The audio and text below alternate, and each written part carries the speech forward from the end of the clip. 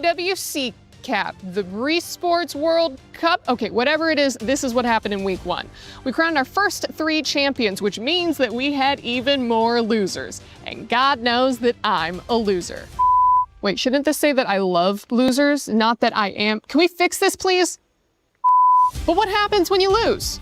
Well, you wind up here, the Boulevard of Broken Keys. Don't sing Green Day, don't sing Green Day. Every one of which represents a tournament elimination and crushed dreams. Losers live forever here, and if you listen closely enough, you can hear the voices of disappointed parents who said that playing video games is a waste of time. On the Valorant stage, 4 of 8 playoff teams were EMEA, and they managed to get 1 whole win. So move over, Europe, because the finals was 100 Thieves and NRG. That's right, all American, baby. These colors don't run, they soar. The Battle Royale of the Apex Legends final featured 20 teams, and no surprise, Team Falcons won. Wait a minute, no, they finished 8th. Sorry, it was favorite Team Liquid who... No, they finished even further back at 9th? Oh, because it was actually 2024 champion Alliance who... Oh, come on, who won?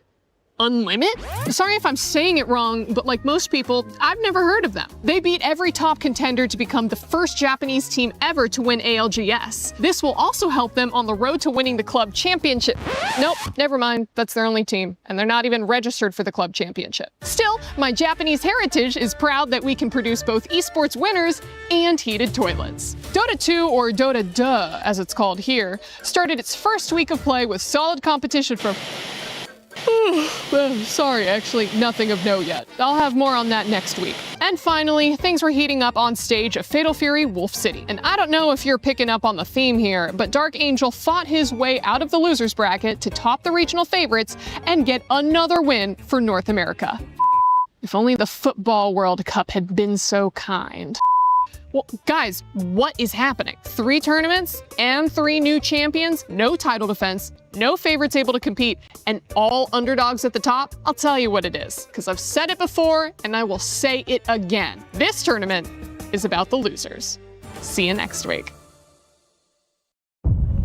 C'est la vie. Such is life. In the land of dawn, such is life when all that remains are dreams. We don't expect the loss last year, and the result is not like what we want. I know that we were capable of more. But MWI is where barriers are broken and queens are made. Vouloir, c'est pouvoir. To want is to be able. MWI is a chance for ladies to represent themselves because there were no opportunities in our region back then. Çoğu insan Türkiye'nin kolay bir yer olduğunu, biz burada bunun yanlış olduğunu kanıtlamak için buradayız. From heartbreak to hope, from doubt to belief. We only want to take revenge on Team Vitality because they were the only team standing in our way. То, что я нахожусь здесь, уже доказывает то, что мечты сбываются. I think the 4th title will be ours. Who will rise above? 2 champions, 1 game.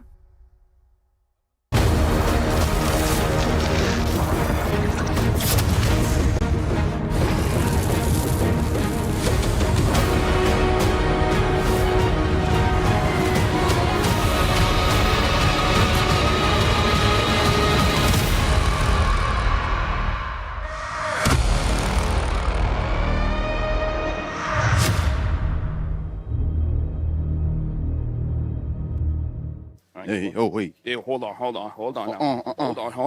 Hey guys, hold on. While we're playing this, I just gotta say, based on day 1, I feel bad for the team that gets Aurora, man. How is it that in Stream A and Stream B, only 1 win each? I mean, like, Aurора's cool, it's fun, but it don't get wins.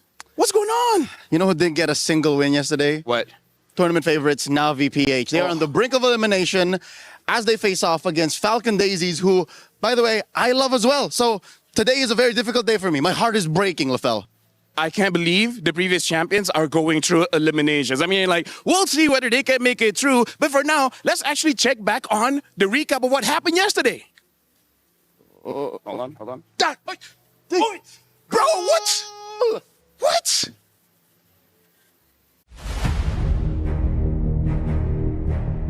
They turned pain into purpose and left no soul unconvinced of their reign. They're completely undefeated. Team of Vitality. Nothing was granted. I just want to prove that no one can do it better than us. I think that it was meant to be ours all along. Winning MWI 2025 meant a lot to us because this is our first ever EWC champion title. Meanwhile, the base is going to be worked on. She's working on the base, and Arya's there. They have to clear out the minion, but she'll take it in her own hands, and they We take didn't it. plan for a perfect run last year, but it just happened, so we kept going. The triple forces the flicker out, but she'll get it over the wall anyway. I feel like I have conquered the world in Mobile Legends Women. After that, we went to Paris. I actually feel a little bit pressured because we are playing at the home ground of Team Vitality. Now that we're here, all of our fans in Paris are able to watch us directly on site. Defending it again is the biggest challenge because there are more eyes on us. It has always been our nature to win every tournament there is, but what changed is going into this year's EWC, we have more motivation to get the back-to-back title. I feel confident this time. I know that everyone wants the MWI title, but I will not let it happen. I will always be hungry for the title. If you call us the final queen, we will take it. To all teams, give us an intense game. Don't make us sleepy.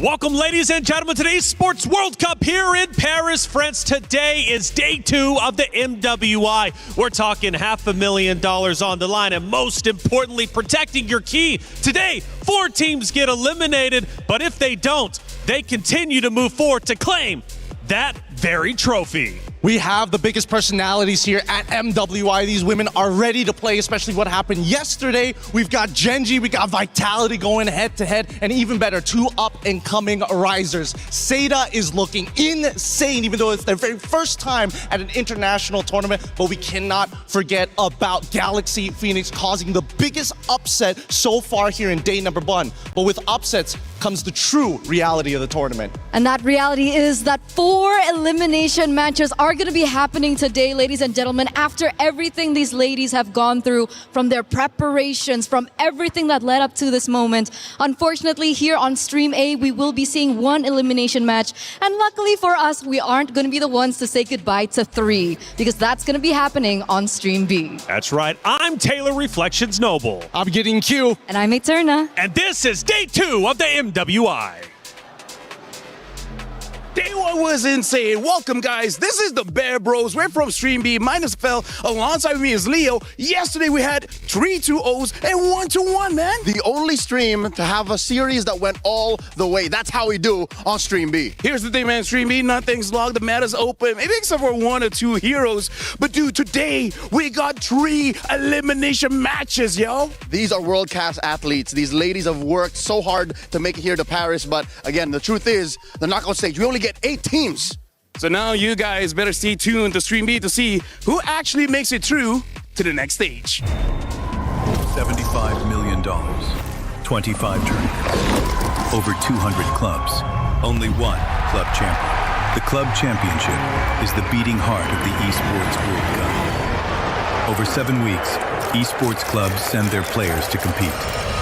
Every placement, every win, every podium earns points for their club. At the end of 7 weeks, every point counts. The club at the top walks away with $7 million and the title of Best Esports Club in the world. It's not about being the best at one game. It's about being the best across all of them. Depth, versatility, consistency under pressure. 1 championship trophy, 1 title. Who will take it? Watch history unfold in Paris at the Esports World Cup 2026.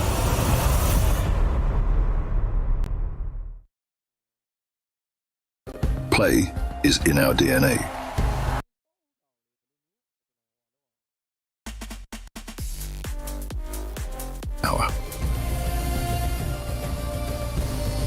Now imagine an entire city being built to supercharge it. Kadir City, powered by Play.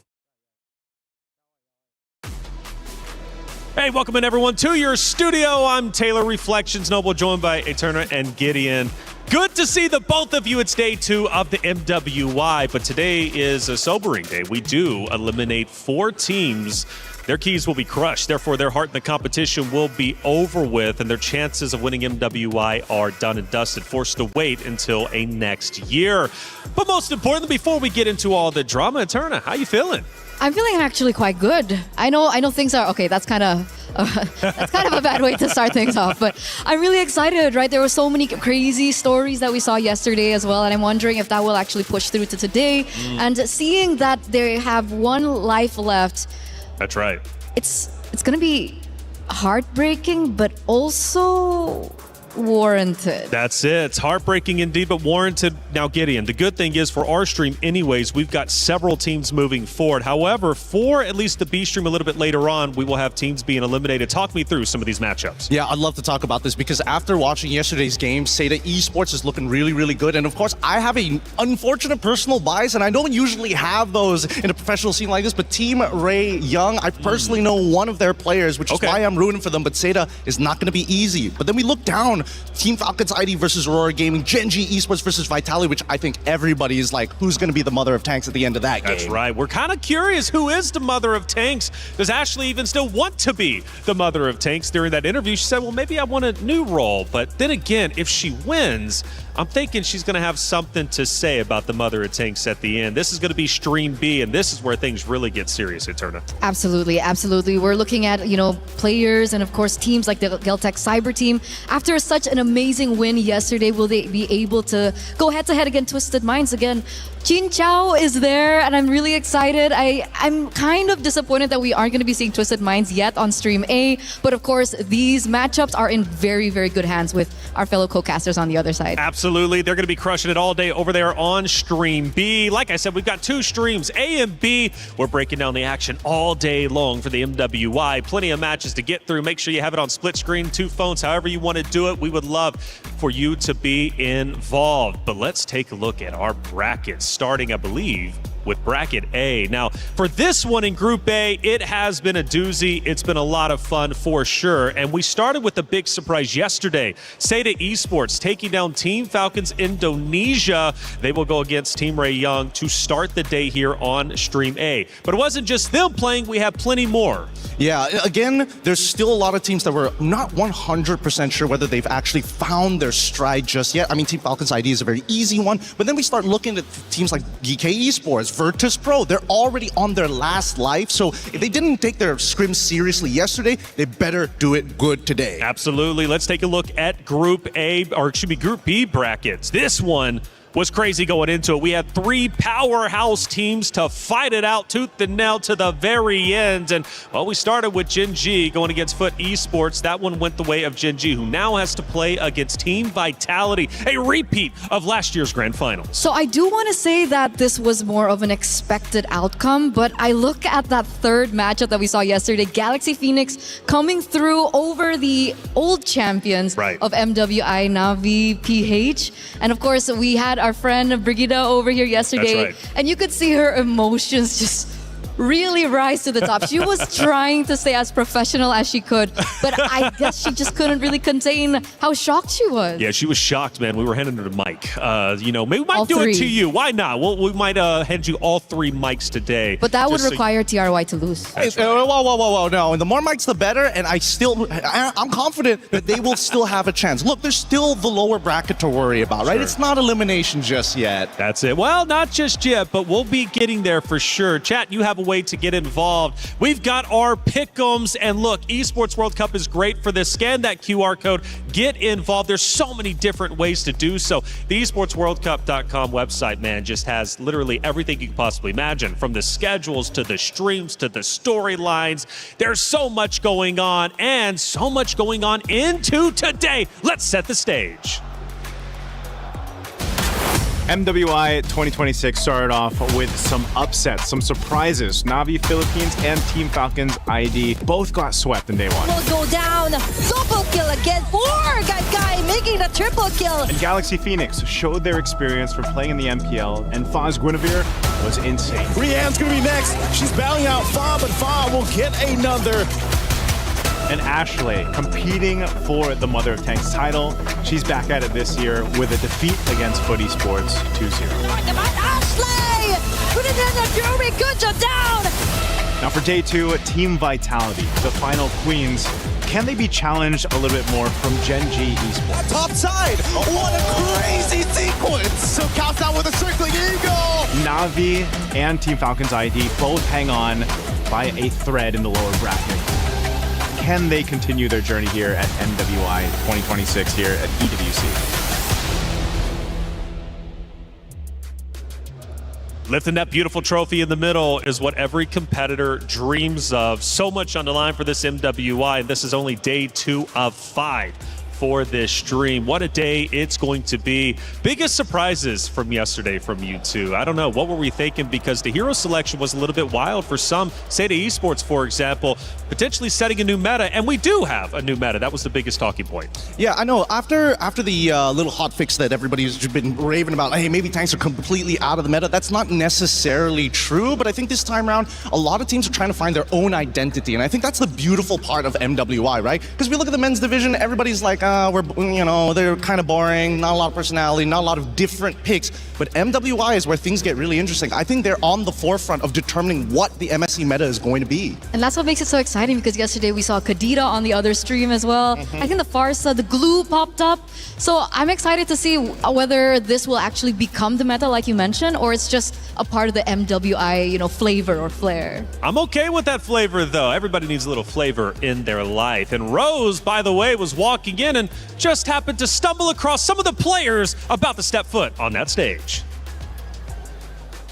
Bonjour and good morning. So as we guys can see, the girls are just arriving at the venue for the second day of MWI. And you know what? As they're coming out, I think it's right that we catch one. Hello, girls. Hi, how are you guys? Come here.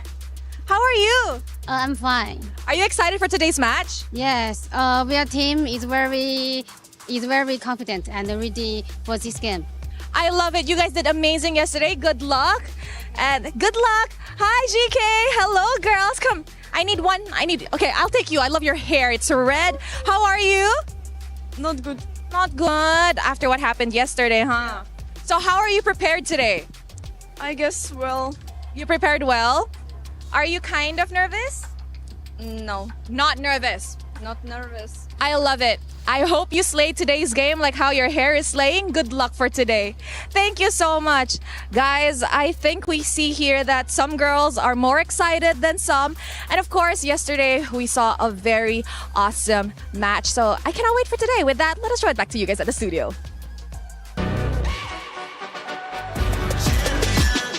This ain't no regular thing. I came for the ring, you know what I mean. You see my name in the lights. Better get right, I'm champion.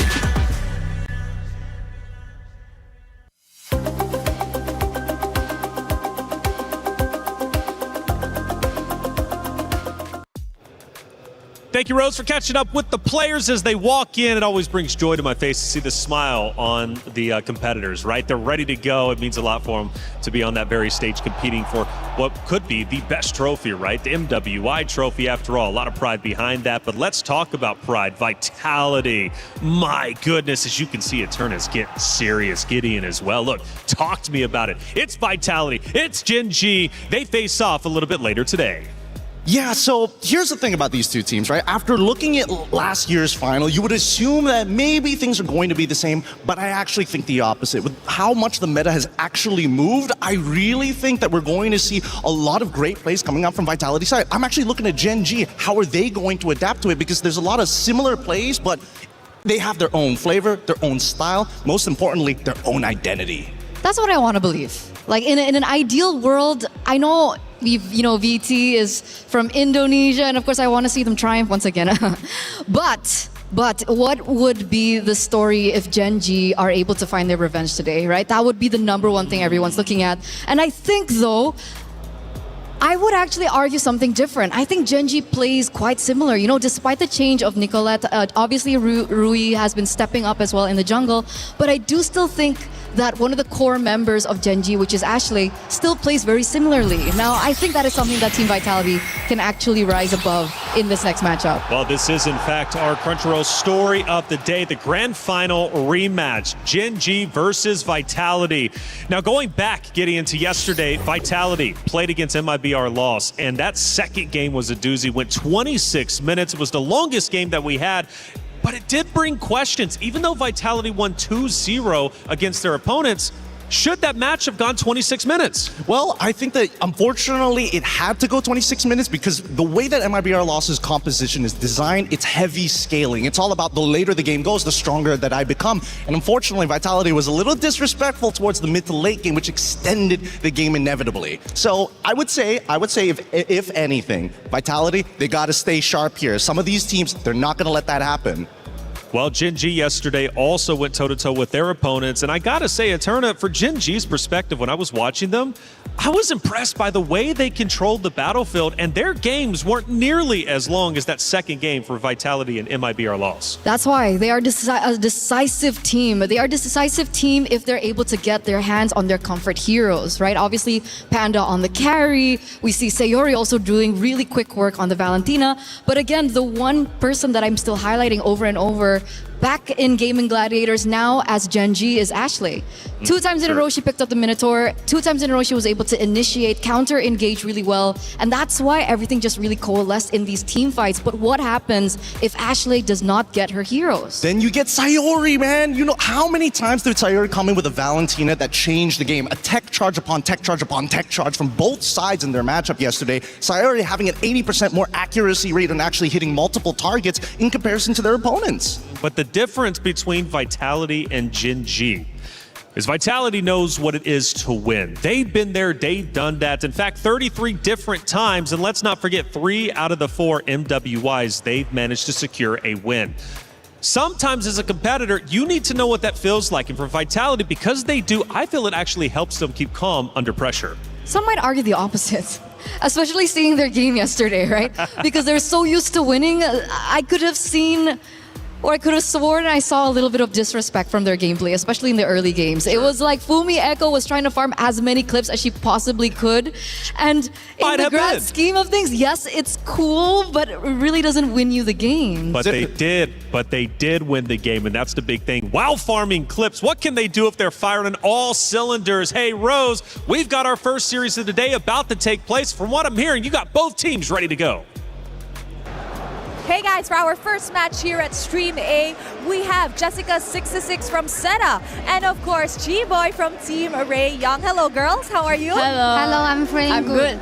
Okay, amazing. Now yesterday we saw an amazing opener match for both of you girls. So what can we expect today? Let's start with Jessica. I'm feeling good. Our team is ready and very confident. They're confident.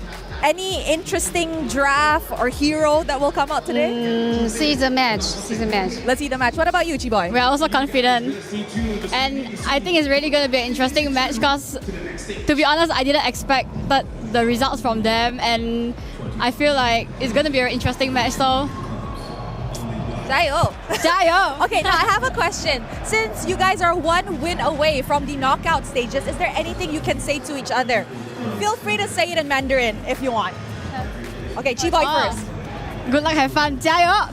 May the best woman win. May the best team win. Yes.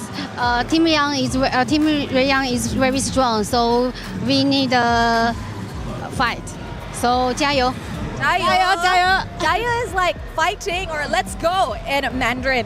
So you know what, Chi-Boy, Jessica, I know a lot of the fans back at home are watching. Perhaps a words for the Malaysian fans and of course the Chinese fans. You can go first.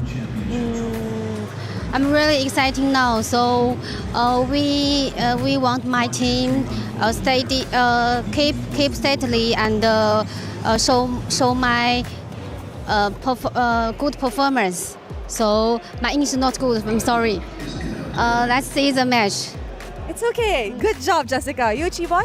Don't forget to watch us live at TikTok, YouTube, or anything, 6 p.m. Malaysia time. And don't forget to support Team Ray Young and pray for the best. Pray. All right, good luck, girls. I'll see you guys later. With that, throwing it back to you guys at the studio. Bye-bye. We were there for every click, every clutch, every respawn. We were there for the years of grind, and we're here. Now, the proud founding partner of EWC, powering the biggest event in gaming, shoulder to shoulder with the world's best, making history. Greatness deserves a stage. Lenovo Legion, reach your impossible.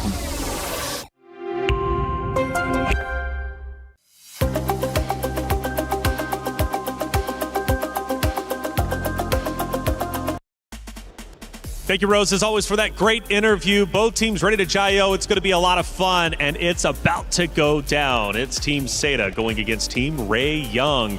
Man, this one's going to be a lot of fun. Seda Esports impressed us so much, and it is, in fact, the rise of Seda. Can they secure the first knockout stage slot? That's what's up for grabs. The loser, of course, goes down to the, lower brackets, and unfortunately, their key will be at risk of getting crushed. The winner moves forward.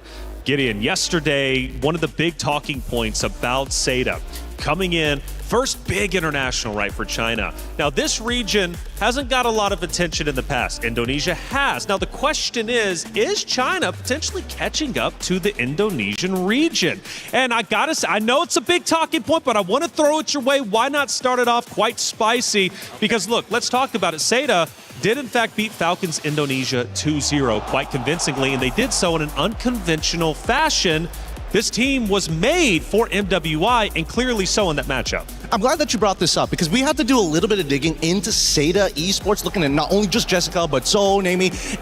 I'm looking at Kai. Okay. Kai is interesting because, again, there's no such thing as a team who just enters a tournament and all of a sudden has mechanical prowess, right? Especially when you're playing things on like Claude, Harith as well. UN had some bad matchups. So it's really impressive. Not only were they able to win those matchups, but they have a deep understanding of draft and macro, which is unheard of for a first-year team.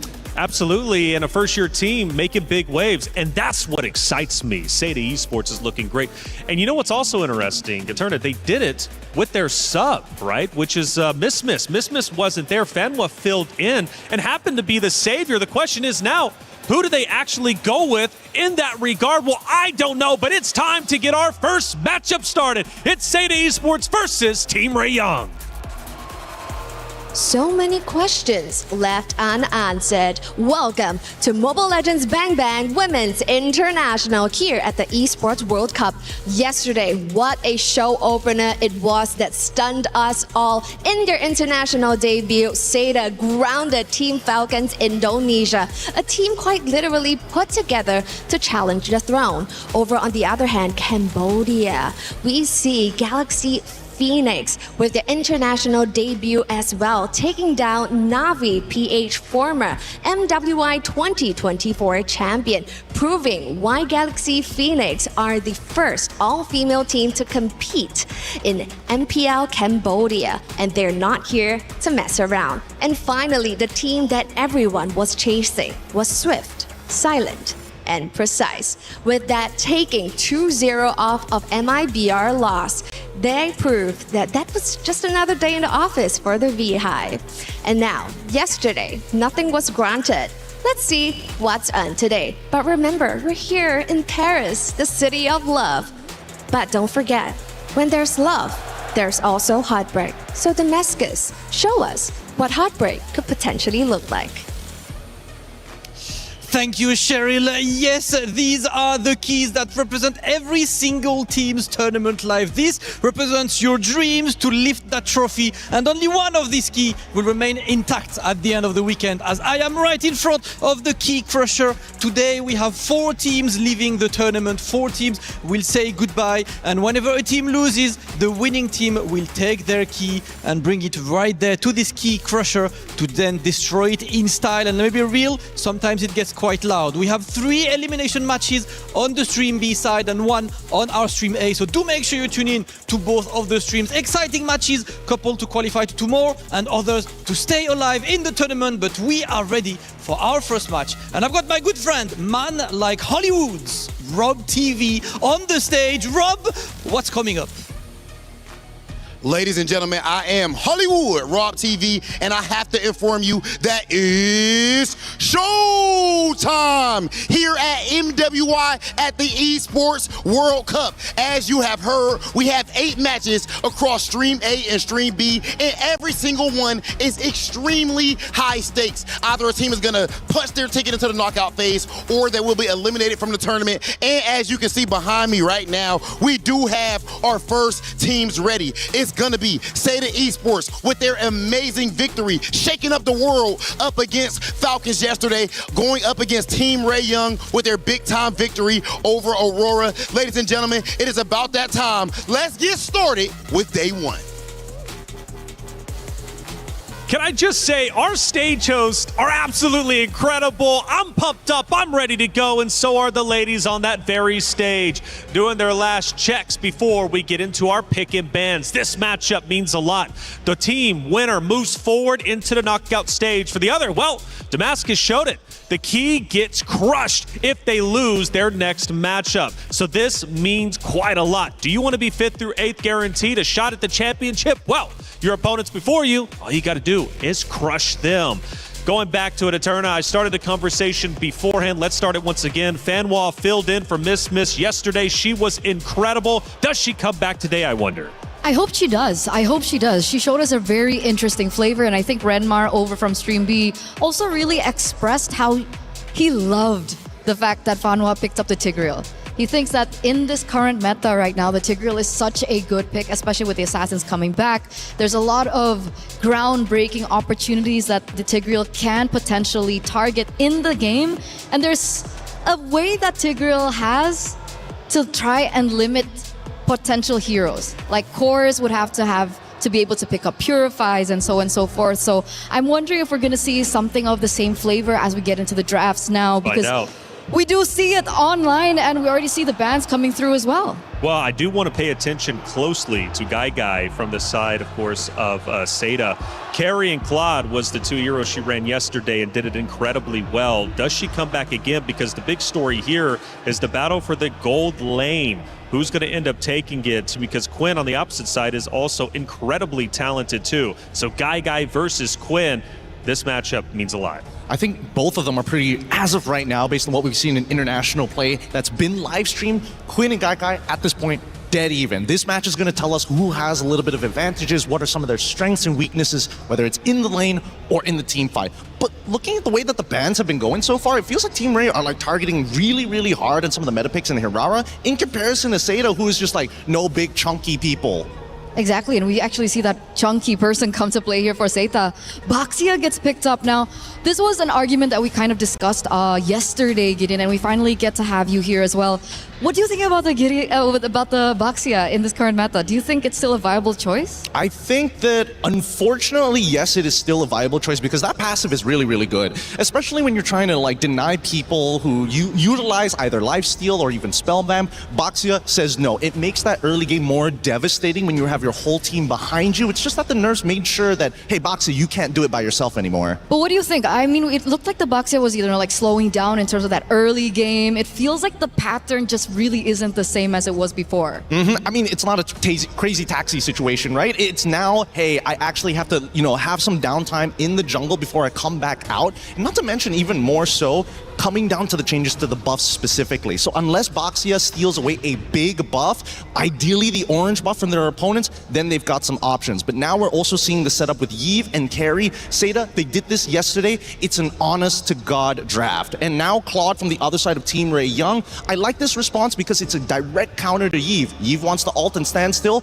Claude can close the distance and gun her down. And that's why the Lilia pick is also so valuable, right? It kind of does the same thing. It naturally can be able to burst into like a further reach into the back line, so perhaps that would also be additional damage layered, of course, with the Claude to try and prevent this Yves from opening up the real-world manipulation safely. The carry and the Claude is arguably a winning matchup for the carry, right? It depends on the emblems and also depends on who gets the level 1 trade, right? I think that's the important thing. Claude, despite everything that they put Claude through in the current metagame, he's the all-rounder. He doesn't have any like hard losing matchup. He doesn't have hard winning matchups as well. Well, I mean, some of them are a little bit more favored, but at the end of the day, even if he takes a bad trade, he can still heal back. And by the way, Fanwa is in fact playing. She returns to the stage. Miss not found. Maybe they're keeping her in the back pocket to come out a little bit later, but I can't wait to see who she ends up going with. Yeah, we have this quote in MLBB that we've been using over and over and over, and I think at this point it's a little overused. But if it ain't broke, don't fix it. Right? They found so much success yesterday, and if they want to continue that same composition, that same, synergy and chemistry within them, I think there's no reason for them to switch things out, especially now that they're one match away from going into the knockouts. But the Lancelot is a ban that we see that gets taken away from Team Ray, and I think this is a huge respect ban from Tan. A lot of targeted bans here, really making sure that they don't want them to get like too ahead of anything. They wanted to set up a counter matchup initially for EXP, realize that as long as you take the Phoveus, you're generally okay. And now in the second half, because they didn't pick up their EXP laner, they axed out the big ones who don't interact with the lane. The Benedetta, the Alice. I think Alice is starting to become a little bit of a problem, but that's just me. I feel the same way. And especially we saw Jessica26, I think one of the key stakeholders of their games yesterday. It was actually kind of brutal to watch her on the Alice. It was really good. So it's a really good targeted ban coming from Team Ray, but what are the other options? Do you think that maybe the Paquito could come through? Is it too damage oriented against the Phoveus? No, they're probably going to go Uranus here because again, it's a direct counter. Phoveus can deal with the Paquito now that he's been nerfed a little bit, so his laning phase isn't as good. But same can be said about Phoveus, right? They also reduced his base damages early on into the season. But there we go. The Uranus already gets locked in, paired up with the Gato Kacha, and I like this pairing because now they have a way of, all right, we can slowly peel. We got RWM. Oh no, things are going bad. Gato is here to save the day. Okay, but now the final hero is needed here from Team Ray. They're looking for a jungler right now, and the options are quite limited. Do they go for something like the Suyo? I feel like it's a little risky up against the Yve. I think it might be a Hayabusa angle. It's tough no matter what because the assassin is required to specifically attack carry or force abilities out of Yve. Everybody else, it really depends on the performance of the laners rather than the individual jungler.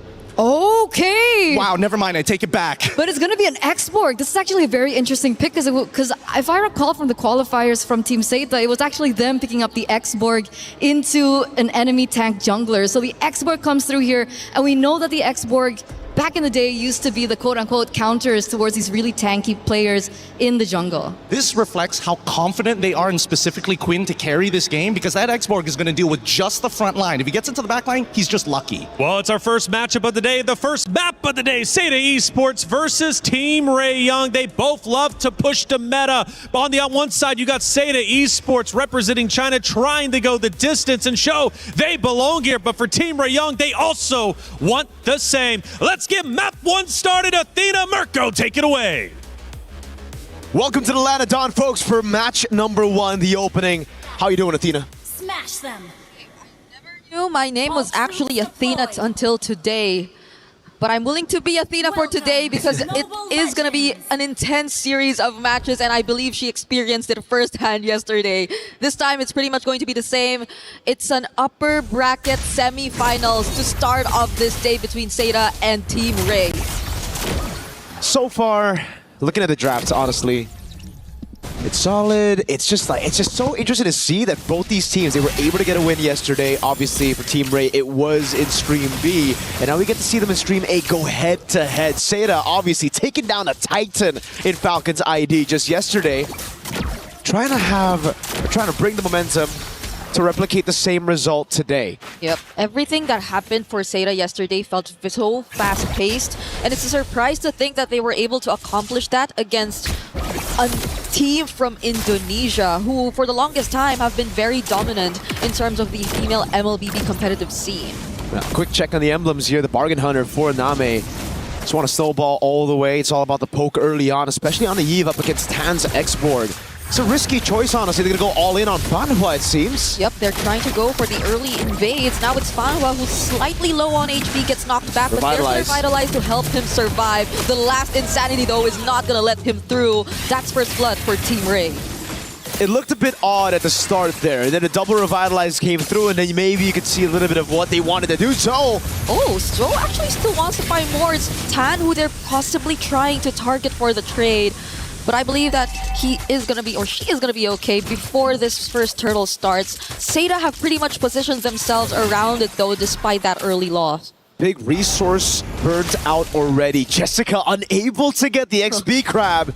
So that's tempo given over to Team Ray Young. Yep, it's a great start because Jessica was one of the standout players too yesterday. The X factors for Seda before or as they were able to secure that win, but now it's going to be Zoe on the back to Shield Unity. They're trying to look for targets, taking out the shields from Fanhua, and now they actually get to secure that ultimate, but the real world manipulation dropped down too. Team Ray, they do not seem like they're in a position to actually contest this confidently anymore. They're able to bait abilities. They were able to take one down. I think right now it's all about the reset, coming back to it again. Because you really need to rely on those cycles, right? Especially on the Expo. Once your Faraga armor's down, once you use that last Insanity, you cannot be in the fight for long. And that's why I thought it would be very difficult for this X-Borg to play around this game, especially early on against Nami on the Eve, who's been so oppressive in lane. With the Bargain Hunter, that poke will certainly do quite a bit of damage to the Faraga armor and to the main win con. But so far, so good. They got 2 kills at the start. It was all through the last Insanity, that blow up on the tanks. And the double Revitalize has only given the X-Borg more time to build. Stacks over for that full last Insanity damage. Yeah, they just gotta prolong this a bit more because they definitely will be back real quick for this reset if ever they'll accomplish that. Though it'll be tough, especially if Seda do decide to rush it, and based on their gameplay since yesterday, things have been working out pretty fast for this team. They're not hesitant to just really go in for the immediate conversions, for those fast rotations, and that's why you also see them just so quick to attempt to go for the early invades, even though they did, or it did cost them one casualty at that specific moment. But as we are still awaiting, we are trying to sort things out before we resume the official gameplay. It does seem like there is a bit of an upper hand for Team Seda before that first turtle. They were already able to position themselves. They were also able to take down the Faraga armor. So if you're just tuning in, this seems like it's pretty much set up for success for Seda as of the moment, but nothing is guaranteed just yet. There is a chance that we still get to see them somehow prolong this dance before Team Ray, and being Team Ray, could actually still try and attempt to go for the contest. That's true. So it was a bit odd to see that early invade coming in from Seda. They're trying to utilize the fact that, really trying to punish the fact that there was no alternate Phobius yet.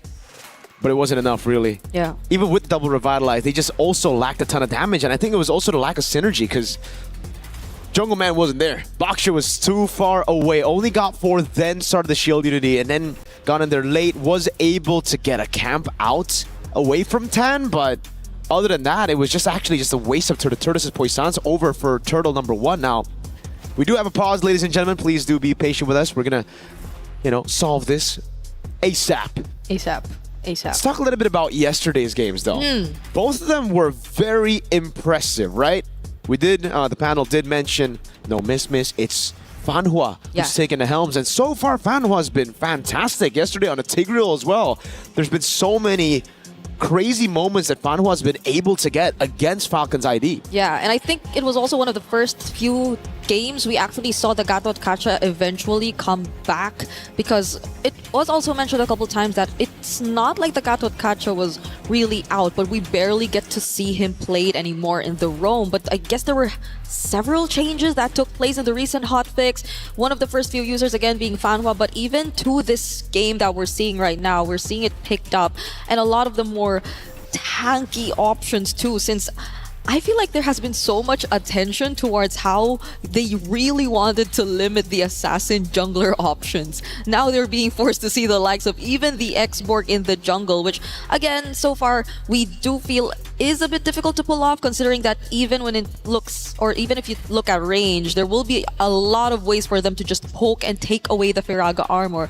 But But so far, it's Tan with 2 kills. So it's been working out relatively well for the jungler of Team Ray. And I think this is where we get to really see the buff, or sorry, the nerf rather, on the Baksha, right? Because usually at 1 minute 30, you already have the Baksha at level 4. You already have Zoe to actually rotate with you. The fact that an Expo can clear faster than a Baksha shows you exactly why the Baksha maybe lose a little bit of that, you know, pick priority later on in the stages, because Joe was just late every single time onto these fights. Yeah. Because it really seems like for Seda with a double revitalize, they wanted to go for the early fight. They wanted to take all that action onto Tan before the last Insanity was available. And that's why Nami postured up so aggressively to a point where Nami actually had to leave a few waves. Yeah. That's why she was in 3 for such a long time there for Turtle 1. It's such a huge responsibility on Nami now. If they just really want to keep that kind of aggression going in terms of the invades. And at that time, that position they currently were in felt like they had no choice but to just really commit to the bit. And I'm not sure if that's the way they really want to go for, because again, things have slowed down a bit, especially for some of the utility junglers. The Baksha seems to be more split between joining these early rotations and just securing the farm early on because of the changes that took place, and just so they don't feel as behind. And I guess that's also on top of the fact that they already had a slight advantage in the EXP lane, so maybe they were expecting a bit more to come in from Jessica26. But again, taking away that XP crab, we saw it happen, and so far Jessica26 hasn't been able to do much. Given, of course, it's a Uranus, so maybe you would not expect that much of the showy setup plays similar to when she was on the likes of the Alice or the Esmeralda even. Maybe closer to the Esmeralda though, because this is a very similar hero to the Esmeralda that she played yesterday. That's true. The Uranus is Esmeralda with less steps, I'd say. He literally floats around. Even in this matchup down below, by the way, something we haven't touched on, it's actually just really level. I thought Guy would actually be able to get a lead, and that's something that Seda can play with. Again, if you look at Seda, the way that they're able to win, it's not just through these team fights, it's not just through one win condition. They have multiple win conditions set. They have multiple plans as well. If they lose out on these first neutral objectives to Team Ray Young, you can expect them to look to play around that winning matchup in Guy on the carry against Quinn on the Claude. Yeah. Especially with the flicker here. You burn it out once and then the RWM catches you. The rest of the team can just follow through with the Baksha under turret even. Yeah, and it's not like Chipoy could just go for the surprise setups either. Nora maybe could be the closest with a flicker dark wave. But reaching Guy is going to be one of the toughest tasks, I feel, for Team Ray, if ever they do get to funnel majority of their resources to this gold laner. That's why I'm just pretty sad right now. Why? You have players like Fanhua and Chiboy. Okay. But it's Beleric and Gatot Kacha, you know, like, you want to see more explosive picks. You know, give me the Tigreal from yesterday. Give me an Atlas. Obviously, it was, unlucky. Obviously, there are some heroes that were banned that you can't play, you know. Marcel's been 100%. I want to see a Marcel. I don't want to see Gatot. I don't want to see Beleric. Yeah.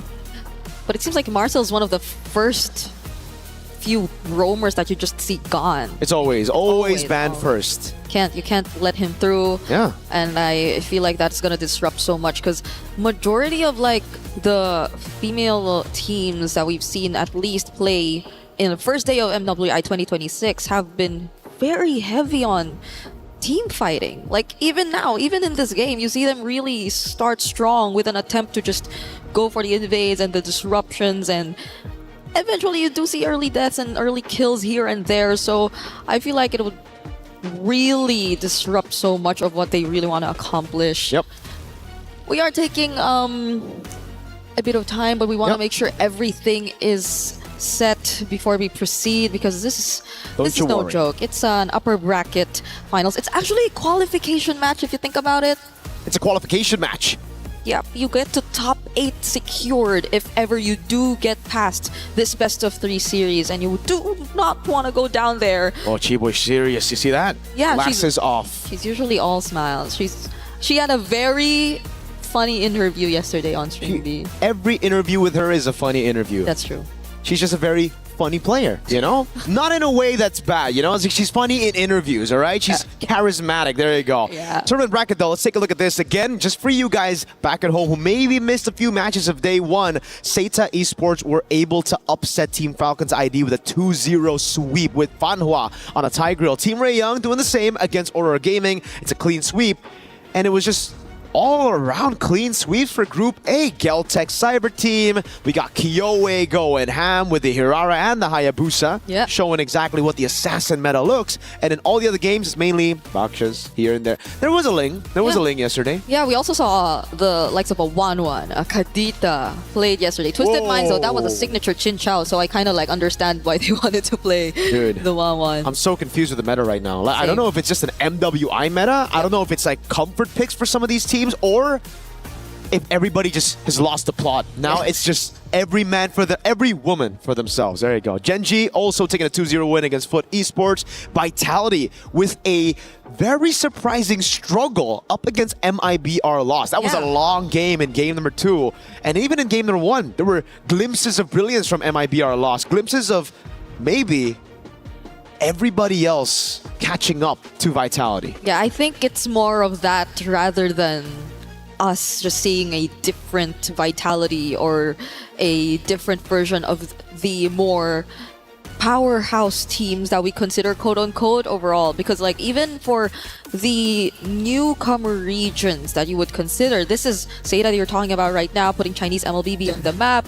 Even for the Cambodian representatives, and even great. for the recent Asian games that we just talked about on the panel as well, the SEA Games to be exact, right? There were a lot of upsets, surprises even. I think that was one of the most surprising that we've ever seen in terms of results, because it wasn't really Indonesia who came up on top. It was Malaysia. And to think that that lineup isn't even here. We don't talk about that.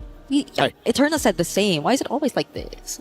Yeah, don't talk about it. You know, we only talk about it when Indo wins. Remember, that's what that's what the chat says, right? Is that the rule? That's the rule. That's the rule. At least when there's an Indonesian on desk, all right? Okay. We don't want to talk about our back-to-back.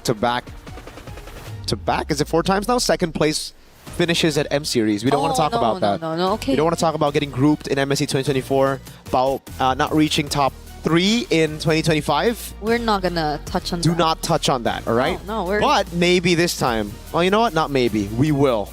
We will. Because my goats got in. Ready? Let's go. Okay. We are still in MWI, but I could feel the excitement. What do you mean? My goats are Vitality. Vitality are in MWI. Right. It's the same.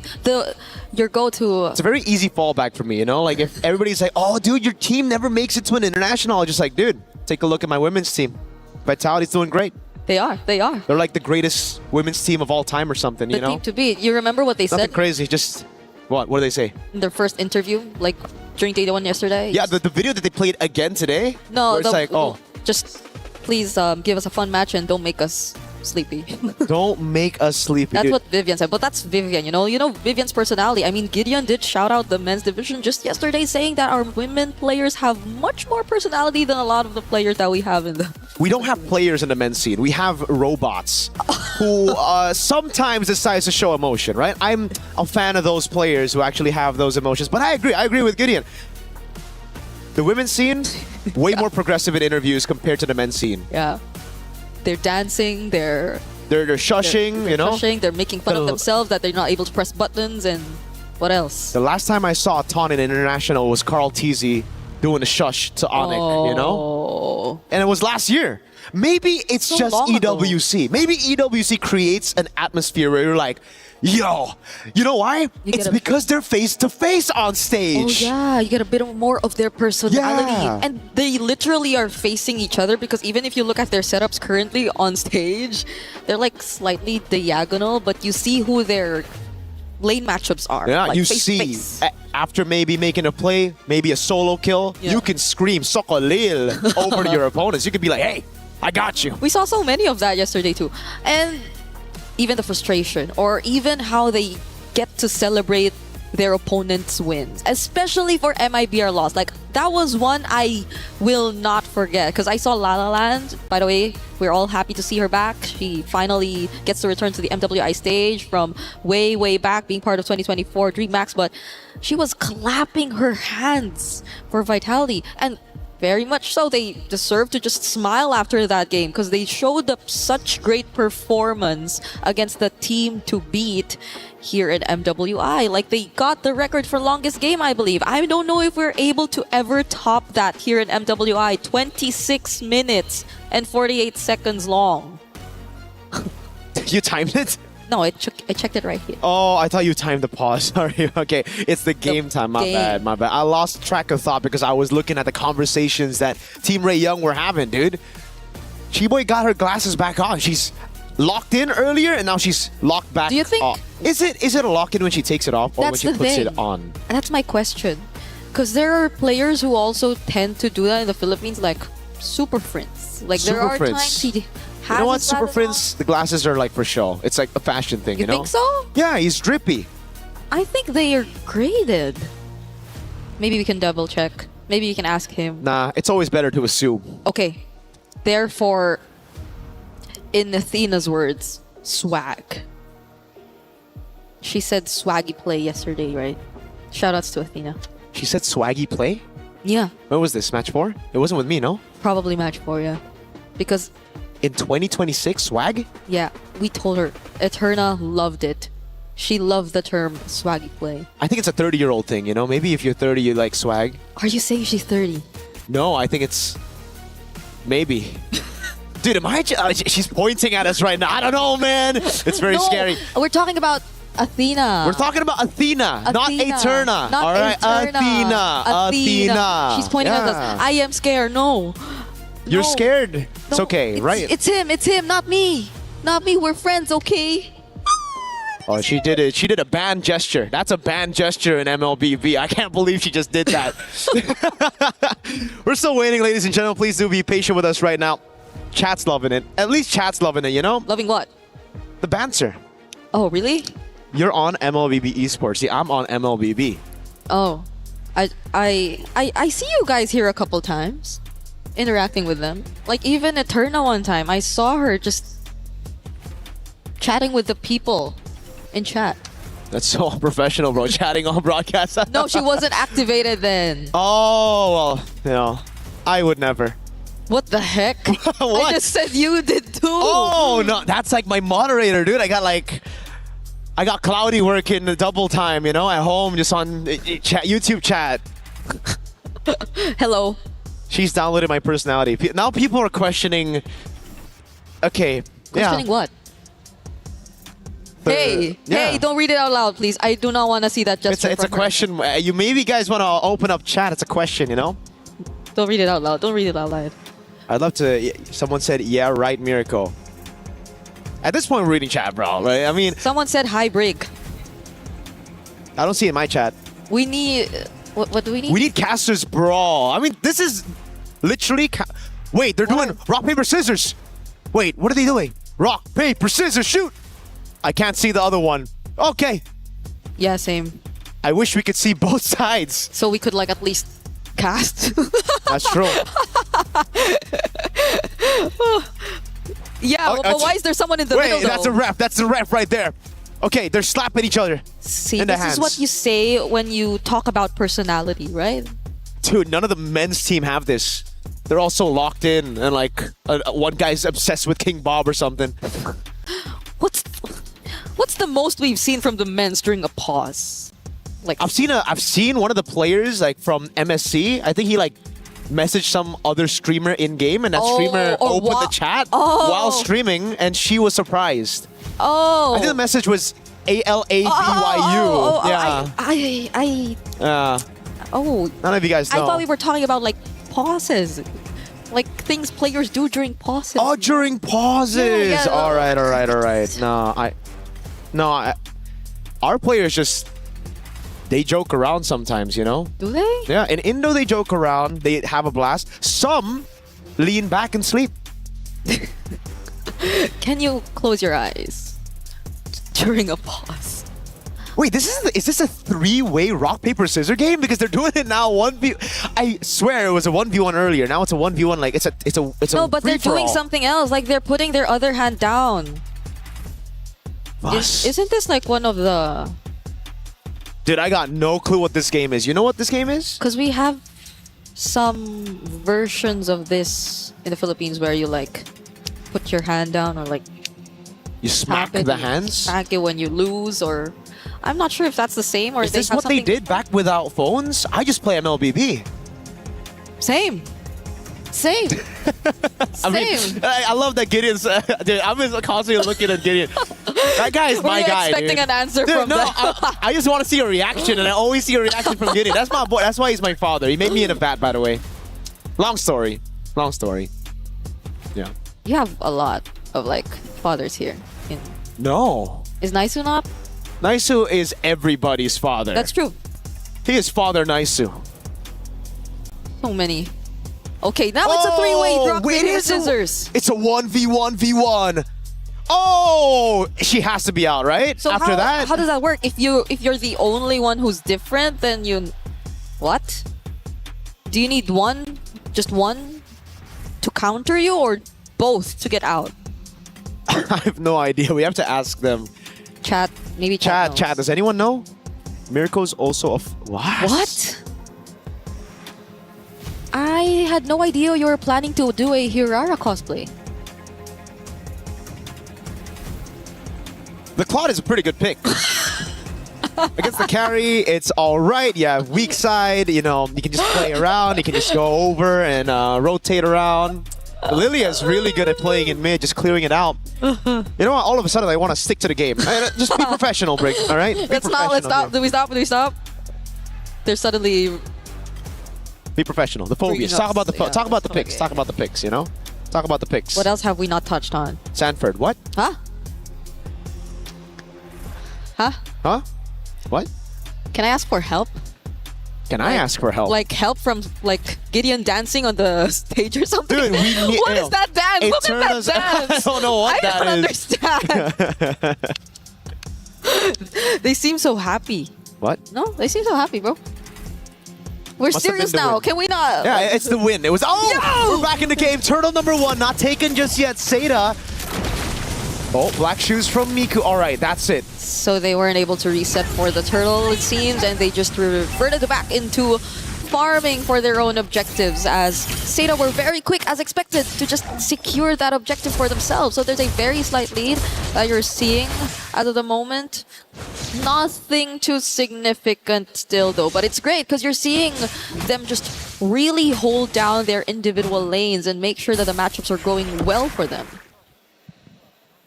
And it's all about Seda now just playing the slow game after getting the neutral objective, right? Yes, Team Ray Young were able to get the kill lead in this game, but it's just been kills over on Fanhua. Those are kills that you're willing to give out for Seda, right? So right now, play it slow, play quick when you have the neutral objective, and that's why the Uranus is also picked up here. It's all about getting tempo over your opponents, and as long as you don't group up, it shouldn't be too big of a problem to deal with these AoE damage dealers from Team Ray Young. Yep. Especially earlier, we saw how they were just able to split up who would go first, who would be the ones assigned to just take out the Faraga armor in general, and those who could just follow up in case things get wrong. But now it's Team Ray Young looking to group up down bot. Nothing that Guy doesn't really sense though. So things have been really okay for both sides. Just look at Jessica66 and Guy managing things really well in their individual lanes. Joe, though, are they gonna go for it? There goes the back to shield unity. Bumps into Tan. Firaga armor so close to going down all over again. Yeah, she's got the regen though. It's all up to Name, I'd say, before the neutral objective fight. To be the one to poke her out. So it's the fact that they got the regen out already means that Tan's going to be very vulnerable to all these shots from Nami, and that's why Team Ray Young are just going to look for Prio in mid, rotate to the neutral objective first, even against this tempo comp of Seda. Yeah. Even mid-control's been too difficult for them, and look at how they've positioned themselves around the bushes, approaching this objective. Not to mention the fact that Seda have also taken the advantage down bottom. Okay, that's the trade. That's gonna be a trade. Yep. This is exactly what we were talking about earlier for Seda. If they don't get plan A, neutral objective, snowball out of team fights, they can just go plan B straight up, go into the bottom lane, play around this winning matchup, and put Guy into a winning to get into a good spot. Fanhua also holding these bushes, constantly giving vision to the rest of the team, and that's why, even though they haven't been able to get a single team fight win, they're ahead in gold. Literally not grouping up together, but maybe right now they decide to do so. There goes the AOG, but the response with the Wrath of Dryad, it's just gonna hold Seda in place and not allow them to push through with that attempt. They seem to want to take on that fight, but Team Ray were just like, no. They're not. They got pretty much what they wanted, which are, I guess, some energy shields here and there, but the counter engage from Seda. Is it gonna happen this time? They want to go for the turret. Tan is there, obviously, but it's just tempo. Again, they get the gold crab, and they look for the rotation first into mid. Guy stays in the bottom lane. And this so far has been a macro masterclass for Seda. Yep. 2 deaths on Fanhua. The person you'd let die in these situations, gold. I'd love to see that right now for Guy versus Quinn, because when you have a level lead in the gold lane, that usually means, you've got a quite significant gold advantage over your opponent. That's 700 on the board with no kills. And possibly a turret. There you go. Turret tier 1 down below, taken by Guy. Yeah. It's been great for Seda. Wow. So good in terms of the macro discipline. You see Nora barely being able to join any of these fights, and it's not like they're even converted into fights, because Seda are just very picky with what they want to take on. Team Ray are the ones who seem to always look for these potential engages, but even this just now, Jessica66, they'll have to pour in so much of their resources just to take this one kill. It eventually gets to become another kill for them though, but Seda, now it's Guy also joining the rotations for them. One thing's for sure though, they got the macro down to a T, but I think a lot of these individual mechanics haven't been shining too much for Seda in this game. It's just been Team Ray Young with the response. And they get turtle number 3. Final turtle of the game, 2-1 in turtles right now, as Seda look to just trade across the board, but Team Ray Young have closing that gap in gold already. It was around a 1K gold lead for Seda. It's just slow again. Jessica, I'd say, a bit too rushed on some of those resources. Consecration popped way too early. I think the Revitalize as well. And for Name, spamming a lot of the poke, but not really respecting when she should recall. She's staying a bit too long in the lane. Had no mana to respond to that Team Ray Young rotation, but now it's Seda looking for tier 2 down below. Okay, creating space right there. Name and Fanhua doing their best, but it seems like Quinn just goes in with the blazing duet. Not sure if enough stacks were in it there yet, but they just wanted to allow Guy do her thing. Not that they were able to take the turret, but you could see how much they're trying to play around this gold laner. Seda have focused majority of their attention towards Guy, and Name doesn't seem to be as behind anymore. I mean, Doe doesn't seem to be as behind anymore. They're already both level 10, even though Tan has all of the kills Team Ray has been able to secure so far in this game. They got that better safe than sorry at the approach, Seda. Even earlier, Revitalize and the AOG utilized straight up after they saw Chiboy and Quinn walk up. Now for Team Ray Young, it's a turret down below that they want to take, but Seda have already sent enough members. Name recalling in the mid lane. They won't have the help of their mid laner. AOG! Oh, they're the ones to actually go in first. The taunt lands onto Chiboy, but he hasn't used the Wrath of Dryad just yet, and they do not need to in order to get the kill on Fanhua. Real world manipulation also laid down, but Joe unfortunately could not survive. That's a lot of resources, but still Seda couldn't find a single kill on their side. They've done a good job in the macro department, but again, every single time it comes to the skirmishes, when it's them relying on the individual skills and decision-making, it just hasn't worked out for Seda. 3v4, that was the situation that Team Ray Young weren't even hiding there in the dive for turret. But it was Seda who bit on that bait, walked straight into it, with Name recalling in the mid lane, and now it's Team Ray Young trying to utilize this advantage. Straight on the Lord they go. Okay, they have the retribution still.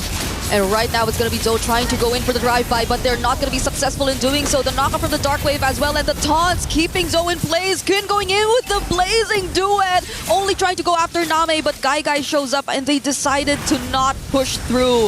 Is it safe to say that at this point, it's really looking like just macro versus micro between Zeta and Team Ray? Because it seems to be the case, majority of the fights, it's always been Team Ray winning it out, but Zeta have been somewhat catching up, mainly by what they've been doing across the map. So Team Ray Young now with a 1,700 gold lead. Jessica again revitalized. Together with the consecration, no one's been able to get rid of this Faraga armor. Yeah. Tan's just having a free day on this Expo. Again, the revitalize has only helped Tan to get even more stacks. Oh, they're going for the sandwich play. RWM and the AOG doesn't land onto anyone. Flicker up from Nora as well, and it seems like they're gonna be okay. The last Insanity 2 is gonna push them out from trying to go for the chase, but the Lord is still up. They'll have to deal with it. Finally does go down. And now Team Ray are eyeing the mid lane. Jessica66 going down just like that, and Quinn with a blazing duet. Oi. Oh, gets stunned by the Backshot Shield Unity though. What an unexpected, at least Zeta gets some kills right now. Way too aggressive with the blazing duet. Got one kill, did not want to go out. She thought she had it in her to go for one more, but again, punished straight up with the flicker. Can't purify out of that one. Can't CC immune out of that one. Nope. Drag armor pickup for Tan. Right now, it seems like it'll be much more difficult to take out the Faraga armor at this point, because you pretty much expect the poke, the range to come in from Name, but even then, they're able to resolve that. Now it's Guy, who I feel like Team Ray would definitely put their eyes on. Oh, Jessica all alone here. Yeah, a ton of CC on her. Pops into consecration again. Back to the slow game for Zeta and Team Ray Young. Not really gonna go for any of those initiations before a neutral objective spawns in the game. Just a bit of poke here and there, but so... They want to take this fight? Fanwa now a bit too far from the rest of the members too, but Quinn is gonna be okay dealing with the rest of the backlines. Still survives even though gets to receive the damage from Guy, but Guy still finds her though! Now there's the Wrath of Dryad and the last Insanity response from Team Ray all over again! It's just Jessica66 and Guy left. They're doing what they can to get away, but the slows and the glooms are not letting them through. A big win for Team Ray Young. Guy saving Zeta from getting wiped out now back to back.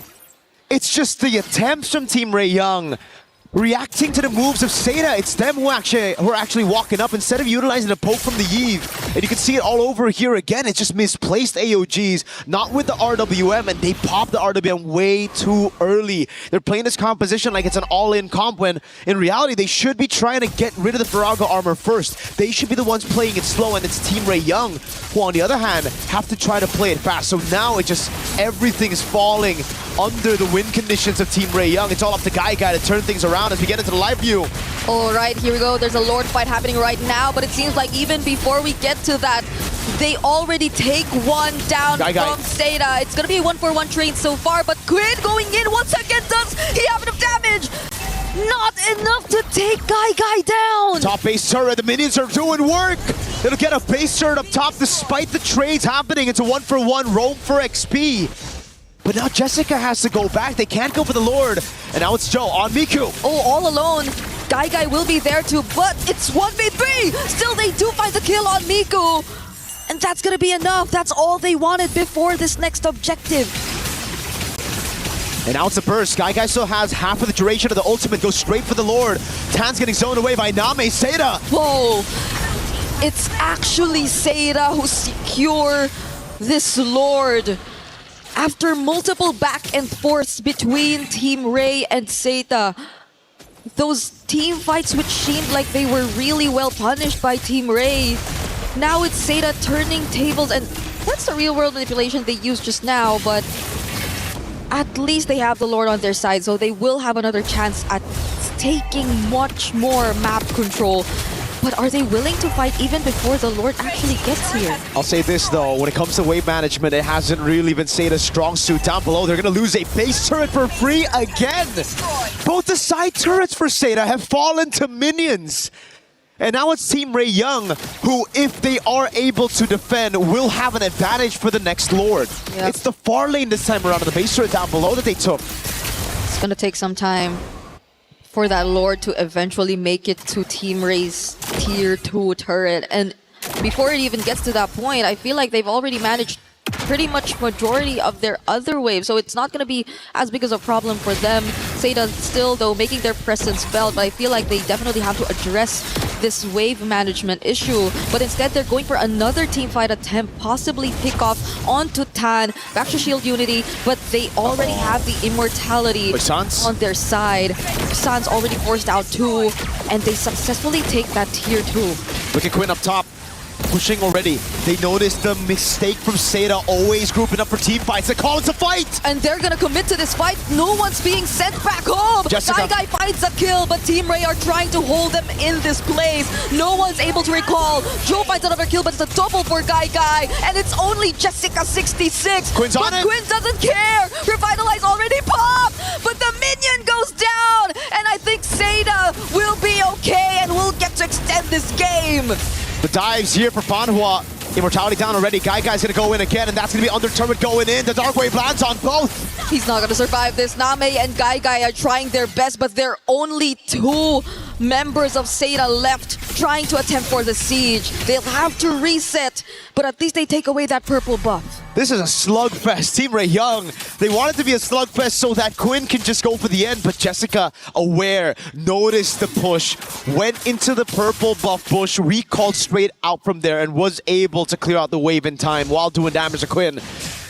But this has been a big problem for Seda. They just let these side lanes go and push into their own base constantly.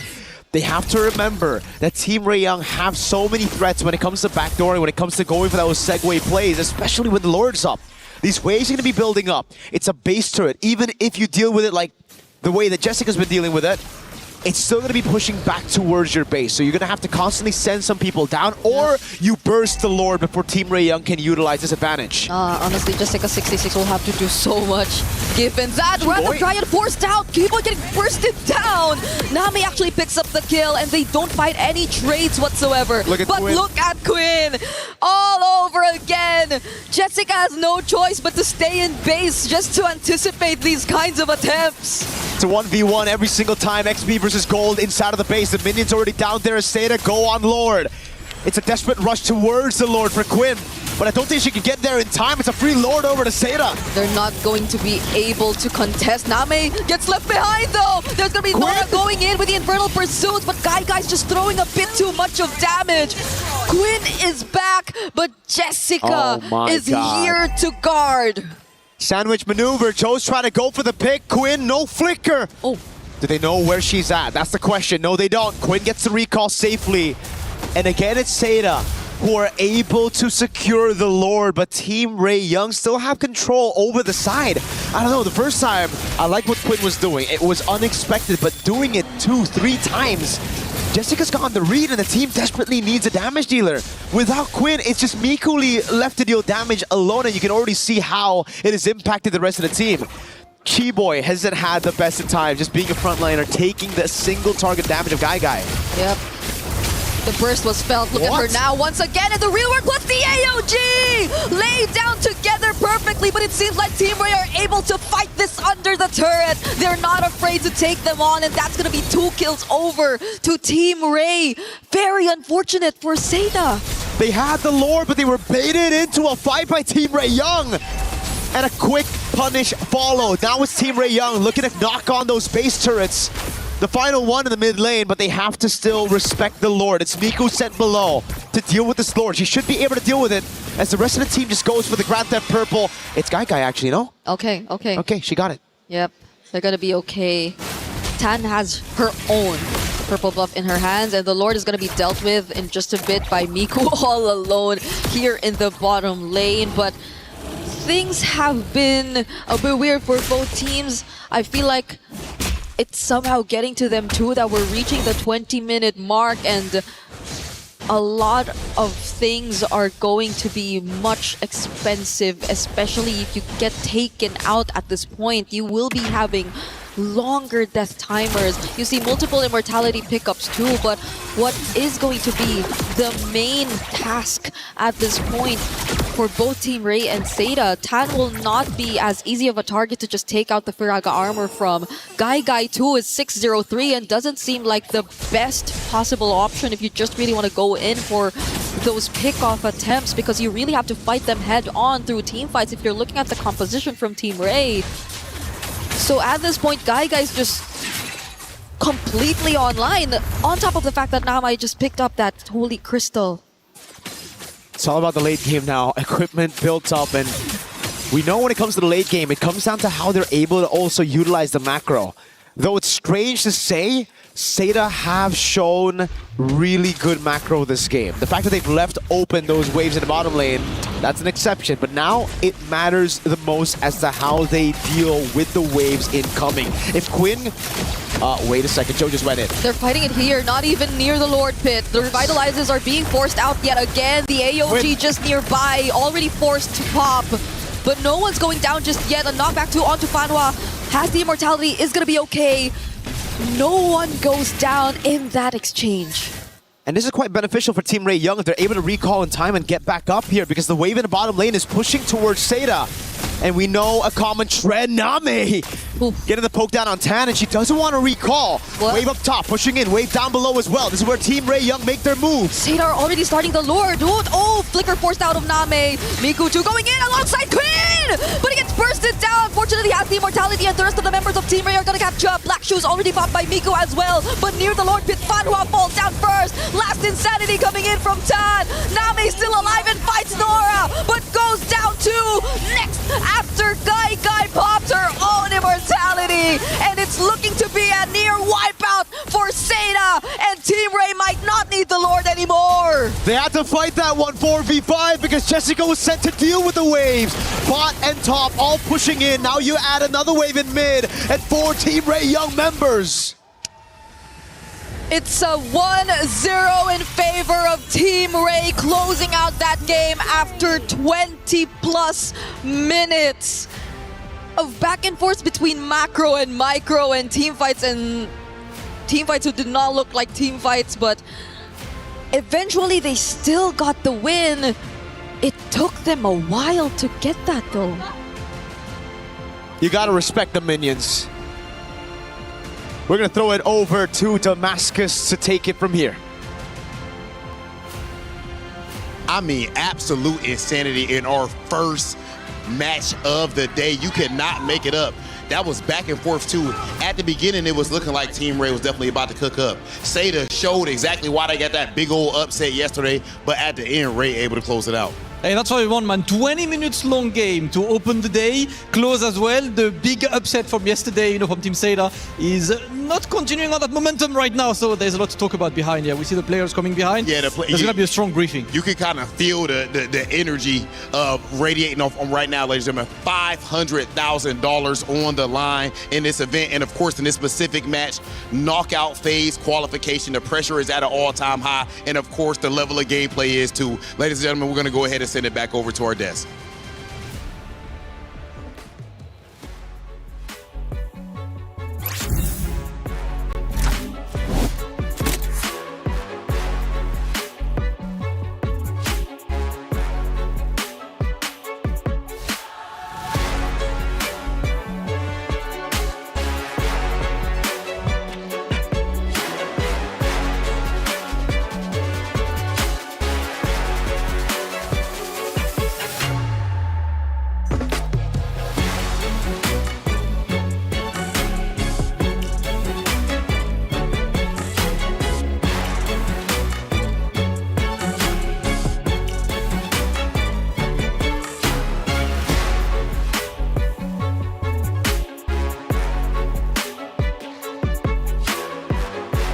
Is in our DNA.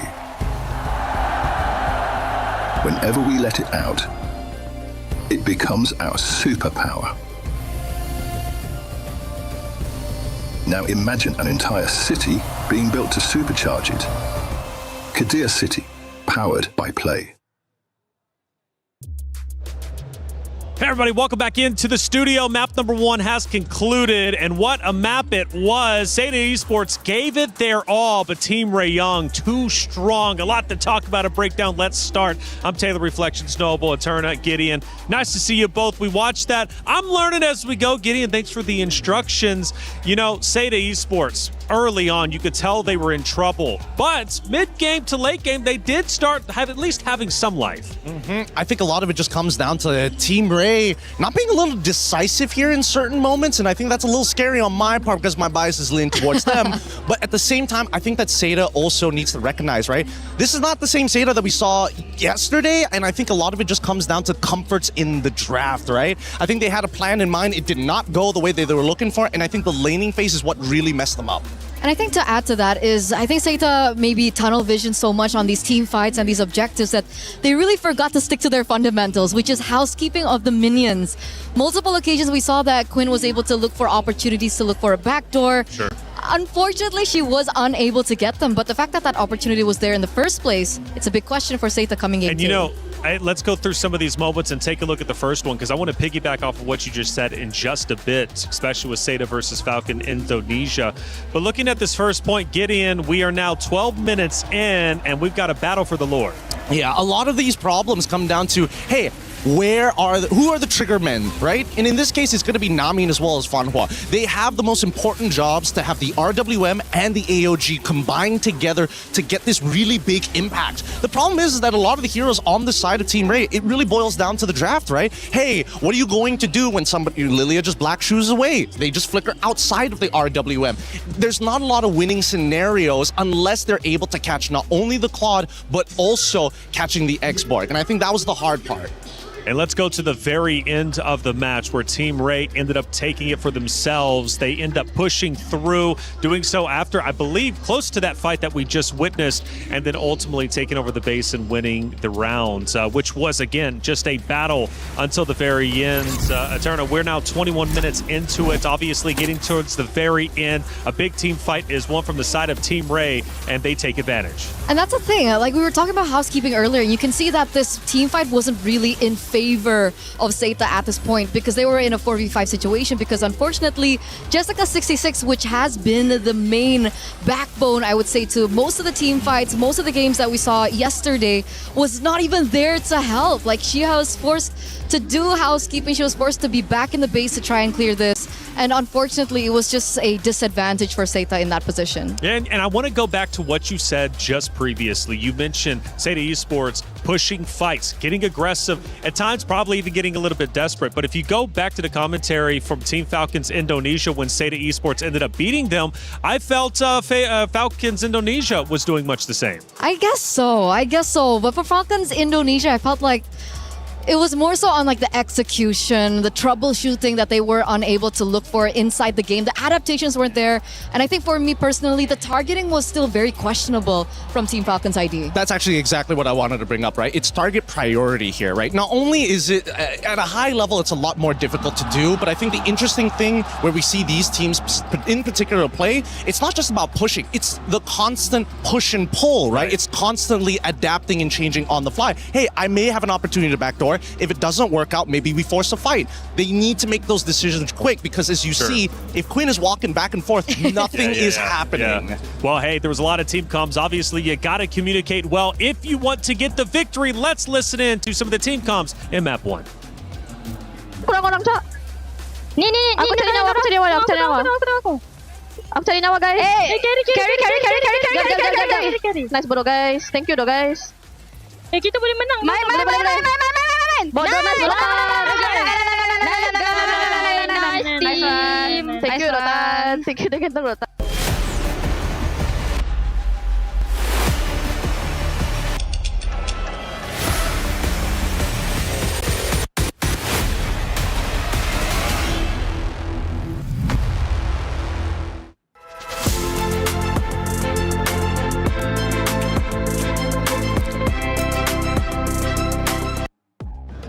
Fun to listen into the team comms. Clearly pumped up. Team Ray getting that win, but they've got to do it again. If they do so and they manage to take down Team Seita, they move forward into the knockout stage, which, hey, big news. You're guaranteed 5th through 8th. These ladies fought hard. They really did. Seita Esports did everything they could, but they simply could not overcome the Team Ray Young roster, who played incredibly well. talking about shortcomings, again, learning a lot from you, Gideon. Let's go through some of the shortcomings from the side of Seda Esports, because the commentators, they ended up mentioning, look, the macros were actually quite well for Seda Esports. So what ultimately ended up falling apart? I think what ended up falling apart is just, unfortunately, the combination just needed to be executed more cleanly in the early stages of the game. Like, we see Jessica here getting run down in the middle lane, has to pop not only the ultimate, but also, at the same time, her battle spells.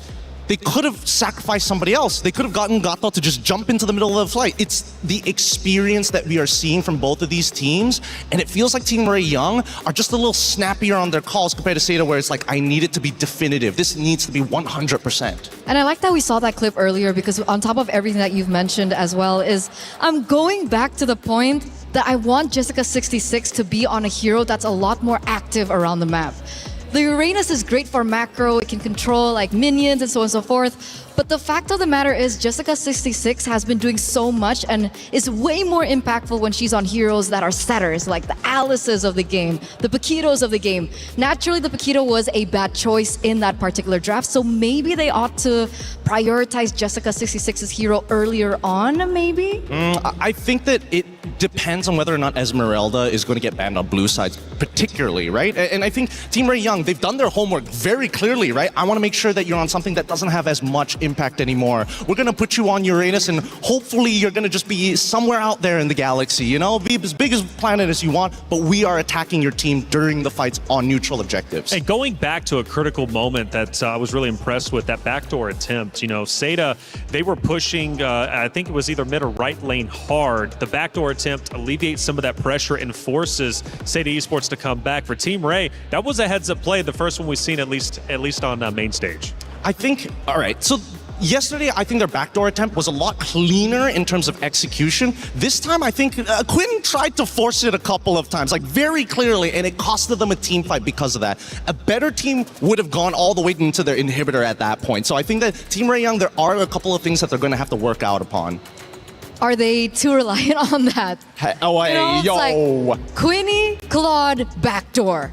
I think everyone is going to be expecting that kind of strategy after this game as well, because that's how they were able to win against Aurora yesterday. Maybe this is Pavlov's theory. If she tries to backdoor enough times, people are just going to assume she's clearly going to backdoor. Wait a minute, all 5 of them are here. Let's just not leave our base, stay where we are, because, well, who knows, a backdoor attempt might be happening. I don't know, getting in the head, man. Look, playing a little bit different. One of the things about these two rosters, though, is they love to push the meta. They really do. They're tricky, and you know what? It seems to be paying off, at least for Team Ray Young so far. But I got a feeling, I really do. I think Seda Esports is about to tie this thing up and we're going game 3. It could potentially. I'm thinking about it. Because if we're going back to the drafts here, Gideon, it was Seda, they were the ones that banned the Esmeralda, and they were the ones that prioritized Baxia. So could they go for something maybe differently come game 2? You know, you got to keep the answer simple here. They just go red side, because really the priority, if the only thing you care about blue side is that you get that first pick, that one power pick that will kind of determine how your team composition plays, or a flexible option that can be spread out in different roles. Now that Seda is on red side, they get to react. They get the power 4 position here as 4th pick, where there's not much they can do about it. And I just want to bring this up. So many people have been banning out the Hirara. It's kind of an up and down here, and If a team on red side is banning out Hirara, sure. But when you go to blue side and you ban it out, it's kind of showing something here. What do you think? I think that jungler can't play Hirara. That's probable? Look, I'm not... Maybe she's not comfortable on it? That's the thing. I feel like it's hard to say because we've seen so many different options from these ladies. They've shown us everything from Hanabi to Leslie. Okay, I mean, if that's the case, where we are going to have to just work with it for the moment, because the Baxias now is going to be banned out. There is still an opportunity for that Esmeralda pickup. We've been talking about how powerful the Esmeralda has been, especially in that EXP lane after the buffs. The Glue and the Lilia gets eliminated. So are they signaling that they themselves perhaps want to pick up an assassin? Right? But the Lilia ban to me is what I find quite intriguing. I agree. I totally agree with you, because their first 2 bans are similar to what they did literally just now in game number 1, right? They got rid of the Atlas, they got rid of the glue. But they decided to change it this time because Hirara is already gone and Zushin is going to be the first pick, followed up by Yves on the opposite end, and they're still thinking about what else to pair it with. Are you looking for supports here to guarantee your mid trio, or do you want to show your jungle early? I mean, if they want to go back to the same thing that they did, earlier on, they could go for maybe another setup with a Yves, with a Gatot Kacha as well. There were moments that it worked, and obviously maybe game 1 was an adaptation period for them, so if they do want to work with that, they can. Or perhaps they want to prioritize their gold lane, right? We've seen that becoming, the fundamentals, especially in the first phase. Maybe a Claude that they want to pick up first, take that away from Team Ray. Actually, that's a really good idea, considering that Quinn has been like the main driving force of these back doors and major decider of damage. I'm surprised that they actually go for the Khalid this time, but the follow-up is fast, super, super quick from Team Ray. They get the Esmeralda. Not a lot of counterplay to her, especially if you're thinking about Phoveus and Paquito. Getting the carry as well, just to make sure that they don't have another way to kind of deal with the heavy tanks. Absolutely, absolutely. I think this would show like maybe another, a dead lane. Do they want to go Esme-Uranus matchup? But then that's more, well, I guess Uranus eventually outscales her, but for like the most part, Esmeralda is going to control that side of the map. Which definitely is a problem here. And of course, Jessica26 really needs to get her hero down, and they are still going to leave her hero into the second phase. The first 3 picks coming in from Seita, I don't know, with the Khalid and the Yves as well, it's signaling to us that they really want to play that mid. They do, but what jungler would make sense? Like, they could set up for so many different things, right? In this position, based on the next 2 bans we see for either of these teams, for Seita, I'm thinking the classic Fredrin Arlet type situation. But again, you know where Esmeralda is going to go, and Arlet is going to struggle a little bit, so they might need to have a little bit of force up on that EXP lane. So maybe that's what they're going for, right? Like, okay, we'll play that as a weak lane, and then they utilize that later in particular team fights afterwards? Possibly. There's many different angles that they can go for, right? I feel like the Fredrin makes a lot of sense now that Baxia is gone, but then there's still Akai as a potential problem. You see the Belleric actually getting banned out here. Looks like Seita putting a lot of respect. I feel like it's an assassin. I feel like it's an assassin in the jungle for Seita. Like a Haya? That's the thing. We don't really know so far just yet. She's picked up the Baxi in the past. She's picked up the Hirara in the past for, Zoe. And both of those are actually banned out. You know by what? Team Ray. I think let's just make it real easy here, right? If we're going to guess jungle picks, all we really have, I think you are dead right about this, Eterna. With the Kaja ban as well, it's got to be an assassin. But what assassin? I'm thinking it's got to be one of the ninjas, right? It could be Nolan, though. Nolan into this? I mean, they have a strong duo mid in Yves and Khalid. They can work with that. Nolan clears very fast as well in the enemy jungle. I think they can save it for the end. I think they don't have to show their jungle pick here right now and wait until Team Ray reveal everything, because you can immediately take an EXP counter matchup against the Esmeralda. I'm thinking like just throw them off the scent a little bit, put in a Yuzong and say, hey, we have diving capabilities. What are you going to do now? What do you think about the Terizlas of the world? Might be a little tough, actually. Mainly only because there's carry on the opposite side. That's really the determining factor. Ooh, Yi Sun Shin. Okay. Semi-assassin. That's, I think we saw a YSS in Stream B. Is that going to be enough, though? Yi Shin, yes, is still able to kind of like outmaneuver a large majority, but now Team Ray can technically respond to this. So they're sacrificing the jungle. Yep, there we go. Instantly, they have something that goes into the jungle to invade, to punish the early game and the null. So you called it here already, Eterna. Okay, but on the opposite side. The Nolan does come through, and luckily enough for Team Ray as well, that they are playing on dangerous grass. So the Hilda is going to be able to be a lot more aggressive. I love the Hilda-Khalid matchup in particular for the mid. It's going to be a very interesting matchup. But the last pick now, it's going to be for Jessica26. It's going to be as vital as ever for this to be a power pick for her too. This last pick, again, are you liking Team Ray's composition so far? Do they have your favor, or is it the Seita side now that you see the Phoveus? I like the Phoveus against the Nolan.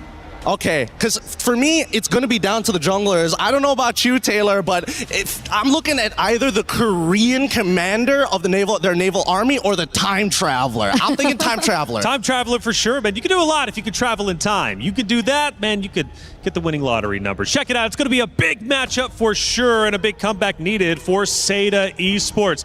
Will they be able to do it? Or will we have 2-0s all again here on Stream A? Well, let's see what Team Ray Young has in store. They are one round away from moving forward to the knockout stage and potentially securing a championship later on. Brigitte, Mirko, let's get it started.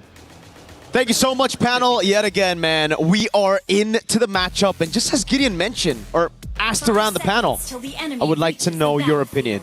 Brigitte, whose draft do you like better? I will have to go for the Esmeralda. Mainly because it's been such a great time for her, and I like how they've been trying to resolve the issue of scaling for Seda head on through the Hilda Juicin mid duo that you're starting to see right now in the hands of Chiboy, just making sure that Joe is not going to have a great time farming in the early stages of the game. Fortunately, he has a bit of help from Guy, but that's where I'm really going to put my eyes on. If they're successful enough to keep this early game momentum going, then it's going to be tough for Seda to scale into a position where they want to be. I agree with you, especially considering, again, this Nolan pick is just so good at invading early. Nora's already got the prio bottom lane. They go for the dive, but there's damage reduction under that turret. And if you look at Nora's emblems, it's a bargain hunter. Team Ray Young know that they'll be ahead in this game. They'll be the ones with the snowball. So they're trying to go for the throat as early as possible. Tan, though, takes the golem away. Already a camp stolen. 15% change. And that's huge for Seda, who definitely want to speed up things a bit because they do have to scale. They're both on a double marksman. They're on a double marksman setup, so they definitely need as much as they can. But fortunately for Team Ray, they've been controlling majority of their lanes so far. And the carry Claude matchup is pretty much something you've seen happen time and time again. It's been an okay lane for them.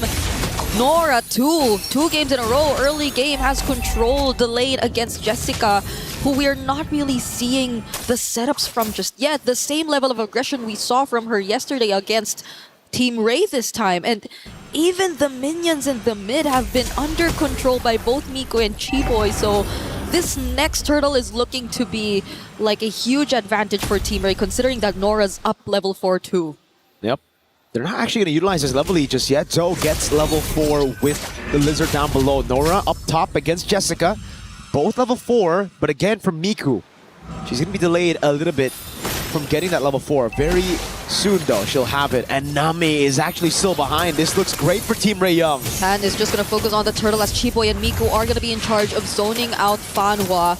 Joe could not even approach the turtle either. Mountain Shocker already committed, but they've already gotten the turtle. And Nora, look at what she's able to do against Jessica 66. Yeah, those buffs on the Esmeralda are really showing. Those nerfs on the Phobias really showing as well. This matchup wasn't really a good matchup even before the patch, but after the patch, it'll really be a lot more difficult for Jessica to go 1v1. She has to just participate in the fights, going in for those dark waves instead of going 1v1 against Nora.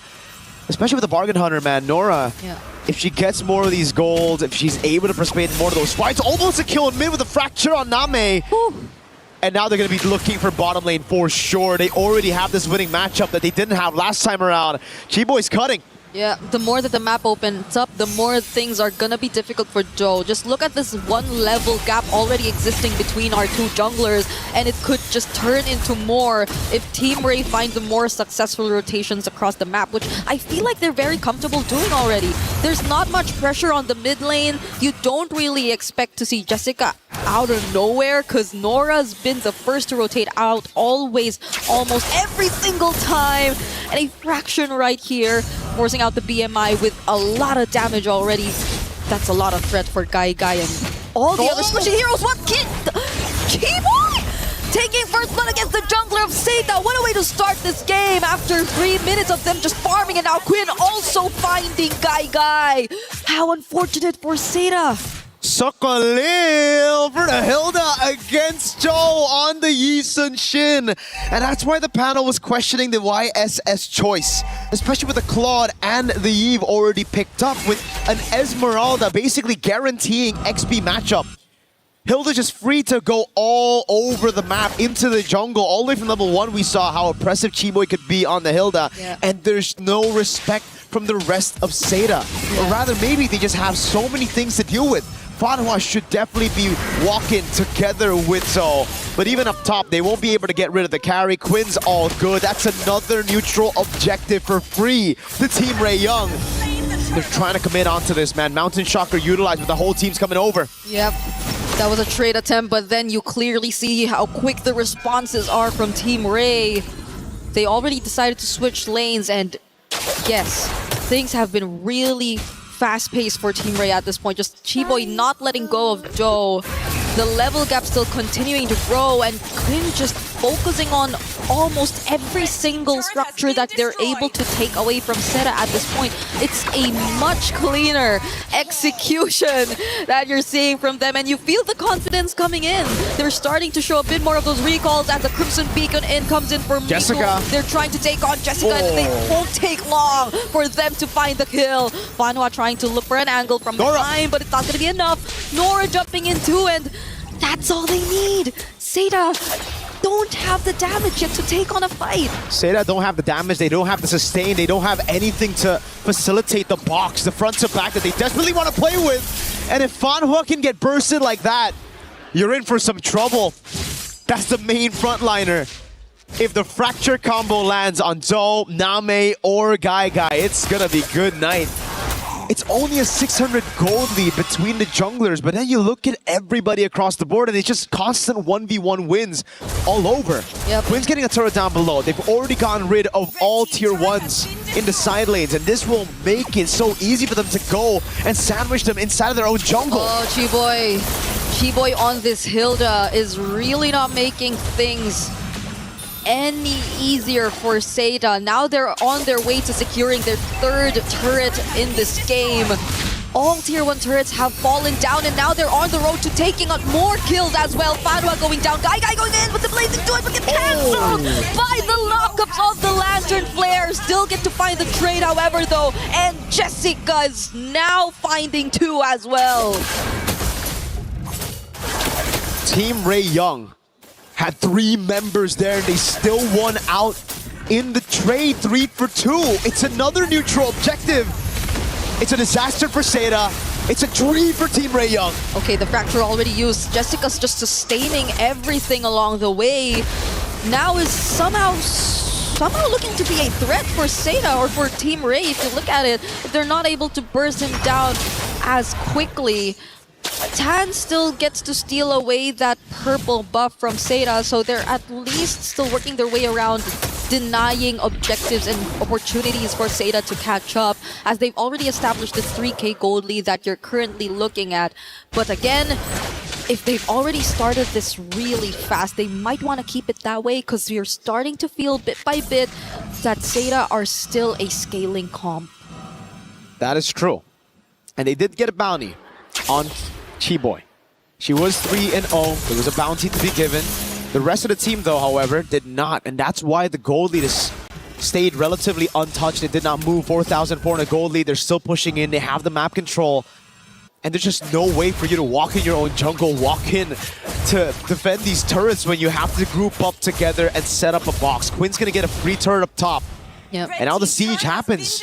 They're just constantly going to play the macro game, split Seda up, prevent the box from being formed by Seda, and then slowly dissect them with the Lord takes into these turrets. Yeah, Quinn's been a bit too free on these turret takes, on these movements across the map, and now it's Fanhua, who every single time she decides to show up, seems to be like an option for Team Ray to just burst down. It seems like they have enough damage to do so either way. We already saw a glimpse of it earlier on too, but yet again, we see Quinn, look at her, just pushing as much turrets as they can. Yeah. Seda are not even able to find as much trades across the map. Now it's just mainly Joel trying to push up the waves, and fortunately they get one, but that's the place where the Lord's about to spawn. So either way, Team Ray are definitely going to keep that in check and are going to actually burst it down right as it just spawns on the map. With a carry and a Nolan all ahead, that Lord is another minion to Team Ray Young. One thing's for sure though, even if Seda scale into the late game, their frontliners don't. Jessica, Fanhua, they're on heroes that just don't scale into the late game, and the fact that they're just so behind early on. Look at that level lead. Jessica to Nora. Oh my goodness.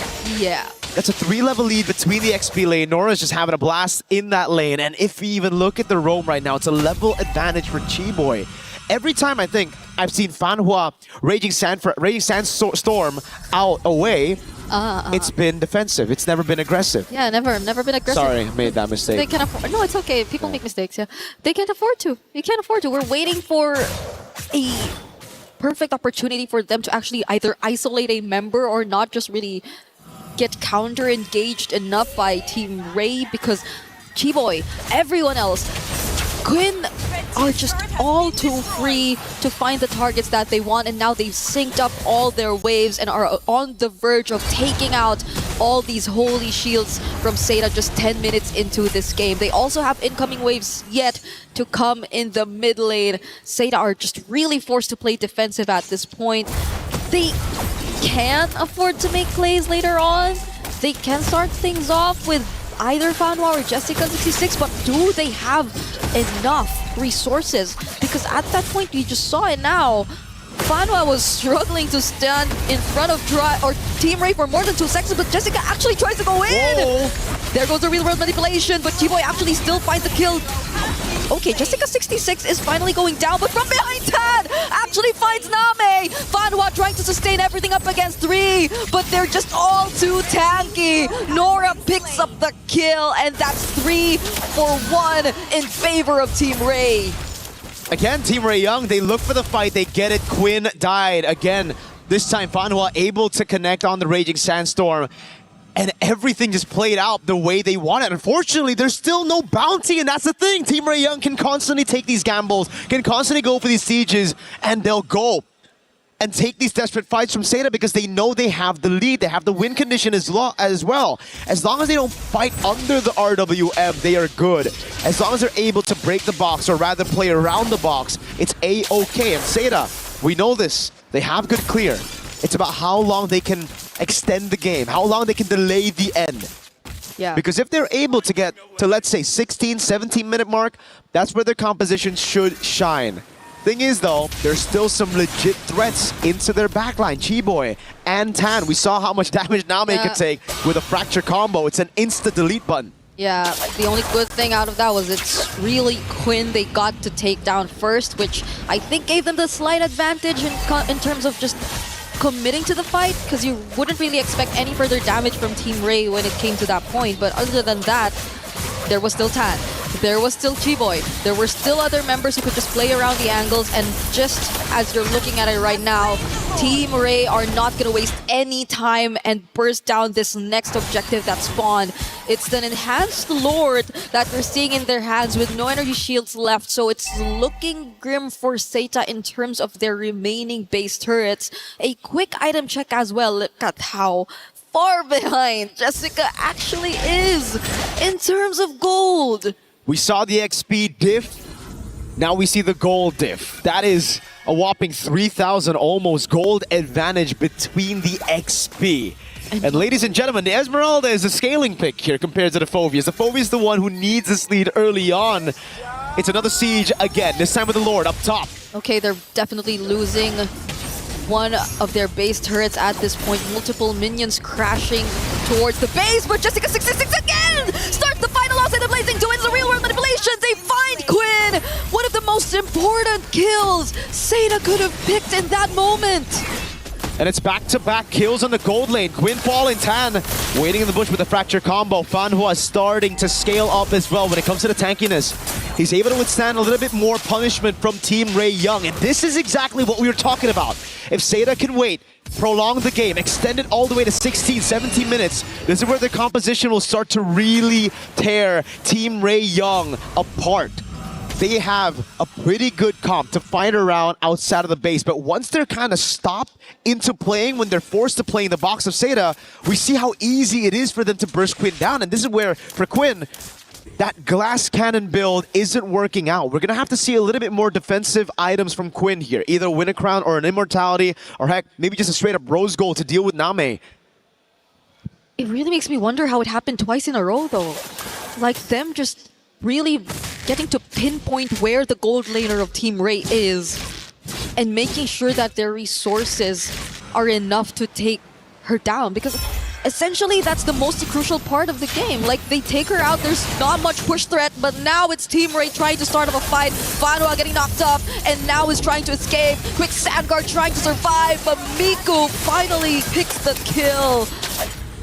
And at least a successful attempt from Team Ray this time. We cannot take away the fact that this is still an almost 10k gold lead. It's just that they're not able to close it out. And Seda are doing such a great job at just prolonging this entire game. It's an unstoppable force versus an immovable object right now. And Seda, they're the ones inside of their base, immovable, holding on for dear life, having a composition to do so, clearing it out so quickly. But anytime they step out of their base, it gets really tough. Team Ray Young are the ones that can cut, again, with Tan, with Chiboy, through the jungles of Seda. Just because Seda have no map pressure.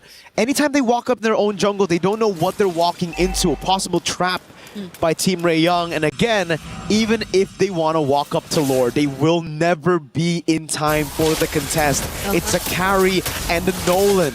Every time it's up, it just gets bursted down. And this is the third Lord of the game. 6 neutral objectives, this time around, all going to the hands of Team Ray Young. But as long as Seda play it clean, as long as Name, Joe, and Guy inside of their own base turrets, force those RWMs, punish Quinn on these siege attempts, they'll be able to defend. They have great wave clear. Yeah, it seems like the blueprint is going to say the same for Seda. They don't want to fight this outside their base. They know how to play that surprise attempt they've been going for twice in a row. And with the Winter Crown pickup for Jessica as well, I feel like they can be more creative in terms of their approach. Because Team Ray, definitely by this point, has to expect what's to come, right? They should have an idea of roughly what Seda are trying to do all over again in this upcoming Lord Siege. So let's see how they respond as these waves come crashing in yet again on the base. Losing out on 2 base turrets already for Seda, but they're not starting a fight just yet. They're dealing with the Lord, they're dealing with things one by one. Knockus from the Lantern Flare, Fanwa and Jessica are not going for the engage, and now it's Team Ray who find the perfect engage! They're going for Quinn all over again, but this time Quinn actually gets to survive. Fanwa falls next, Jessica 66 will actually force her way through, and they find the kill again, but is it gonna be enough? Guy trying to join in, pushing Team Ray back, and another successful defense from Seda is accomplished inside the base. It's all about creating the box, and Seda have created a box again in their own base. Team Ray Young, they can be as creative as they can, but it just, as long as they can't penetrate through that box, get all the backliners in one fell swoop, it won't be enough. So at this point for Team Ray Young, they're going to look at the Evolved Lord. That's the only way to end this. They need a damage reduction from the Evolved Lord to just go straight in and brute force their way into getting the crystal. For Seda, it's now or never to contest. They've extended the game to a point where this should be their win condition. Heck, Joe, Joe, gotta be careful there. Doesn't have a way out. The Lantern actually escapes. Not using the flicker for Fanwa though, but that was close. Super close for Joe.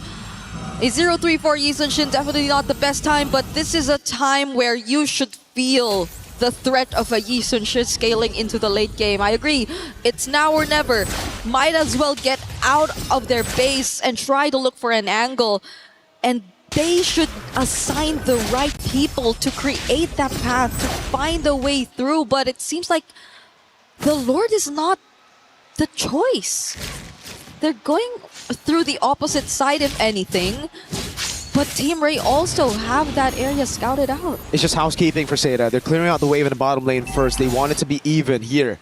then they can go and try to look for an opening over on this Lord. And again, when it comes to the Evolve Lord, yes, Team Ray Young have been able to burst it down, but that's when it wasn't Evolve. Whoa, everything thrown! It did not connect. Tan is alive, and now it's a counter engage from Team Ray, but Seda fully respects that as well. But without a conceal, Team Ray can anticipate the entry points for Seda. They do not have to worry about a surprise steal. They are bursting down this Evolved Lord, and Seda are forced to play defense again. Seda, the one time a window opened for them when they have their power spikes. They couldn't keep it clean, they couldn't stay composed, they went straight for the first man they saw, and it was Tan on the Nolan in mid. One of the most mobile heroes in the game, and they decide to gamble on catching her. Didn't pay off, that's for sure. Now, they're gonna have to build that box again, but unfortunately, I think this box will be dented. That's an Evolved Lord, full of damage reduction. With the whole team playing for the waves as well. They won't even go for the one straight push. They will build the waves in side lanes. Then they'll group up in mid to look for the end. This is the wave to end the game if there's any to do with it. Seda, can they defend? Oh no, Tan actually finds Joe, brings her down to half HP, and Fanwa too, popping the immortality and going down. Falling Star going on to 3, and the Lord already inside the base. Quinn is trying her best just to gain access, but her immortality gets popped too, but it's gonna be okay. Team Ray are finally able to find the winning push as they take out 3 from Seda and secure the 2-0. It's a knockout stage. Slot confirmed in for Team Ray Young. And for Seda, they've made their mark on the MLBB scene, but they're gonna have to go through a grueling lower brackets to make it to the top 8, to make it to the knockout stage. Yet another climb. For Team Ray Young though, the damage reduction of the final Lord, every single neutral objective in Game 2 going towards them. We knew it was coming, it was just a glimpse of hope. Yeah. A little bit in the skies for Seda. It shined bright quite a bit a couple of times, but then the one time that they had the chance to fight, to contest for the Lord, they blew it through Tan's crazy move. Sidestepping, dashing away from all those initiation tools. Yeah. They burned so much of their resources at that point. The flickers, the raging sandstorms, and everyone just trying their best to keep up for that pick-off attempt. You would understand the frustration that you would see from their faces after that match. But I believe we get to talk to the players and we throw it to the stage.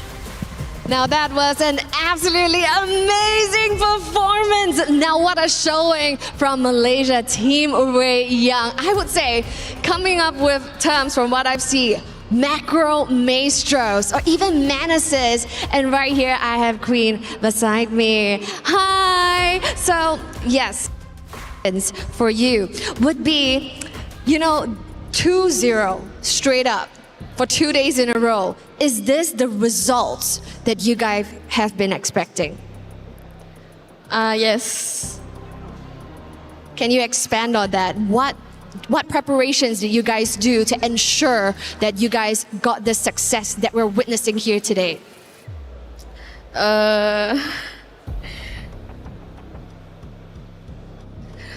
Like, what do you guys prepare? What you guys prepared? We Was there a lot of scrims? a lot of scrims, and we always review the games. So like we read how they play and what's their draft. That's where we do our own draft and try to counter their draft lah. Like specifically on Seda or on every opponent that you have been meeting? With Seda. Oh, with Seda. So a lot of homework has been done. And taking a look at our venue here, we're very excited. Damascus, we do have a question for Quinn. Yeah, it's been fun to watch, of course, people supporting the regions. You have plenty of fans at home and people all the way from Malaysia as well in the venue. Do you have any words for the people who are supporting you all the way from Malaysia?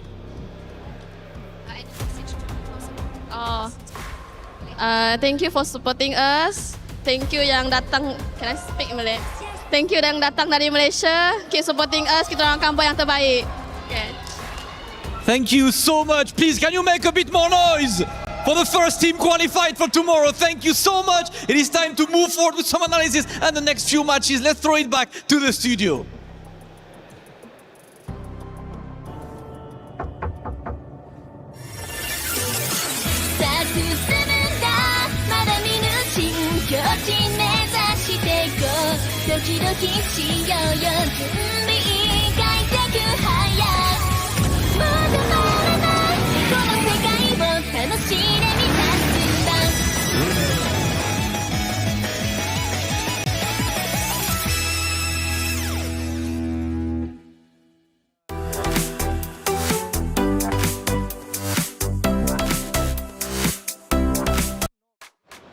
There it is. Our first game on stream has been done and dusted with. Of course, it was Seda Esports putting up a tremendous fight, and they really did. But Team Ray Young gets the victory. They push forward and are officially our first team in the knockout stage. Hey, welcome back into our desk. I'm Taylor Reflections, Noble Eterna, Gideon. Why? I mean, come on, man. Seda Esports played so well yesterday. Today, though, a little bit different. What did it come down to? We mentioned, at least for the analysis of map number 1, Gideon, it was like, okay, Seda Esports, they're playing okay, decently well, but they're just a bit too aggressive on those team fights, getting a bit overzealous. Map number 2, did we see the same? What was the adjustment? I think it hurts me to say this because in game number 1, drafting alongside with in-game decisions led to their inevitable defeat. I think this one, it was not looking good from the get-go. The draft, they had no winning lanes. They had no real way to kind of open up, and were heavily depending on Team Ray to make a majority of those mistakes before they can actually start getting to where they need to be. Well, let's take a look at our first play of the game and break it down, right? Because game 2 wasn't as long as game number 1, but still just as exciting nonetheless. And as we take a look at our first moments overall, I'm curious what you guys think, because, you know, early on, there was a big battle for the first turtle, and it was Team Ray Young who was able to get that, setting them up early on. But as we get deeper and deeper in, we start to look at a base fight. What ended up unfolding? I think that the hard part about it is just, as this base fight, it's kind of unwinnable in a lot of these cases, mainly because of how much money that they have, right? They have such an inflated economy and so many more stats. However, if they all make the big mistake of walking into that RWM, they're just asking to die. And I try to, you know, the rule of thumb, 10K goal means? It's over. It's an instant GG. It's over. 10K means it's over. And that's why I really agree with everything that Gideon said. It all came back down to the drafts. The fundamentals, again, is what's really shaky about Seda.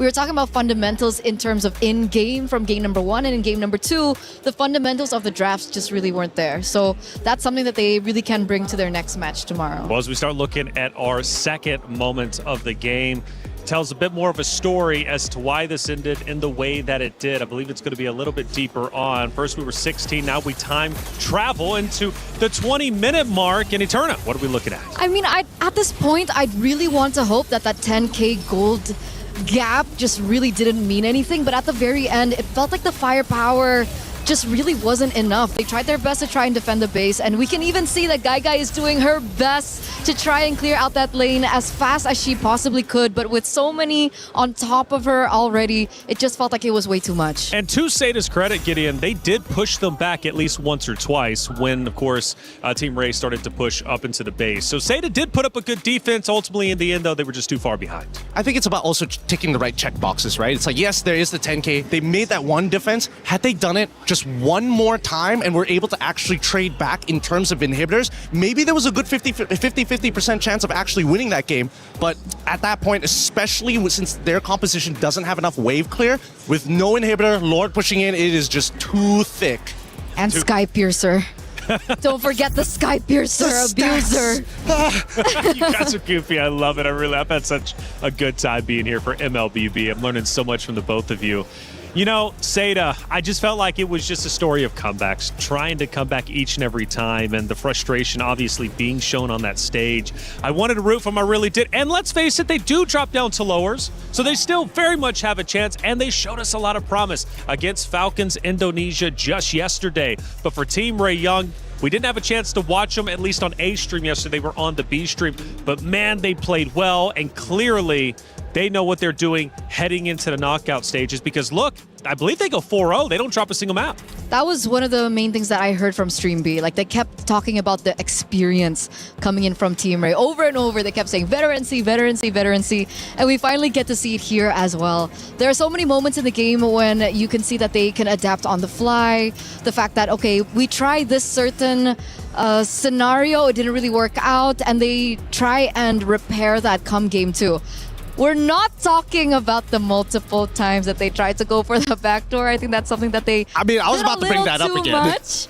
But come game 2 on a different hero as well, we saw Quinn finally being able to, focus more on the rest of the team other than, a sneaky backdoor push kind of strategy. Yeah. They just go to the bread and butter, and the bread and butter works. At the end of the day, that's gonna fill you up more so than just a gimmick, little snack. I like it, man. This is the end, obviously, of map number 1, where it finishes off, and Seda Esports unfortunately dropped down to the lower. Team Ray Young, again, moving forward, and we do have a post-match interview with Rose with Team Seda.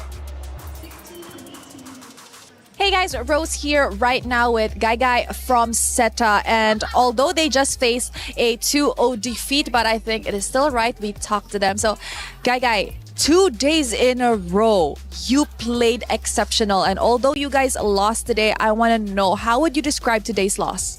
那么今天呢，我们和该该在一起，在过去的2天当中呢，你的比赛打的是非常棒的。虽然说今天这个比赛有点失利，但是呢，我们知道你是很强大的。我们想要看一下你目前对于这次失败是什么样的看法？其实也还好，主要还是享受舞台吧，然后心态也是比较稳定。I think I was doing okay, and I would enjoy this platform for me to have this opportunity to play, and I hope I can do better next. Yes, definitely. Now, speaking about your next match, tomorrow you guys will be going up against Virtus Pro, who has just recently won in Stream B. So what are the problems that you guys have to fix tonight in order to secure a win tomorrow? 是的。那么说到下一场比赛的话呢，明天你将会进行一场非常重要的比赛和 Row 进行对决。那今天晚上还有点时间，有没有什么地方有一件事情说可以改进一下，来提升一下明天的比赛？是的，我们今晚还会训练，然后改进一下今天的问题，主要是要团队性一点。Yes, definitely. We will continue practicing tonight. I will do more training. Hopefully, we can win tomorrow's match. I think our team need to really collaborate, and then we use our tactic to win the match. All right. Thank you very much, Guy. 谢谢你. And with that, throwing it back to you guys over at the studio.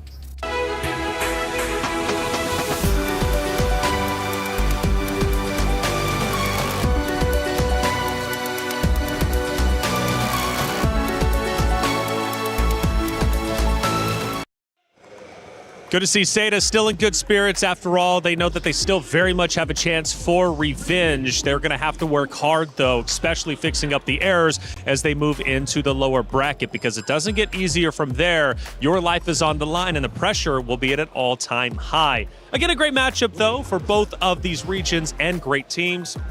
Team Ray Young, I didn't realize they were as strong as they were on that stage, which is scary to think of. It's just building up to this inevitable destiny that all these teams are moving towards. I can't wait for this playoffs already, because we're already seeing superstars not only being made, but making sure it's like, hey, I am known. You gotta know me as I'm knocking these teams out and they're getting crushed. Crushed indeed. And speaking of crush, unfortunately on the B stream, one of those teams will have their keys crushed. GK Esports falls 2-0 to VP as VP moves forward. They haven't made it to the knockout bracket just yet, but they still stay alive, and that is what they want to do. They want to stay alive so they can thrive later on. Here we look at a couple of moments from our B stream, and hey, it looks relatively close, Gideon. I want to say that it is relatively close. I see a Freya already there, but again, a Joy showing up this late, especially a 23-minute game as well. Looks like I got some homework to do later on. I think we all do, especially after the new meta. And you talked about it, though, Gideon. I mean, look, you love MWI because you get to see a whole bunch of different team builds you normally don't get to see. Eternal, did I just see Ling for a second there? Yeah, I think they subbed. We've been seeing a few links actually on Stream B. Really interesting. The games I casted, I didn't get the opportunity. I know. It's so uncanny. I really want those assassin plays here in Stream A, but we haven't really been getting them. But I'm actually really surprised about this, and I feel like it's a huge loss for Geeke. I mean, they did so well against Geltec. I know that they lost it 2-0, but despite it, I could see the moments and the brilliance that they had, the potential that they had as well. With Electa there, Yui there as well. There was just so much promise from this team, and also bringing in experience as well from that region. It's really sad to see them go today. I'm hoping that maybe MWI, their format changes, and we're going to get round-robin group stages. That's what I want to see. Well, maybe next year. This year, we're just going to have to deal with our groups, but it has been fun nonetheless. For Virtus Pro, that is a big win, especially in regards to the Club Championship Trophy, which is fought very hard for not only the competitors, but also the orgs themselves across multiple different esports happening here at the Esports World Cup. We're talking 24 different games, millions of dollars in prize pools, and that Club Championship Trophy is definitely worth earning for your org. I mean, we're talking millions of dollars going in player development, team houses, whatever you would like to do. It's definitely worthwhile. For Virtus Pro, they need those points. It's only week number 2, but the weeks are going to catch up fast. It'll be week 7 before you know it. It's been a fun time, and it's going to continue to only increase in the fun. Let's talk about our next matchup. It's coming up quickly. Falcons Indonesia versus Aurora Gaming. This one, much like B-Stream just witnessed, is going to be an elimination match. There is going to be a player losing their key, much like you just lost your cue cards. Yeah, I'm losing. I'm losing everything. I'm losing everything, and I might be losing a representative here.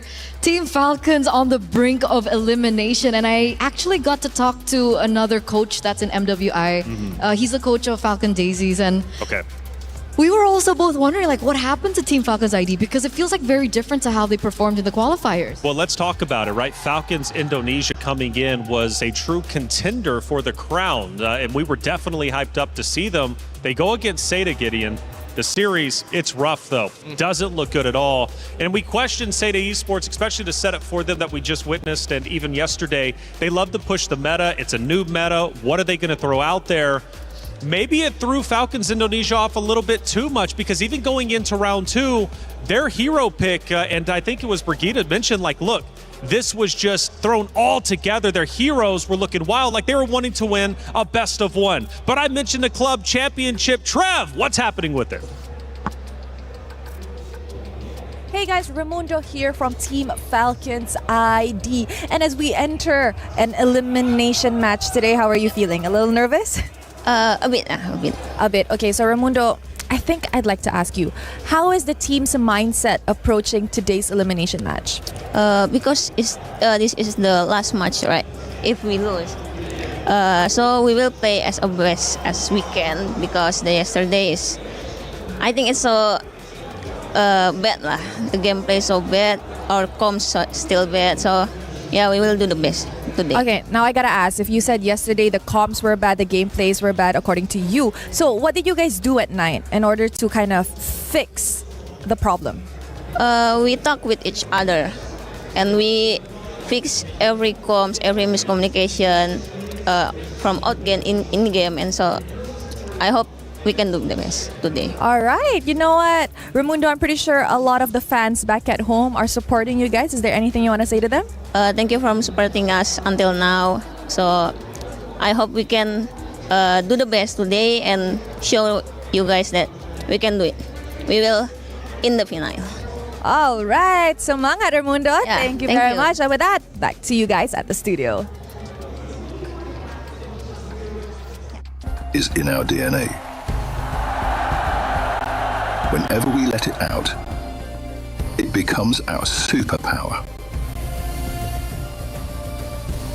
Now imagine an entire city being built to supercharge it. Kadir City, powered by play.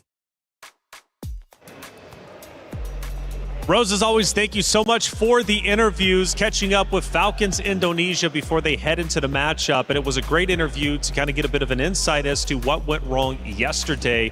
And Gideon, it seems like team comms right now are a little rough. Yeah, I think understandably so, you know, having not only to fly all the way here into France and then afterwards you just have to acclimate as soon as you get here. This is why when I'm looking at that format, it's so brutal. You only have 2 opportunities to try and qualify to the playoffs.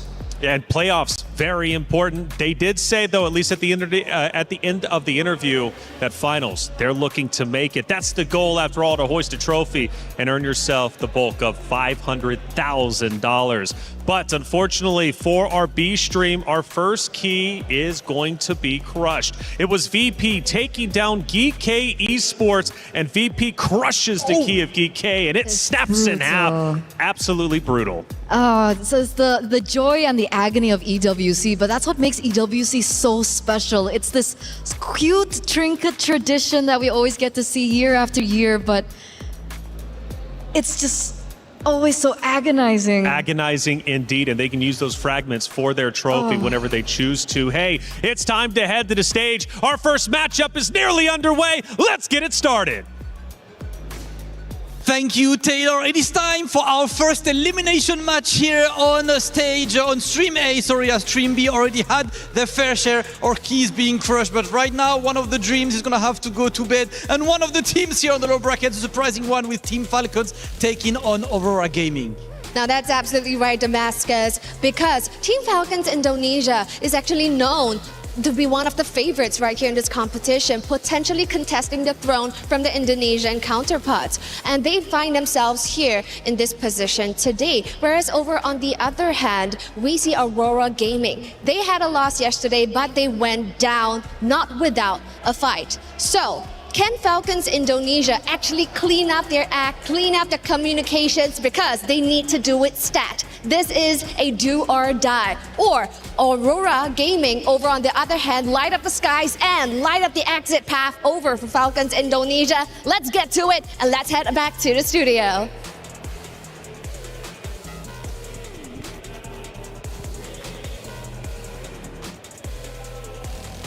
Two teams fighting for their tournament life. It's Falcons Indonesia versus Aurora Gaming. Two titans, but one, unfortunately, will have their key crushed after the series has concluded.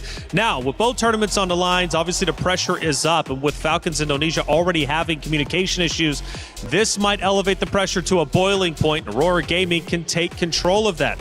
And speaking of Aurora Gaming, they've got untapped potential, and we just witnessed Team Ray Young win and look strong, but Aurora Gaming put up a wonderful fight against them yesterday on Stream B, which makes them arguably look the strongest going into this matchup. Yep, and I think that at least for Aurora, there's a lot that I'm expecting from them here, because at the same time, when we're talking about like, hey, let's do some research on this Falcon ID team, and you see their yesterday's game, you're not learning much from it. So technically, Aurora, in terms of pre-preparation, the coaches on Team Falcons ID actually have a bit of an advantage. I agree. I think everyone around the world is really expecting a lot coming in from Aurora Gaming, and in general, as a whole, we've been seeing so many surprises coming in from the Mongolian region, particularly from the MLBB women. So with them coming through, we did see an amazing Lunox come to play for Zulana yesterday. It's definitely a hero that Team Falcons ID will be looking at come this drafting phase as we get to the first game.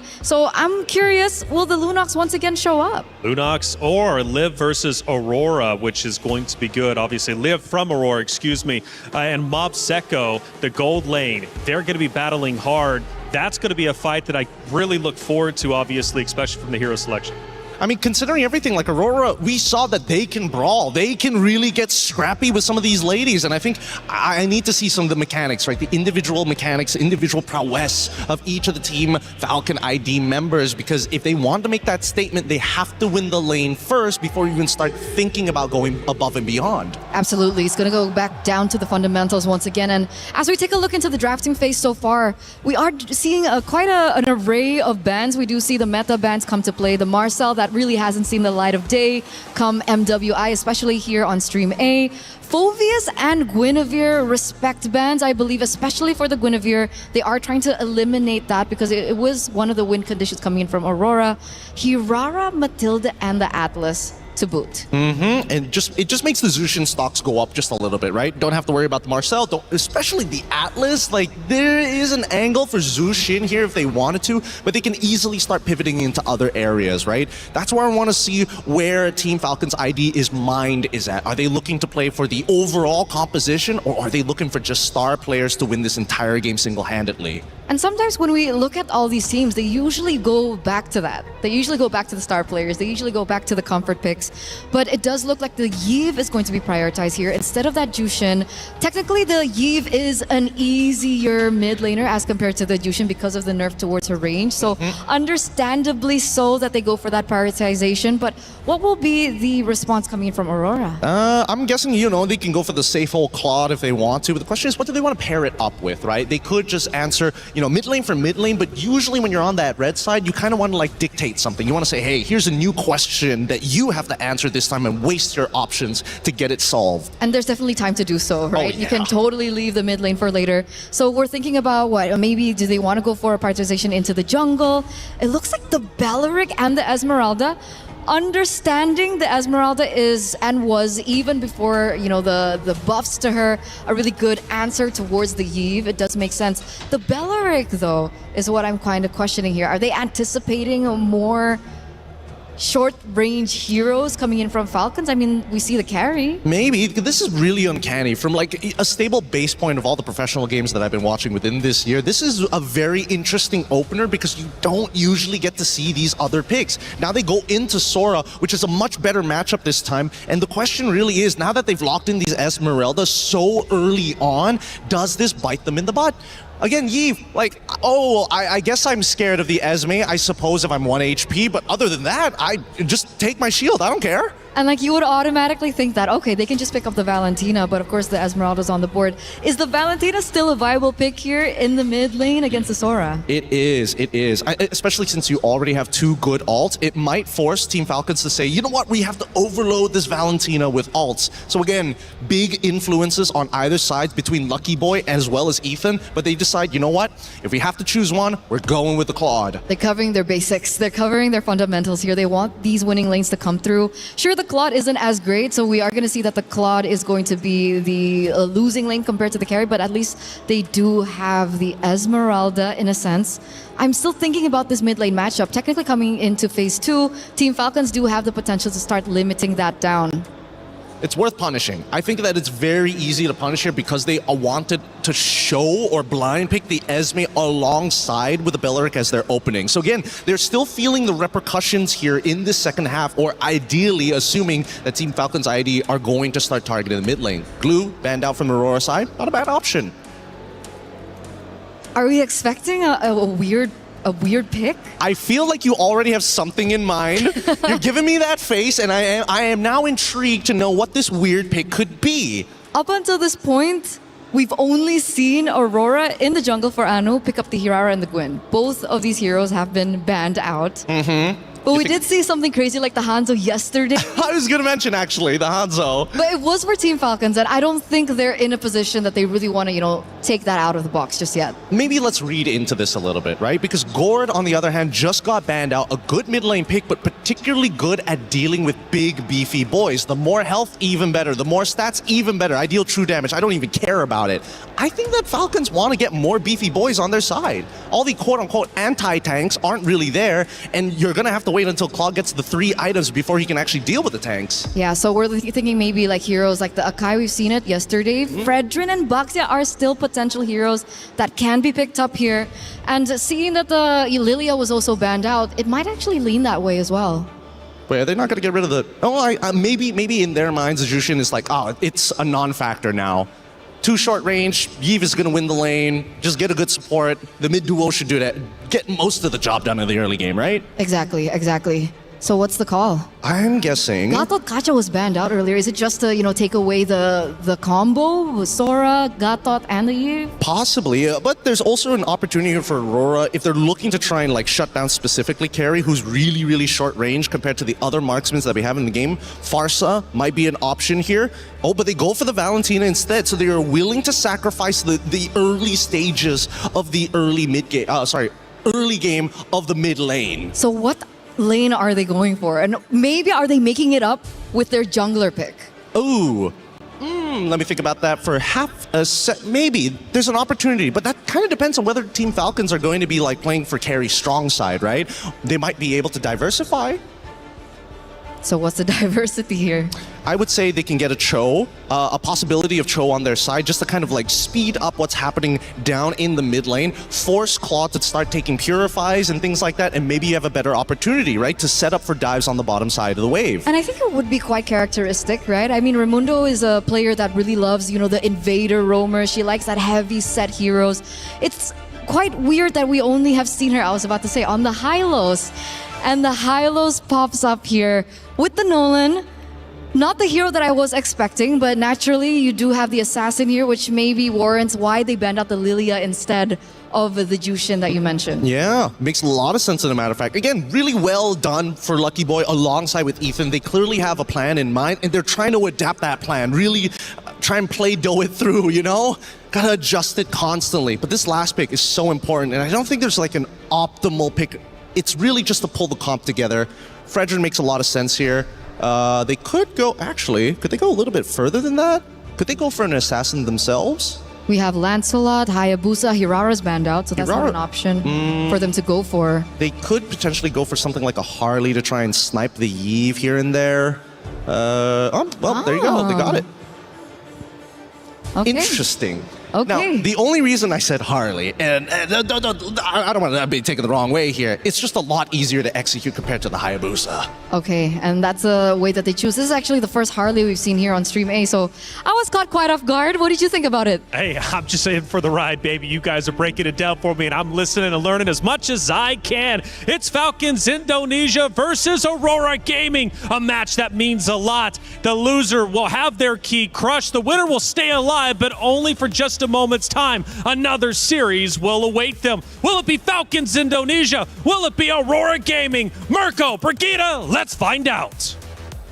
A really thorough breakdown of potentially what to anticipate heading into match number 1 with these drafts, but a lot's at stake as mentioned by our panelists. The first elimination match here in Stream A, and we are about to witness it right here and now. Welcome to game number 1, and we will have to sort a few things before we officially start the match, but we're seeing the drafts in front of us. It is indeed the first Harley game we're seeing in Stream A, but against a Nolan and this composition in general. How are we feeling about this Harley pickup that Aurora Gaming decided to go for? Wow, wow, wee, wow. Wow, wow, wee, wow. Yeah, that's the first thing I gotta get out, you know, for the Harley. Harley's good, you know, against the carry. If she steps a bit too far in this winning matchup, we've seen, you know, tendencies for gold laners when they're in a winning matchup to go in, they want to bully harder, and they end up getting punished. So the Harley can actually take advantage of that. And I think it's the same for the mid lane. If Eve walks up way too aggressive, you're going to get punished by the Harley, so it's all about that. Meanwhile, though, if you look at Falcons ID, it really seems like, you know what? We're going to go back and play the simple game.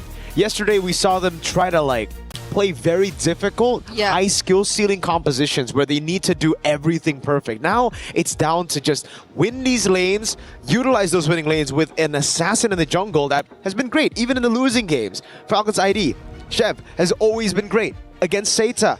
Suyo and the Hanzo both were, I think, the 2 shining picks in that series. So the fact that now she gets her hands on, I think, a more meta assassin, you know, especially compared to the Hanzo and the Suyo, who both didn't do too much. Yeah. It's going to be great. We saw exactly how a Nolan could take control of a game last game. Earlier, Team Ray Young, Tan, fantastic performance on that Nolan. Yeah, I like it. I like how they're no longer over complicating things and keeping it simple. Yep, simple is best. Simple is best. Like We were talking TLPH. about this yesterday. Yeah, their drafts are very, very... I wonder now, though, that we have a new patch, how much of that will change, especially in terms of their jungle. But yeah, now it's a bit easier to expect what's to come from this draft that you're seeing right now. I mean, even like generally keeping it safe, the high loss, and just a more systematic approach paired up with the Eve. So I think it wouldn't be that hard of a task to even just looking at the matchups, right? That the way they were able to secure even the carry against the Claude and now managing the Sora against the Esmeralda, which I like to think, especially in terms of pace, should be fairly the same for both of these teams. It's just a matter of who gets to find the aggression earlier on first. And we are, I think, just a few moments away before we actually see this game begin. Because, again, we do not want to really compromise the experience that we will be having in this tournament.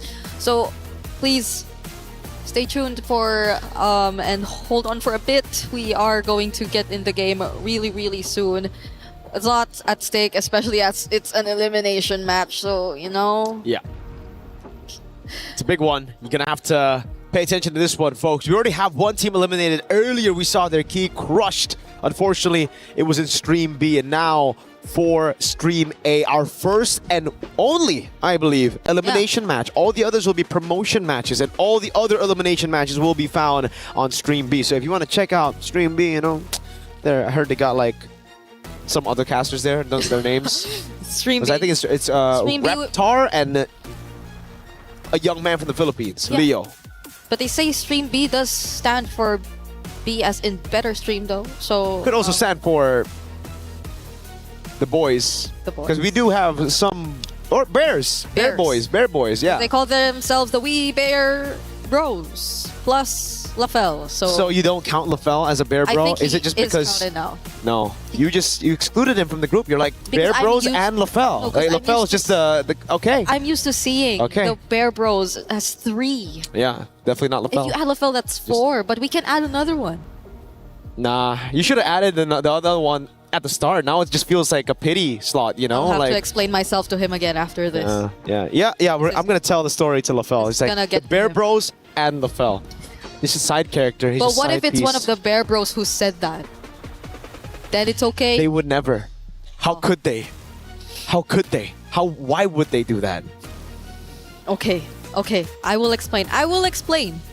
But it's over the Bear stream. It's GCT versus Twisted Minds, if you guys want to check that out. And we got a Hanabi, so yo. And an Aulus. And they are doing okay. No, they're down 5,000 gold. Why don't we cast Stream B right now? I mean, I have it up actually. I don't know if we can pull it up, but no, we can't pull it up. But yeah, a Hanabi and an Aulus in the same game. Which one? MWI. MWI. It's fun. At least it's not a Popo and Koopa jungle. We've seen a lot of that. Here. Yeah. When we were playing in the EU server, yes, a lot of the Popol and Koopa jungle. I'm trying to recall what other pick we've been seeing a lot. I think it's... no, it's mostly just the Popol and Koopa, really. Like, they really like playing it in the jungle or in the roam, wherever they want to do. But now we are officially starting game number 1 between Falcons ID and Aurora. Yep. So it is, again, as previously discussed, a Nolan versus a Harley, which currently is being... Okay, he got to steal that camp, at least before they got to him. This is one of the good points of having a Nolan on your team. You can invade so early on to a Lizard take, or even, again, in the Golem. It's very surprising he was able to snatch the Golem away out of all the different camps that you'd expect. Anu, though, won't be too far behind as she gets her hands on the lethal. Will actually try to go for the invade herself. Spot Sev, but Sev knows it too. The Bargain Hunter this time for Luette. Just seems like it's the common choice for the Esmeralda now. We saw 2 back-to-back Bargain Hunters on the Esmeralda. They have the exact same emblem as for Liv, though. Roamers. Liv as Mystery Shop. On the carry, interesting choice. The PYT for Zulana as well. I wonder what ultimate they'll mainly prioritize to as the Valentina, right? Considering the lineup that Falcons currently has, you have either the Shifting Skies or maybe even the RWM and the Glorious Pathway. So they'll have a lot of options if they just really want to set up for the team fights. I think it wouldn't be as much of a problem for them to find an ultimate that could complement the Veleric. Because the Wrath of Dryad too, I think it would be really useful if you pair it up with another AoE battle spell that you can pick up from Team Falcons. And both are seemingly setting up for this upcoming turtle. Yep. Good position held down by Shev here. Not too sure if she'll be able to get the flank on Anu. That's the walk up. Valak goes in straight on towards Anu. Already with a hat. They're going to go all in with a fracture everything. Whoa. Oh my goodness. together with the shifting skies, bursting through Zulana and Luet like they're nothing. Straight to the turtle, and it's free. Yeah, Zulana, understandably so, but Luet even. Yeah. Barely being able to do anything as the Esmeralda in that scenario. Not even with a sprint. There was just a bit too much slow. Oh. And if it weren't for that flicker, Nika would have been next. Yeah, she got away in time. Sev now looking to capitalize on this early lead. A 1,000 gold lead, 2 kills and a turtle. This is a dream start for Falcons ID. Something that they haven't been able to get throughout MWI, and that means just the one match yesterday. Yes, so that's what you get when you simplify things and make it more easier for your team to just execute the lineup overall. They need not worry about trying to follow a perfect setup or sequence in order to win out on fights. And it's not like they just chose to focus on the fights. They were doing that all the while they were also securing the objective. But Anu, wait. You don't want to go against Violet. She's the one who actually went in on you earlier. Anu has to back away. Violet with the flicker to chase as well. Trying to go for the full stacks. The RWM. Livy is the one who picks up the kill. Now it's Raimundo getting chased down. Wow, okay. They really made sure that Anu would go down at that moment. And now it's Sev taking her own purple buff away from her as well. Oh no, the buff! Yep, greedy invade. Buff didn't get taken. Retri was down, and the falling star moon from Luet was enough to take it. Luckily, Turtle will be spawning in 20 seconds, so they won't lose too much. It's just a bit of that momentum taken away, and Anu, surprisingly, a level ahead. Yeah. It gets a Nolan. Did she actually get the orange buff earlier? She was able to steal it away, right? During that previous, we'll have to... She did. We have to double... Wait, no. I believe she did. Yes, she took the orange buff and then she died, right? Yeah. Could have been what happened here. Luet. Okay. Back in the mid lane, stunned down by the Law and Order. Violet just walking up, and it does seem like right now Mob Psycho is waiting to catch Liv in an ambush. Sev blitz it, as you would expect from the Nolan. Liv there, utilizing the Bargain Hunter really well. Corrosion side already done as Raimundo rotates over, pops in the Glorious Pathway. Living now with a jump as well. That's with the RWM on RWM action. Zulana in the back, going to be caught by the damage. Wrath of the Dry coming around Liv with a flicker in. Forces Nika to 4 gold back, and now it's Anu in the midst of it all. Chase coming down as well. Anu gets away with a hat trick. Liv gets the gold crab. How is no one taken down in that entire sequence? They were all there. Nika flickered away. It was a 5-man rotation even from Aurora just to take that purple buff away from Team Falcon's ID. But nonetheless, they get it, and even more as they take down that structure up top. And Anu is just as difficult to catch on this Harley. It's been a tough task for Falcons, and she's been very sneaky with the plays of trying to find trades across the map. That's been happening unknowingly for Team Falcons. So I guess that's how they're actually able to keep this slight advantage, but it's nothing that Falcons can catch up to. They've actually already catched up. Sev's already level 8 as well, and the gold lead's already on their side. It's just so tough to deal with Anu. I mean, for Anu to deal with Violet and Sev, there's so many members that can just walk her down right now. Oh man, Violet, it almost just seems like every time Violet sees Anu, she walks up. Now Nick is trying to zone. Oh no, everybody's just gonna go all in. Glorious Pathway as well, forcing the Wrath of the Drive from Nika. Sev with the kill. Okay, there was no way Nika could have walked out of that. That was 2 members onto her, Sev! Forcing out the BMI from Mob Psycho, but that's another turret that Falcons are actually going to take for themselves. But again, Anu doing what she can, trying to find as much trades across the map. They're trying to keep this lead very small. Oh, goes in deep. It's a bait. Mob Psycho pops into BMI. Sev is in the base. Chased out by Nika. Can she get away in time? No. Nika takes her out. Meanwhile, though, Luet's caught all alone, isolated down below. And she's taken down as well. Falcon ID soaring in the skies here in their first game of the elimination match. Okay, Sev's down. They won't immediately get to go to the turtle, but it's not like Aurora are planning to transition to that either. They're going to focus on securing their purple buff first, and it's actually Violet who starts off this turtle, and it might not be the plan for Aurora as it's an immediate burst for Falcons on this objective. They'll take a bit more of their time. I believe even earlier we saw a slight advantage in terms of the gold towards Liv compared to Mob Psychos. A bit expected if you were to look at the matchup, but now it's Aurora just really trying to move as a unit this time. Uh-oh. Nico with the flank on Violet. Doesn't seem like they're going to pull this off. Violet clears out the wave in time. Everybody backing away. It's just too risky to dive Asura. Violet's been on point, though, so far. Yeah. Every time of the chase as well. The Glorious Pathway on Nika. Law and Order as well. They're catching. Flicker out, though. Okay, gonna be alive. They will try to defend this mid turret, but Falcons might want to go for it. Real World already used. Oh, Shifting Skies on 2 brings her back as well. Zelana gets away in time, but has the RWM, now pops it down, but Violet's in the skies doing damage. Gets away, there's just no damage. Nika cannot get the flicker, it's down on cooldown. Oh. Rather the Dryad catches 3, they're gonna go all in, almost a pick. Nika gets away with a sliver of health. Raimundo's still alive too. The deadly magic wasn't enough to actually burst him down, and Falcon's ID are able to retreat safely. Imagine being able to force them under even your tier 2, but them still eventually getting away. I mean, everything that Aurora did as a response felt very defensive too either way. Even the clutch pickup on the Real World. Oh, Liv did not. Whoa. Liv did not recall. She didn't. She's gonna have to flicker out of the Falling Star Moon. Big resource spent and nobody here but Aurora.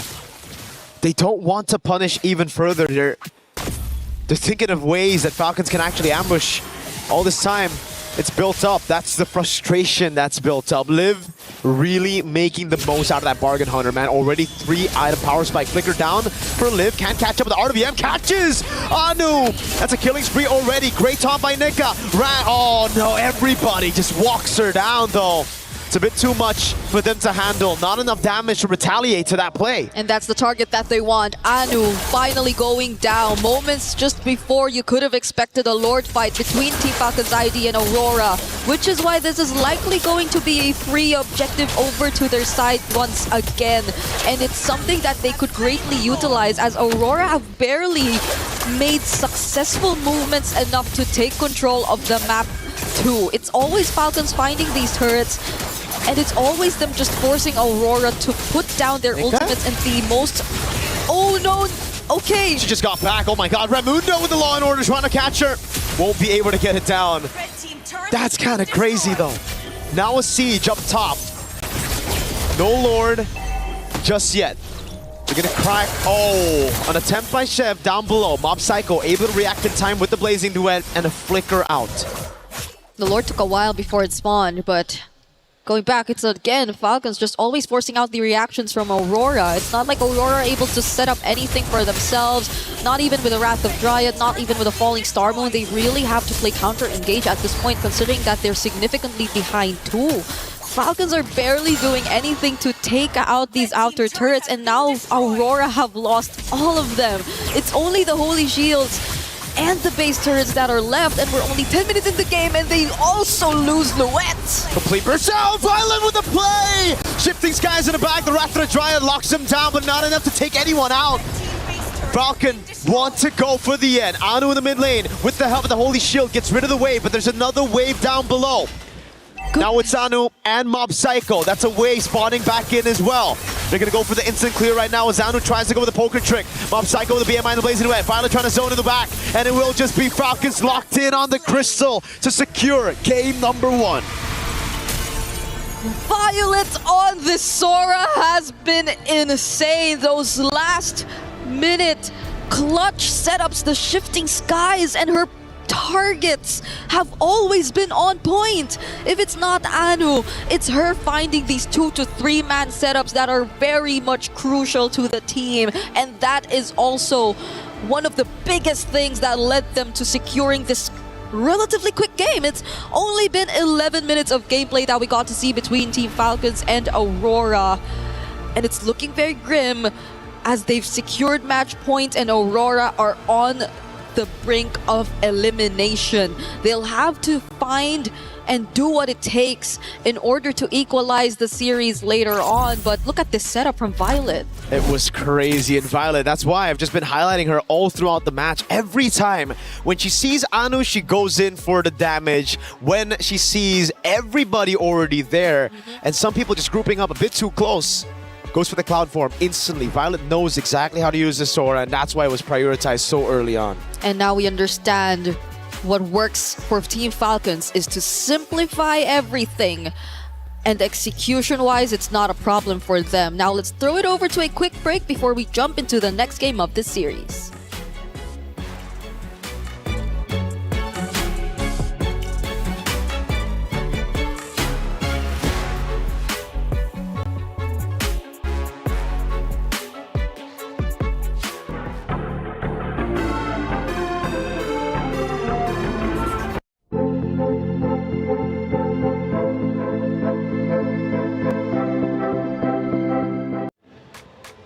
Man, what a fast map one. This is loser's bracket. You would think there would be more of a challenge, but Falcons Indonesia, they come back. They did their homework from that beatdown say they gave them yesterday, and they are looking unstoppable.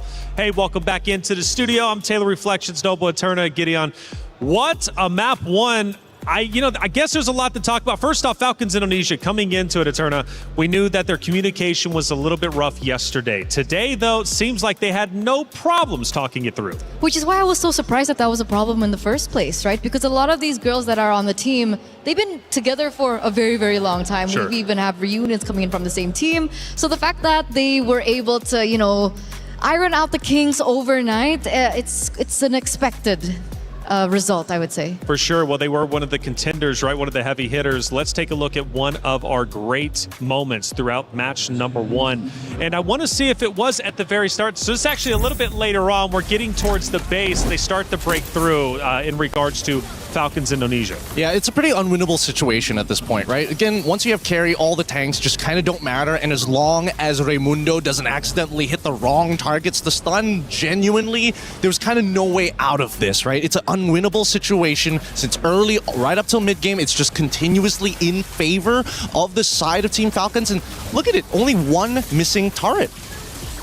That was it. They absolutely dominated, and it started at the very beginning, Eterna, with the first turtle fight. You could really see Falcons Indonesia were playing very, very well together.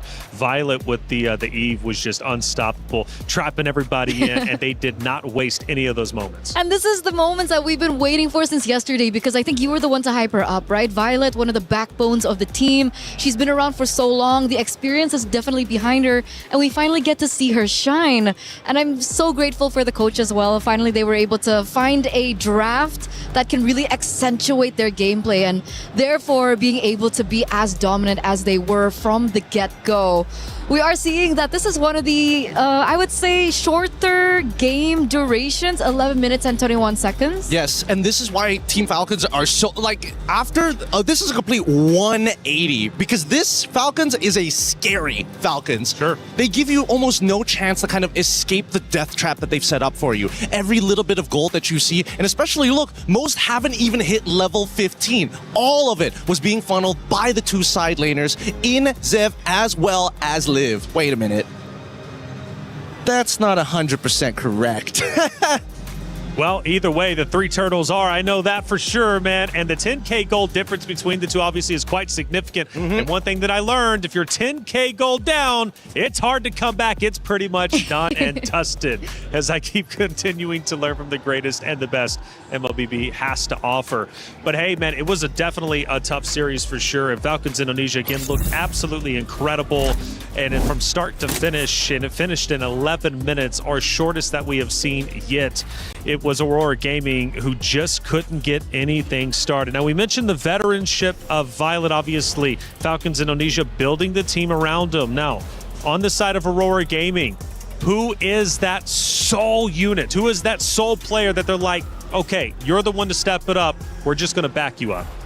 I think that's really hard to tell, but when it comes down to impact and how she's been able to carry through the game, I think a lot of that really has to do with both Anu and Zulana. That's specifically for me. You can have a different opinion later on, Gideon, but Zulana was forced on a hero that is great because obviously a Valentina gives you so much versatility in this particular team fights depending on how creative you are and how much grasp you have over the other heroes, especially specifically for the opponents. But the Valentina up against the Yves early game is just so difficult. Like, what do you expect her to do? Even Anu in this particular situation, you did mention the Harley pick as well, but it looked like the Harley was so pressured in the early game that there was barely enough time for her to shine as well. I agree. It did look a little bit uncomfortable here, and that's why I was thinking that, man, these Falcons are like so different. Truly, being able to kind of just walk into the enemy jungle. And not only that, they also perform some really complex dives with two people already underneath the turret. They look to kind of break open a lot of different ways. So some great high-level stuff that's actually being implemented well now by Team Falcons. Well, as we head to the stage once again, one more round loss from the side of Aurora Gaming means their key will be crushed and their esports World Cup run comes to an end. Aurora Gaming must fight hard to force a game number 3. If they can do so, well, they have a chance to continue to move forward. But Falcons Indonesia, a contender coming into this tournament, might have stumbled day one, but right now they are running full speed ahead, looking incredibly strong and looking to make quick work of Aurora Gaming unless something catastrophic happens and Aurora Gaming is able to come back in map 2 in a dominant fashion. But one thing that I realized again, that early game, Aurora Gaming, they've got to lock in and they need to shut down the teamwork of Falcons Indonesia quickly. And I know they can do it. I know that they can do it because as we were watching their qualifiers, they had to go through so much pressure, right?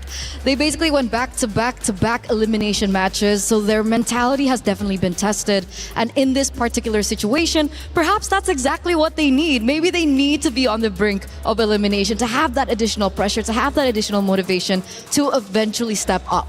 If we're talking about motivation, we got to talk about the information they now receive from that game 1, because previously we didn't know what Team Falcons was going to do. Sure, a couple of picks here and there from yesterday's games, but now they see the playstyle, they see what they want to implement. I think Aurora has a better base to actually adjust in the draft now, because that opener on that red side just was not it. They didn't get the right answers in that first phase, which really hurt them in phase 2. It's Liv versus Mob Saiko. I mentioned that in the very beginning, and clearly Liv got a ton of value in game number 1. But Mob Saiko, where is she at? What can she do to improve in game number 2?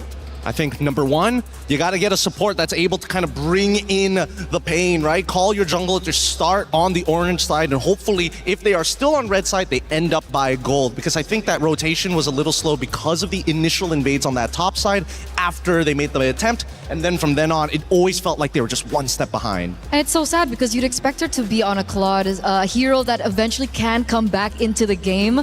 But there were just no opportunities for that to happen. And I think at that very end, we did see her really struggling to try and clear out the lanes. Maybe a little bit of panic set in, that the ultimate that she utilized just really wasn't on point as we expected her to be. Well, we start going into our map reveal and then ultimately the hero selection. Again, for Aurora Gaming, they've got to fight hard to come back. We push into Expanding River coming up next. One thing though, Violet has been on fire. Her Eve was phenomenal. How does Aurora Gaming deal with it going into game 2? You know, the easy way is to ban it. I think that's like the simplest solution. Make the mid lane just a little bit more volatile in that case, but they gotta have some secure picks if they're going to make that motion. Secondly, the fact that we got Expanding Rivers, we might even see a repeat of draft number 1 and how the game ended up, because again, those big conversions off of neutral objectives is something that Team Falcons has shown that they are great at. And now we get into the drafts. Game number 2 here, another do or die situation. And we are seeing some similar bans come through, but the main difference is both teams are going to be swapping sides. So Aurora now are going to be on blue side, and they still feel like the Matilda has got to go.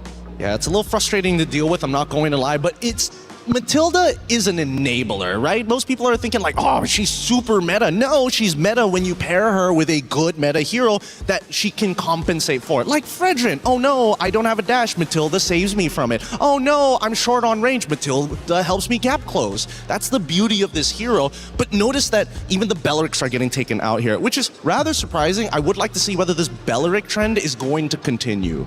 I feel like it's another setup, right? I feel like it's another setup. It gives them a little bit more flexibility when they want to start, thinking about what they want to put in the jungle, what they want to put in the EXP lane as well. So Glue as well gets taken out. We saw that Glue was a really tough hit against the more, I would say, vulnerable junglers, like the assassins of the world. Yeah, I wanted to be nice to Glue because he's so cute in the game.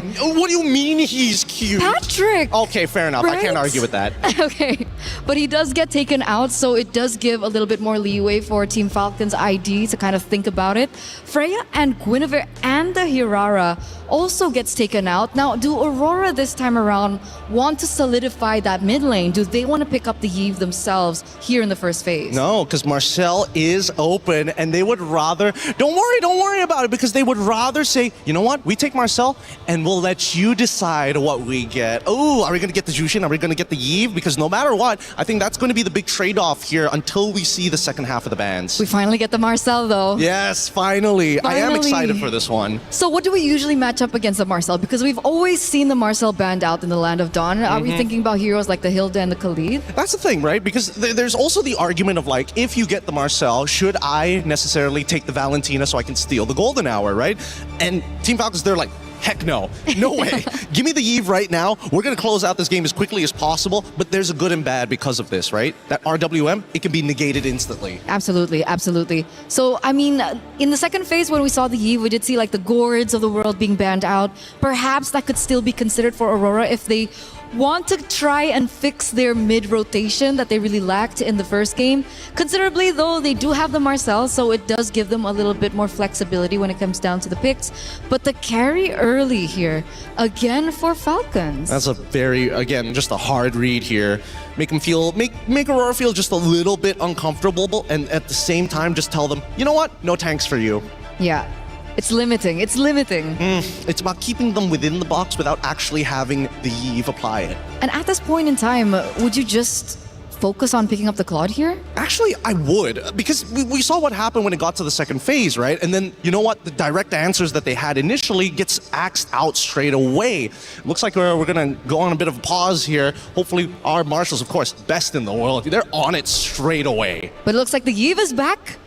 What do you think about the Yve? Well, I'm clearly worried, and Gideon, you mentioned that we could in fact still have another mirror matchup from previous, which is a big worry. 11 minutes is so incredibly short that fundamentally something fell apart for the side of Aurora Gaming. If you give Falcons Indonesia their comfort picks from game number 1 now heading into game number 2, I think you're going to have a lot of issues. Aurora Gaming could very much be in trouble. But what is the justification for Aurora not to just ban Yve outright? Well, I think the justification especially is when you have the option of Marcel still available, you don't really want to break that trifecta just yet. I mean, it used to be a trifecta. Now the duo purple mid laner mages. And the fact on top of that is the fact that Zulana is so versatile in the mid, and she really has some unique picks that you normally would not think would work, but has worked out for them in the past. And they have that pocket Lunox for Zulana.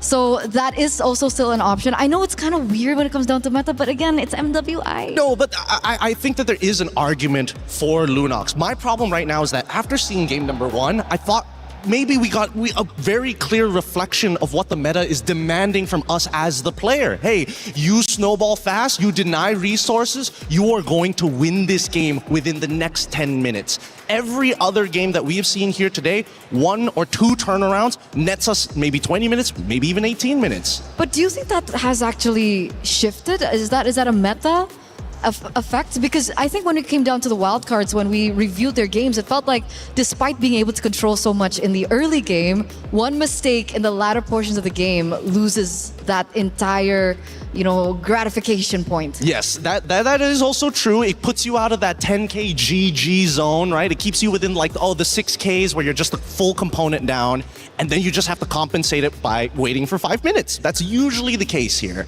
Okay. But Esmeralda, though, not picked. She's been an exciting hero that we've been witnessing over the past couple of days. With Esmeralda now gone, Aurora Gaming is clearly trying to make adjustments, and now it is the Marcel. Now, how does that have an impact? Because clearly what didn't work before needs to work this time. I think they learned, Like they prioritized the Esmeralda in game number 1 and really didn't work out for them. So this time they're taking a little bit more time to think about it. Yep, it really bit them in the back, I'm not gonna lie. It was a hard read, a blind pick. And with this Marcel, it's a little bit more flexible and a lot more compositions, but it also really helps that the Yves just decided to show up on the opposite side, right? And now it's convenient for them. It's like, yes, this is a blind pick, but now we have a direct way to deal with the real world manipulation. I guess it's a great read. But going to Falcons Indonesia, let's say it is in fact a perfect world for Aurora Gaming. They see the same comp. What is the comp to beat that comp? Like outside of team fundamentals, outside of team strategies, what does Aurora need? What is the X factor pick in order to truly counter Falcons Indonesia? 2 suggestions, depending on what kind, because we only see Marcel, right? There's still 4 more picks for Aurora. I'm thinking if they want to be hyper aggressive, they're looking for winning lanes. They're looking for winning lanes, people or heroes that can actually knock down these turrets really, really quickly. A couple of those could be leaning more into the Brodies, more into the Hanabis, kind of dependent on the lane bullies that they're looking for. But EXP especially is super vulnerable in the second half of the draft if they just wait for it. And I think that's really important, especially to try and facilitate Anu. Because back-to-back, we've been seeing her on a hero that maybe is kind of forced. We saw her on game 1 on the Harley, and the fact that they didn't have winning lanes, it really didn't give Anu that space that she really required. Come game 2, I feel like Falcons ID, they really did their homework. I think the loss that they suffered yesterday gave them that point in time of motivation to be like, hey, we need to do our homework, because Anu's heroes have been taken away from her. Wait, so let's say she gets put on a tank. Wouldn't that just be good enough, you know? I guess we'll see. It feels like that's what they're trying to do, right? Put her on a tank, take away that big impact, and say, hey, you have to be the foundation for the rest of the laners, which are, well, at this point of time, they haven't hit that ceiling. And that's why I feel like Matilda being banned out was bizarre, yeah.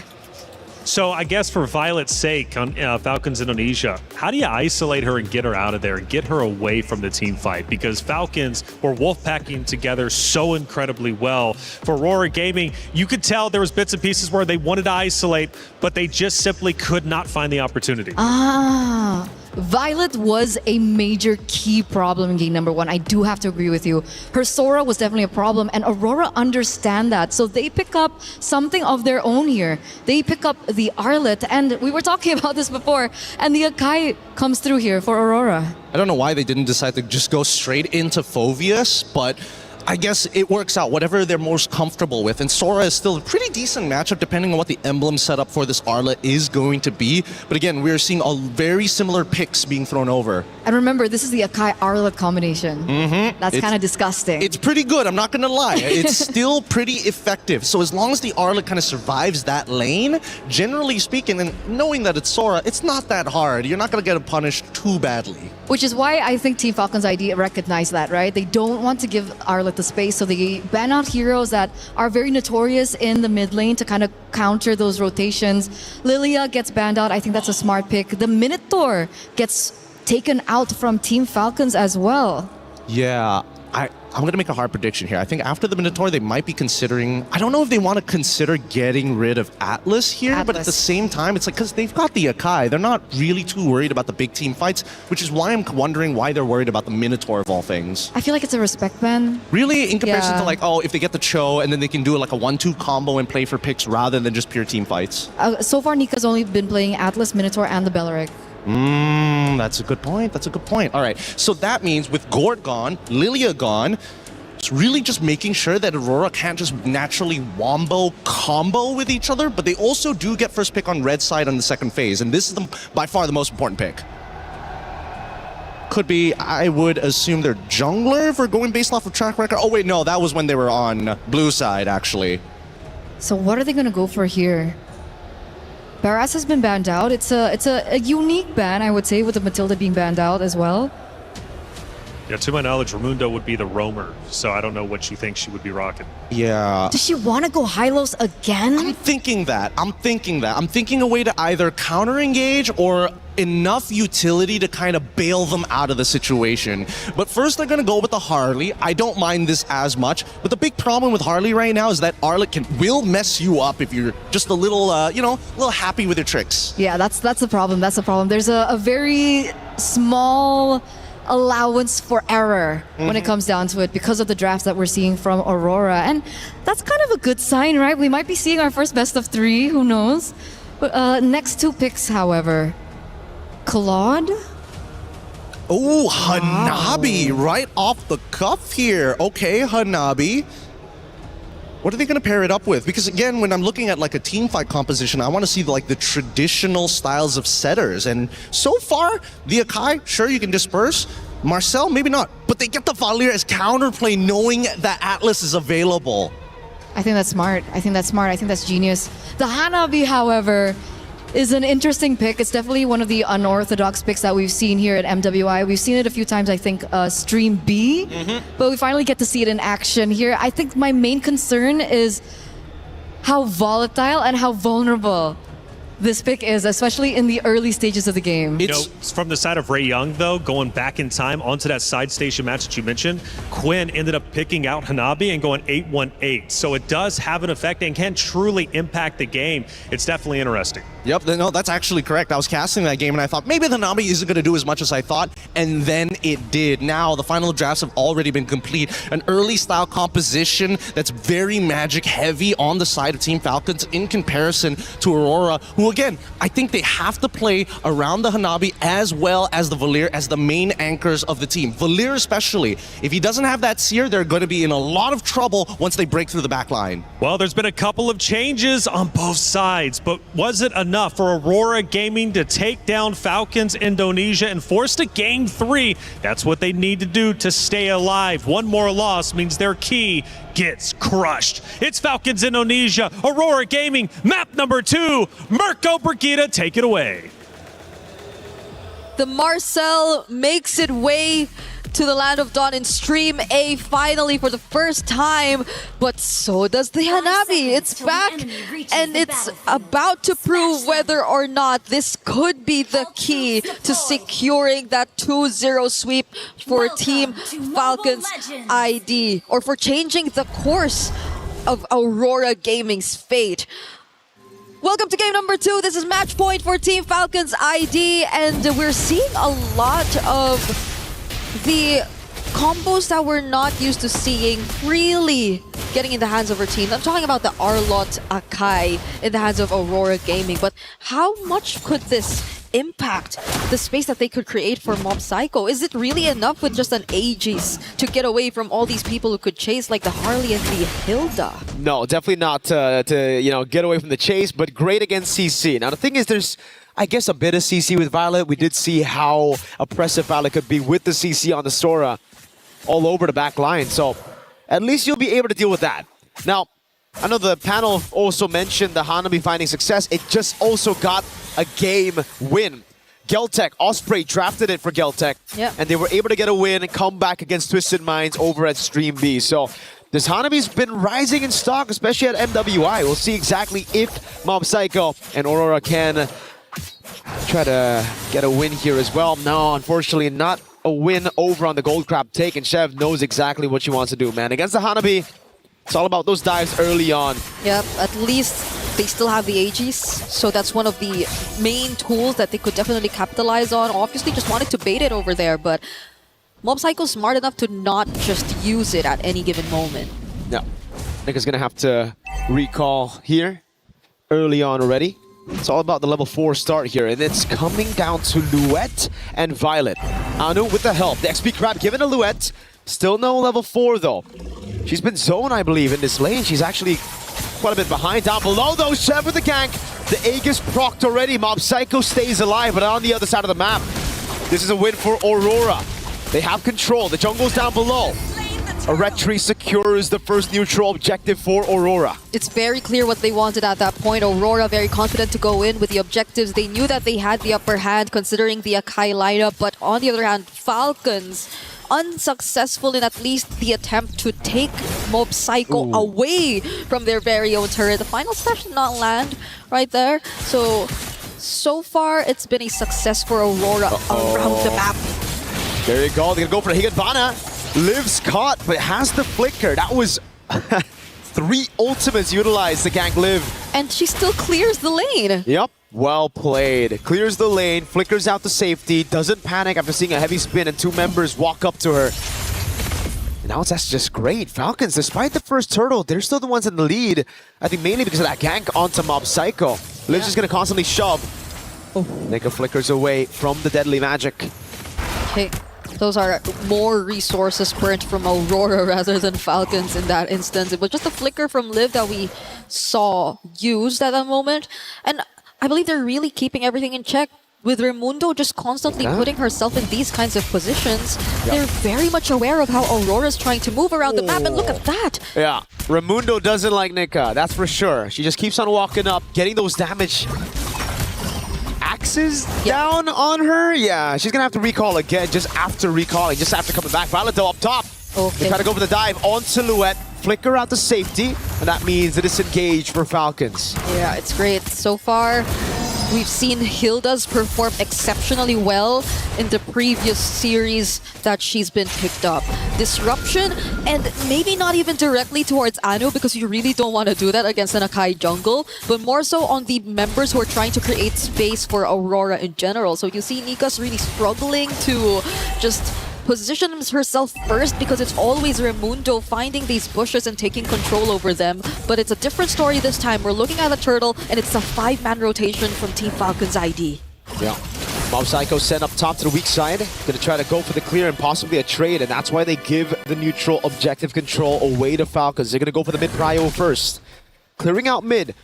Zulana in position, the turtle resetted by Raimundo. Well played, Sev. Trying to get level 4. Final slash coming down as well as they go all in onto Raimundo, but she's able to flicker around. Now Violet comes in for the back line. Good heavy spin of this engagement. Liv is tearing them apart and flicker forward. Liv gets first blood. Luette now next to the chopping block as Nika's here to pop in the golden hour, but gets very low. In the end, it's Luette down. Anu has to walk away, and the neutral objective won't even be in the sights of Falcons. They're going to go straight for the turret in the mid lane.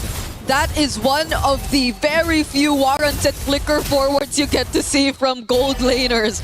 Liv, confident enough to put herself in that position because she very well knew that they would be winning the fight anyway, that they would be finding the most important targets and they would eventually get the right amount of support from the other members right after the objective, which they took just now because, as you mentioned, they prioritized map control. They prioritized faster conversions into objectives they felt were more necessary for them to just ramp up the pace of this game, and it's working wonders for them so far. It's already a 2K lead, and with this, I think you could really maximize the threat of Sev just surprise attacking these members of Aurora who are just very vulnerable to the deadly magic. There's so much to look out for if you're Aurora, like you mentioned, Zev, with these deadly magics, with the creative angle she's been able to get onto Aurora, especially with this front-to-back composition falling flat early. It's a good stun now with the final slash as well onto Liv. No flicker, good cash by Aurora. Finally on the board, but look at Falcon straight with the response. Conceal. Okay. Good disengage by Zulana. Zev up top though. 1v1, deadly magic and the damage. The Aegis comes around. Now Nika's coming in as well, providing support. Zev needs to run away. And Mob Psycho somehow survives the assassination attempt up top. That Aegis is actually making a difference, no? Like survivability-wise. I didn't expect that. It's really helping Mob Psycho keep herself alive, even when Sev just found the perfect opportunity to potentially take her down. So it's a bit unexpected. And yes, if it's just that, then you don't really need to worry. But Raimundo! Final slash and the max range of that skill 1 to get her stunned, forcing the flicker out. But Falcons again are the ones proactive on the map. They see Aurora making moves to get a gank, to catch a member. Falcons go straight for the objectives. They're gonna go and get another structure, so all tier 1s down for Aurora. It's actually Raimundo's handling the sides, no? Okay, she will be in a very dangerous spot there though. In exchange of maybe a bit more control on the other sides of the map, courtesy of her teammates. But then, Aurora, at least bit by bit, they're finding kills here and there on crucial members such as Liv and even Raimundo. They're still going to have to dig deep though. They are a game behind. This is an elimination match. Nika's walking up, trying to open up for Anu, but she's going to get chunked down now. Oh, even through the heavy spin, CC immune. Golden Hour only catches one and it's Violet. who's able to escape. Now Luette jumps into the midst of it all. It's going to be the RWM to lock her down as Zev goes for the poker trick behind them all. Live with the flicker in. Zulana pushing her back, and that's going to be Nika with the backup as well. Aurora backing away. Falcons now with the neutral objective control. Third turtle of the game. Luette is trying to go for the damage. Raimundo's walking up. And that's a neutral objective given over to Liv. I don't know if that's intentional. Yeah, Raimundo really hurts though.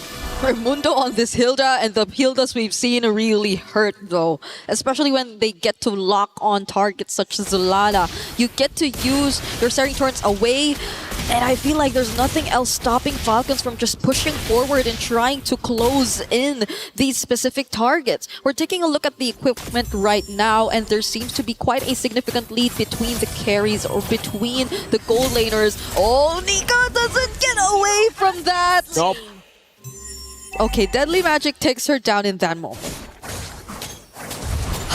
Nika got slain by Deadly Magic. Yeah, this is tough for Aurora at this point. At this point, they're already losing out on so much map control. The moments that we do get to see them find pickoffs, it requires so much of them to really sync up, and mostly it's been from Anu and Luette, but without them, what else can they really rely on? It's taking a bit of a while for us to see Mob Psycho actually get online. So do they just really wait for Falcons and rely on the potential counter setups that they can go for with the Golden Hour, with the Heavy Spin, or with the Final Slash? It's a big problem. It's all on the combo. Deadly Magic and the poker trick. A good Final Slash into Higanbana for a trade back on Shev. But it's Raimundo up top now looking for the play. It's the Golden Hour coming down as well. Nika with the Golden Hour catches them as Zulana goes for the shots. Not enough to take anyone down, and look at Violet cutting their movement so Liv can get another tier 2. Mid and down bot, it's both down. It's another Falcons winning trade. Yeah, their conversions. And it's weird to say, but it's a conversion after losing one of their members. It's them just making sure that they're very efficient with time, with space, and that Aurora are not able to get as much. But they're starting this Lord. Falcons have information though. Anu has the heavy spin. They might be looking for that. Now it's going to the shifting skies, catching 2. Heavy spin, pinning her down right now as Nika's still able to survive with the Deadly Magic sticking down on her. That's the rest of the team, kiting back on Luette. As Nika's still able to survive right now, as that's going to be Violet on the skies. Nika's waiting in the bush, gets the hit in the end. Liv flickering forward, getting onto Mob Psycho as Zulana gets caught by the poker trick. And it's the Void Blast of Livy to claim a double. And it's just Nika left alive. One member, it's the roam. There's no chance of a steal. Falcons are gonna get a free neutral objective on the Lord. One of the most aggressive carry games we've seen this entire day long. 2 flicker forwards which did not put her in danger. Livy and Seb. Oh, Deadly Magic! The fadeaway, Nika gets into the fountain in time. Just barely away from the Deadly Magic. They're gonna be okay for now because there's still a Lord that's about to spawn, and that Falcons are looking to utilize to take as much as they can. There are no Holy Shields left in mid, and there's a significant lead that you're looking at between, again, the junglers, and even the gold laners. At least there's additional layers of sustain for Mob Psycho. Also has the Magic Blade, but will that be enough? Falcons are looking to just dive all in. Charge down, Final Slash, only finding Raimundo. The shifting skies there, cancelled out with a heavy spin as Raimundo gets pinned down. Violet Comet Higanbana goes into the skies onto Luette. Again, it's Liv looking for those shots. So far, Zuliana's been the one on the board. 2 for 0, but for a base turret as Falcons try to go for more. Yeah. Shoving up top. Livy looking for the zone. Nika walking up, getting the frozen moments. Now Luette with the charge in. Deadly Magic and also the Final Slash, but she's going to get bursted down by the Deadly Magic. Taken out instantly. The wave below is chunking that base turret. The first part of that team fight looked really good for Aurora, but it was a bit too obvious that they wanted more. That Final Slash forcing Falcons under their turrets instead of them willingly trying to go for the more calculated engages made things a bit more favorable for Aurora. But the aftermath, the way that they still tried to push forward despite Sev being there. Whoa. Liv! You mentioned the aggressive carry, but she's just baited 4 members out of the base. Now they go straight out to Mob Psycho with the Deadly Magic. Golden Hour saves her for a bit right now. The Deadly Magic isn't enough to take her down. The photo doing work. They're counting away right now, but it's going to be Violet with the Skies up top, taking her down. It's Luet against 4, and Chev picks the kill. It's only Zulana and Nika who are assigned to defend this base. They're trying to end it here, but can they? Deadly Magic live with the flicker, the killing spree. Zulana shoving everybody back. She's trying to defend, but at the end of the day, it's Falcons to move to the next phase of this round. And it's unfortunate, but it is the end of the road for Aurora Gaming. They put up a much closer fight. It seemed like they were starting to find their way around things, but Falcons would just not slow down. They do not want to hand over these opportunities to Aurora Storm, and this is where it ends for the Mongolian representatives. GG, well played to both of these teams, but advancing to the lower bracket semifinals are Team Falcons Vega ID. What a way to redeem themselves after that very unfortunate sweep they've had to go through yesterday against Seda. And who knows, there might be a chance that we get to see them go against each other again, as they will both be fighting in the lower bracket. But we get to find that out as we head into the knockouts, as soon as we get everything set in stone for our top 8 teams. Because as of the moment, we are still yet to find out who are the other teams to complete our lineup. But we're taking a quick look at the replays. And if we said an aggressive carry throughout this game, this last sequence showed aggressive everyone. All these flickers, and even from Violet, even these space escapes from Sev and Liv. Just such a perfect way to show and exemplify how to utilize the carry. And it's a bit unfortunate for the Hanabi in this game. It's a bit unfortunate. She was technically the in-game MVP, but it's just tough right now. We're going to have the key moment. Yeah. It's one of the saddest parts, your heart, your key. You will have to hand it over and it will be crushed right in front of your eyes. This is a moment we have to watch, so let's throw it over to Damascus. Yes, this is the moment. Our first key crushed here over on stage A. Team Falcons bringing the key, and it is time, of course, to delight into pressing these buttons and absolutely shattering the opponent's dream. Unfortunate for Team Aurora Gaming, unable to match the pace that was set from Team Falcons. First key on the stage A. Ooh. The sounds of dreams absolutely shattered. Team Falcon still alive in this tournament. We'll see them playing more and try to qualify to this stage 2 of this MWI. Falcons saving their life right now. Another chance coming later. Let's take a look at the highlights.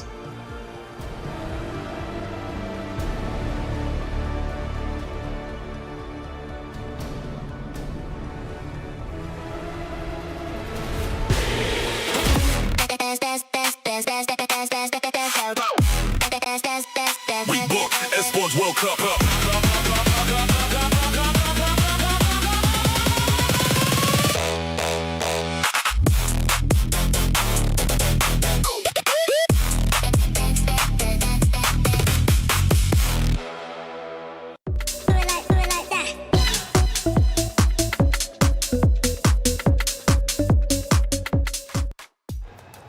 Well, in the end, it was Falcons Indonesia getting the quick win over Aurora Gaming. And you heard the snap.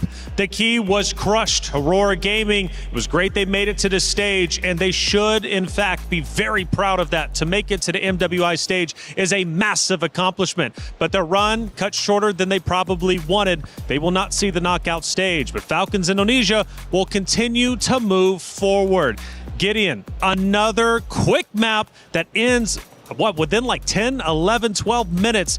Honestly, I wasn't expecting that, but it's good news for the fans of Falcons Indonesia. Yeah, they're going to be very happy with that. And by the way, that sounded... Honestly, the Crusher is not too far away from us. I thought it'd be like even further. It was really loud. That sounded like a gunshot. That was scary. But coming back into this, I think the major problem here, it's not that Team Falcons ID are playing at their absolute peak, because I know they can go even further based on their previous history. I think, unfortunately, Aurora just did not have the same protocols when they started to fall behind. I think that really hurt them. I think it did too. We mentioned during the hero draft, we might see much of the same. For the most part, we did for Falcons Indonesia, but they did throw in a Harley. Now, I know for you were kind of questioning, was the Harley the right play? Would this open up an opportunity for Aurora Gaming? Well, it looks like it didn't. Here's the thing. I still feel that the jungle is very interesting. Okay. It's like I'm still undecided. Do we still want to say that the tank jungler meta is good, or is the assassins better? But for the most part, the Harley has been very 50-50. Sometimes it works, sometimes it doesn't. It really depends on the composition of the rest of the members of the players. And that's why I feel like in this particular matchup, Team Falcons, again, did their homework so well. The jungler picks were shut down, all of them. Well, let's end up seeing how that Harley ended up working out in one of our first plays of the game. And clearly for Falcons Indonesia, they run Harley. Whether you're a believer or not, it seems to work out. We're now 4 minutes and 50 seconds in. This is towards the beginning, Gideon. Yeah, no, this is where, Zev initially, again, Zev doesn't necessarily want to always be the one initiating. He's looking to clean up. He's looking to really isolate a target. And when you isolate that target, it kind of affects the 4 other members who are around you, right? So again, instant reaction once the deadly magic comes out. Unfortunately, I think that this is where we start to see like the big differences, right? For tanks, it's a lot easier to show your impact by saying, hey, nobody on my team died, compared to an assassin who's like, what's your KDA? Sure. It's a bit rocky, isn't it? Eterna, what are you thinking going into this next clip? Obviously, another great moment as Gideon starts to catch his breath a little bit. Dude is flabbergasted. He needs 3 mics. Are you feeling good? Oh, he needs 3 mics as well as Virg. I'm just, look, Harley in this game had no reason to be able to find the picks that he did. Look, all these heroes have either CC, a way to push him back, a way to kind of like dodge the initial deadly magic, except for the Hanabi, of course. But other than that, it's just, I can't believe that they got away with it, to be fair. I love that moment, by the way. Because I was questioning in the early game. I was like, why isn't Harley being as aggressive onto the Hanabi? Because technically early game Hanabi, not as powerful, not as strong as well. And then we finally get to see the moment. The Harley goes up into the top lane and tries to get the Hanabi down, and she instantly goes Aegis. Yeah. First skill. Yep. I mean, dude, the fact that she is going for shield max is crazy. Most people want to focus on the wave clear, the second ability where she throws out a projectile and bounces around. She went straight for the defense. Well, here we take a look at our bracket for Group A. We continue to move forward. As you noticed at the top there, Team Falcons Indonesia did take that early loss yesterday to Seda Esports, but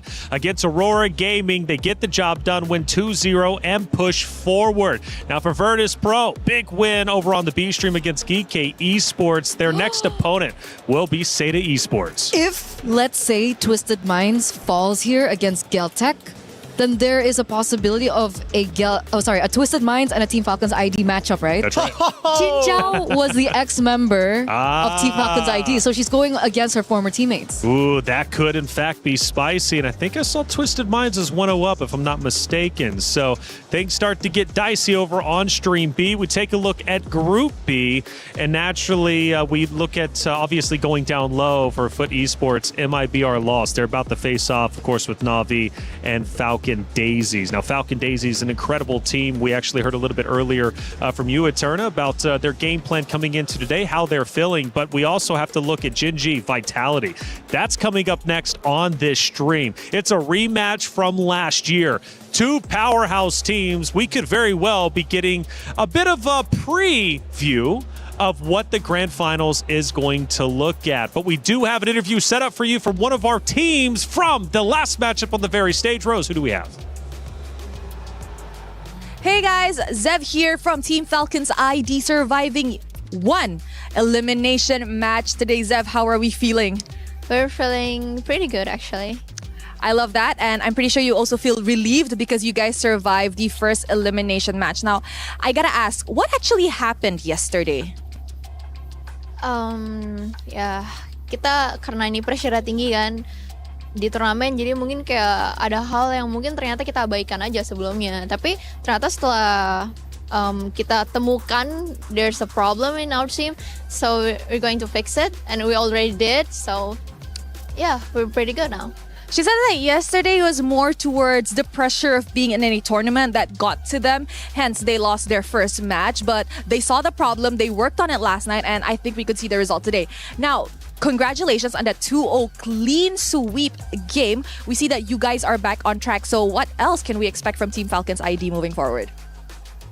Of course, we're not trying to survive here. We're going to be... Of course, we want to be a champion. So... that's our hope. I think that's a pretty banger line. They're just not trying to survive, but they want to win it all. You know what, Zev, since you guys survived your elimination match day, is there anything that you want to say to the Indonesian fans back at home that are cheering for you guys? Terus dukung aja guys, kita akan terus ngelakuin yang terbaik kok. Kita nggak cuma main buat cuman surviving gitu. We're gonna try to win the game. She said to everybody back at home, you know, just keep on supporting us because like she said earlier on, they're just not here to survive, but they are here to win it all. Thank you very much, Zeph. Congratulations. With that, throwing it back to you guys at the studio. Play is in our DNA. Whenever we let it out, it becomes our superpower. Now imagine an entire city being built to supercharge it. Kadir City, powered by play. Not just here to play, we're here to win. Love that mindset. How far can they go? Obviously, it's up to them to decide. But it's not just the current players on the rosters of Falcons Indonesia. We also have Funi, ex-Falcons player, to hear from Rose. Let's hear what she had to say. Hey guys, Funi is here in the arena. Hi. How are you? How's Paris treating you? So far, Paris is such a pretty country, and the people here are so humble, right? Oh, they're so nice. I agree. So nice. Whenever I enter everywhere, people are like, bonjour. Bonjour, merci. Yes. So, Funi, let's talk a little bit about the game. What happened to Team Falcons ID yesterday? Because that was a shocking loss. I think it's just because they were nervous. Because I think they were playing good, very good, but I think they were just nervous to be in the international stage because they skipped last year, right? Yeah. Okay, you mentioned that they were nervous yesterday, but today, after watching Game 1 and Game 2 is looking amazing. Yeah. How do you think they will be after this? I think they learned from yesterday already. I think they will bounce back even more. I think they will make it to the playoff stage. Let's go! Let's go! You know what, Funi, any words for your Indonesian fans back at home? Should I say it in English or Bahasa? Up to you. Oh, maybe I will just say it in Bahasa. Because... Guys, jangan lupa buat dukung tim-tim Indonesia karena mereka butuh banget dukungan kalian. Dan semoga tim-tim Indonesia bisa bawa pulang pialanya. She said to all the Indonesian fans out there, please don't forget to support your Indonesian representatives as they do need your support. And hopefully they will be able to bring back a championship back at home. Thank you very much, Funi. Thank you. And with that, throwing it back to you guys at the studio.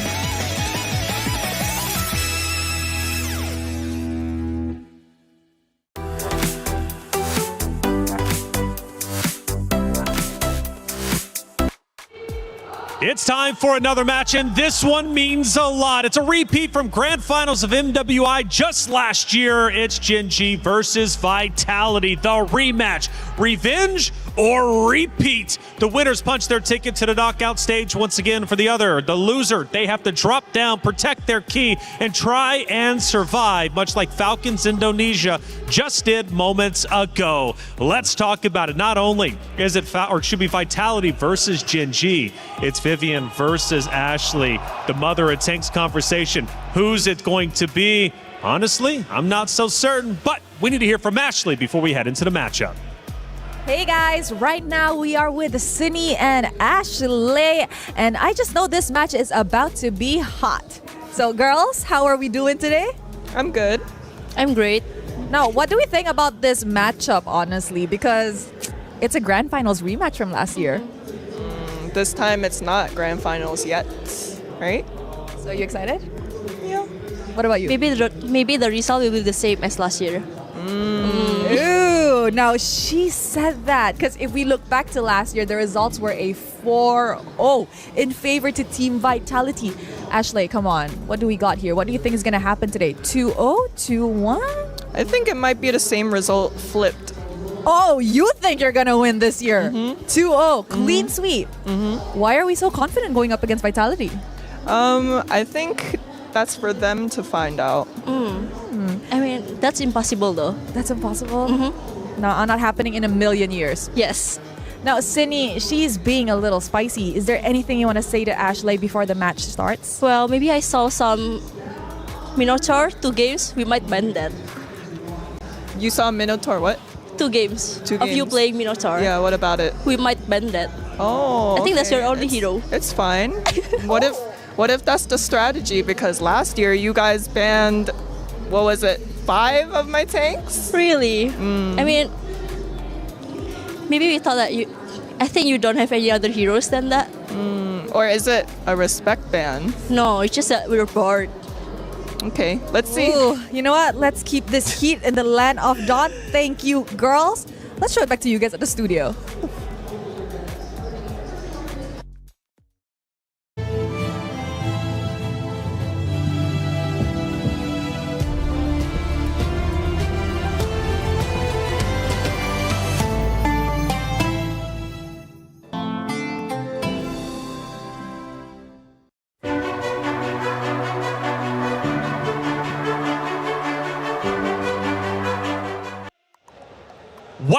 Wow, that was the first Spice we have seen yet. I thought it was going to be relatively tame, right? Because Ashley was like, we'll see how it goes. But Cindy was like, no, this is how it's going to go, 2-0.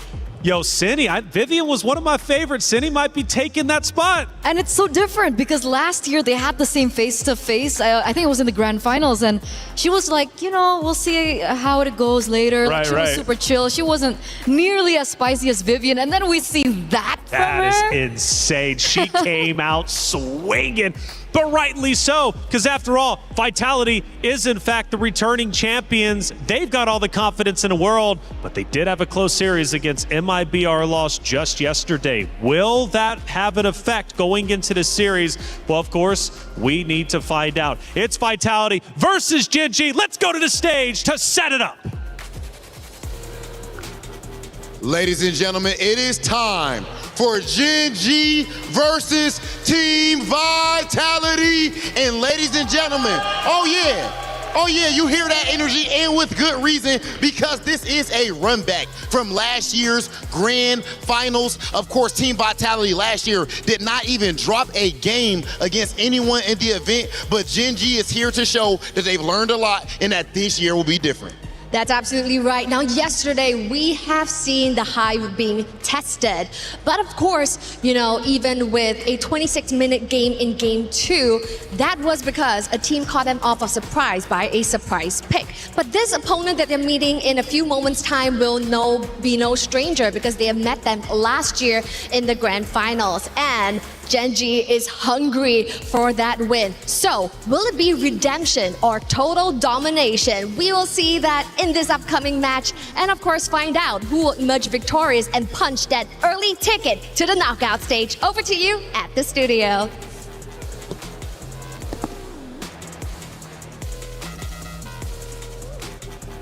Ooh, it's spicy indeed. The stage is set. The players are ready to go toe-to-toe with each other.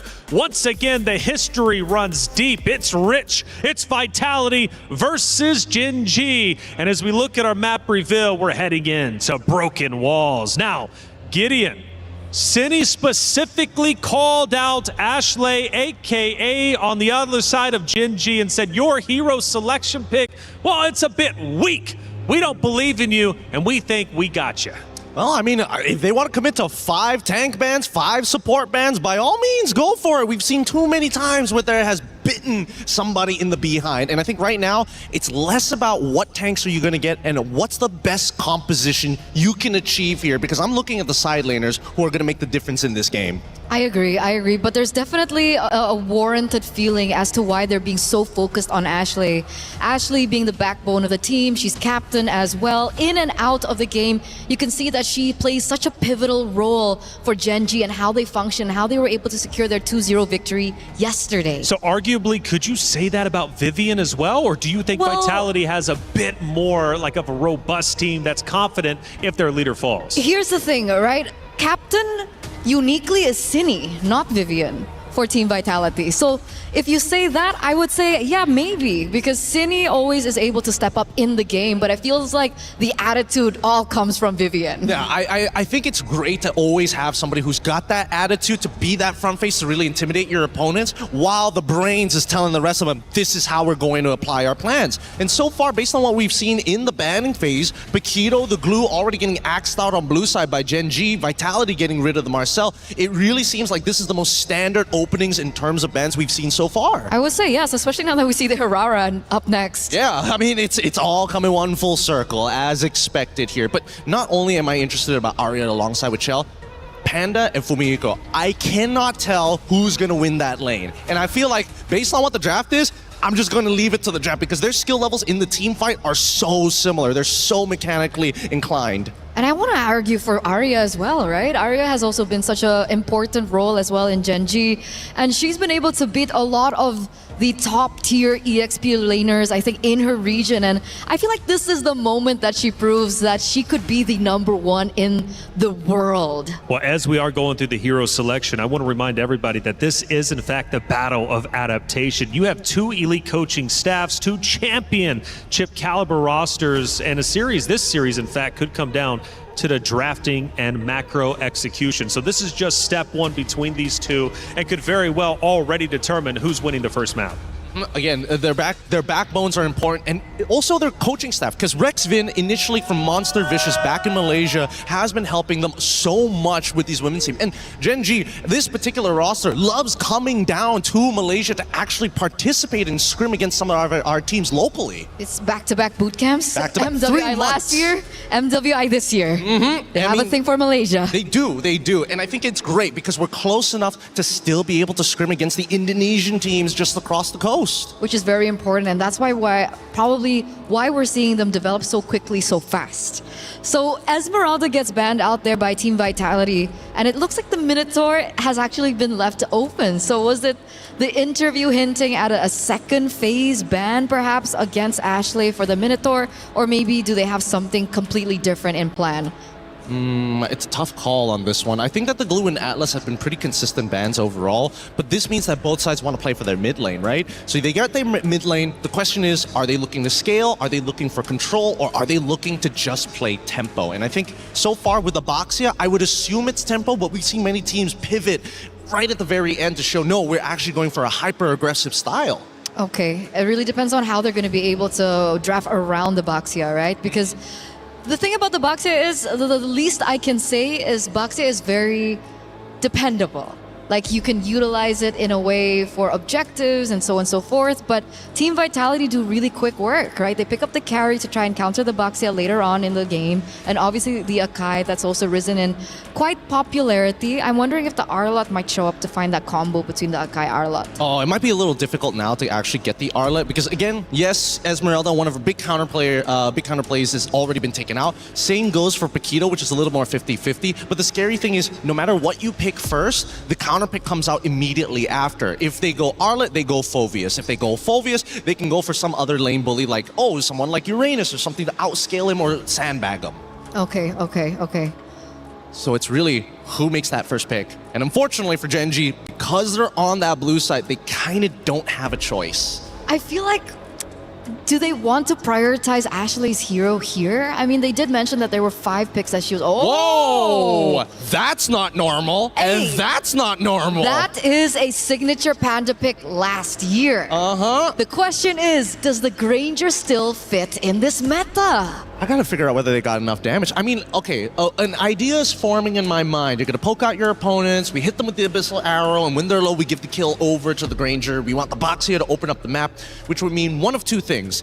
Either A, their EXP laner is going to have damage, or B, they're going to have a support who's actually, who's big enough and tanky enough to be able to actually not only take the damage, but apply a lot of high base damages. So are we thinking like a hero like Grok? I was thinking, maybe not Grok. I was thinking like Hylos, because it's very consistent in the early stages of the game. We see the Arlet get played here, so perfect timing coming in for Team Vitality. Expect to see the Phoveus ban in the second phase. Yeah, they really want to be able to alleviate the pressure on the Arlet, make sure that the Arlet can roam around as fast as possible. And the fact that we see the Selena on the other side, it will also help the farming from Boxia. You know, like Boxia has been nerfed quite a bit. The farming pattern is a lot slower nowadays. And I feel like the Selena being able to pick up that, you know, tricky emblem, she's going to be able to help rotate with the Boxia. Yes. I'm getting the rough ideas in my head right now, because if there's anything that I'm most worried about, it's the fact that if you don't pair Selena with a concussive blast support, you're never leaving that lane quicker than your opponent. And so far, luckily, Vitality is focusing very much on this Arlet. Getting rid of the Uranus first, okay, that's totally fine. They're focused so much on this Arlet that, hey, maybe there's an opportunity that the mid lane isn't going to be as bad. Because all the options are still up and available. They're up and available. Right, Give is still open. If they want to go Jushin against the Boxia, they can also go for something of a similar route as well. They could even go for something like Gord. It sounds scary, but where's Selena actually going? We don't know. It could still be played as a support. No way. I mean, hey, right now, the biggest thing in the game is the fact that we don't have vision, and what does Selena provide? Hey, traps that give you vision. Is it really an Ashley pick? Ashley's been so, you know, synonymous with heroes that are, you know, big setters, finding opportunities, you know, like not a single target type of hero. Hey, maybe she's trying to look for a new moniker. It could be the possibility. But well, let's not forget, during the interview, we did ask, do you still want to take that title of Mother of Tanks? And she says, well, this year I might be trying for something else. Could be the... Oh, I got to come up with a good one here. Nah, I don't have something that's good yet. It's all terrible. I'll workshop it in just a little bit. But this second phase, Phoveus is wide open here. I feel like baits are being thrown out by both sides with these bans. What happens if they pick up the Phoveus? I mean, Arlet's not gonna have a good time. Like, I don't know what Arlet's supposed to do in that lane. He walks up, he just dies. So what was the bait from Vitality, though? Well, the fact is, they're already banning out things. For an example, they're already getting rid of the Uranus. They're also getting rid of the Freya. Again, both of these heroes, you would have expected the Freya at least to show up a little bit earlier. But now, since Gen G didn't have the opportunity to lock in their EXP, it made so much more sense to just get rid of axe out the Scalers, because their composition just doesn't have enough damage. Okay. I was about to say, do Gen G want to pick up the Cho? But they're the ones that actually banned the Cho out. So now it all comes down to this. Red 4, usually the money pick here for Team Vitality. They could lean into their support first if necessary, just to kind of make sure they guarantee themselves a mid laner that absolutely destroys the whole composition, or just keep it simple. And I personally think that keeping it simple might just be Jushin rather than the Eve. I like keeping things simple, and I want to keep it that way, but I do want to watch out for the fact that the Akai could still be flexed. Just highly unlikely, but it still can be done for Vitality. I mean, if we're thinking that way, technically Arlet could be flexed as well. I mean, it's been many years since we've seen Arlet roam, but hey, I'm not putting it out there. And it's not flex. And it's not a flex. Phew. We see the Beleric come through, so that is going to be given over to the Mother of Tanks. Now for Gen G, Well, I guess they're anticipating that, the Selena will have to go dive in to do the damage, and then the box is also a very short-range hero. They go and opt for something like the Belleric. Honestly, I don't know why the Selena was picked up so early on. I would have imagined that this was like a last two picks type of scenario, surprise your opponents, Because what is the value of Selena if not for landing the Abyssal Arrows? If you don't hit the arrows, it's kind of like a dead hero. That's why I thought it was to aid Baxia in the rotations. Yeah, I thought that's the early games, but then what happens to the mid game, After, right? yeah. Selena kind of loses its power in the later stages of the game, but like you mentioned, the Phoveus being a good lane up against the Arlet, the Phoveus does show up here, and then the Gourd comes to play. That means the Selena is the roamer. Not too Ashley's on the surprised. Selena. Yep. So again, she's looking for some headshots here. This is gonna be real cool to watch because again, it's highly mechanical. You hit an arrow, they have to die. And Granger right now is gonna be their main win condition if they get the Sky Piercer. Looking on Vitality side, they see that Gourd. It's a problem. I don't think they have the correct answers to it right now. Okay, so what do they need? Well, I guess they can't answer it because we're only waiting for the last pick for Shell, no? And I think that unfortunately, there's no way you can go for like a scaling style of mid laner. Could we go Claude? No, sorry. For mid lane. Yeve, Farsa? maybe Farsa. Outrange? Both of them are susceptible to this Selena. Kagura. Something lane dominant, something to say, you know what? We'll figure out a way. This is diving so deep into the archives of Team Vitality. I think it was even under a different org at the time that we saw the Kagura for this team. Well, I don't know about you, Taylor, but do you prefer the arrows from the side of Genji or the umbrella from Team Vitality? Gotta go with the arrows. Come on, you want the damage. This is the matchup we've been waiting for. The crowd has showed up. The Vitality fans are going crazy. Genji fans, let's also get loud because this is a rematch of the Grand Finals from last year. The one we've been waiting all day for. Let's get it started. Bragina, Athena, take it away. And that's exactly why the arena feels so electric. It's a matchup we're all looking forward to see. And it's Genji versus Vitality. The rematch, the storylines, they're all falling into place. But only this can determine what would be the next for these two teams now that they see and meet each other again. It's a Selena for Ashley. It's something that really took us by surprise. And I know it's a bit 50-50, a very mechanical hero, but I can't help but think it's also just Genji's way of speeding things up for the backside, making sure that it's not left behind in terms of farming, because that's one of the biggest adjustments we've seen happen to this hero. Especially if you've reviewed some of Vitality's earlier games yesterday. So Genji learned their lesson, and it's quite a bit of a refreshing thing to see onto Ashley's hand as well. It's going to be raining arrows here, but let's see if Shinny, or C rather, could dodge all of that with her umbrellas. Now, talking about Sayori as well with a Gourd pick coming in clutch here, she wouldn't have a hard time clearing up the lanes, and most likely here for Vitality, they need to find a way to somehow set up the tempo here on through the early game. And that's exactly what they compensated for, right? The fact that they might have lacked wave clear and faster rotations, but Arya... Okay, being punished this early. Flicker already activated. Rui with a counter punch. Vivian and the rest will just disengage. It's Vitality with the discipline and clean disengages against Genji. And the fast rotations from Genji as well, so you just really couldn't go in for the full commit. It feels a bit too dangerous to do so. So fortunately, they're keeping everything in check. They're not too behind as well in terms of speed and farming. But Vitality, they're just making their presence felt. Look at how they're showing up even right here in the purple buff. It's all about the speed, right? So Genji wants it faster. Vitality could match up that speed. And now, right on cue, it's going to be the first objective here, targeted by Vival. And it looks like for Vitality, they have quite a good position here just to try and prevent Genji from ever actually taking this neutral objective. I mean, it's pretty tough for Genji if they want to contest. This is an Arlot Akayu in an objective fight, but yet they still decide to rotate towards the turtle. But can they find trades now? Okay, the arrow will hit in onto Fumi Echo. Rowe on the tight spot. An early first blood here for Fumi Echo. Vitality with a chase down. It's Panda 1 and Ashley going in for the trade up. That's 1-for-1. Arya on the front lane. That is an early aggression here from Vitality as well. They seem to equalize things, and it's working out for Vitality still. Genji had to lose Rui, and that was the entire idea they were trying to fight against. The fact that the Baksha could feel a bit slower in terms of speed and farming, but then they had to lose her, so that slows things down a bit, even though they already had the presence of Vaselina in their lineup. So now let's see how they eventually bounce back and get back into the game, because we haven't really seen much rotations just yet.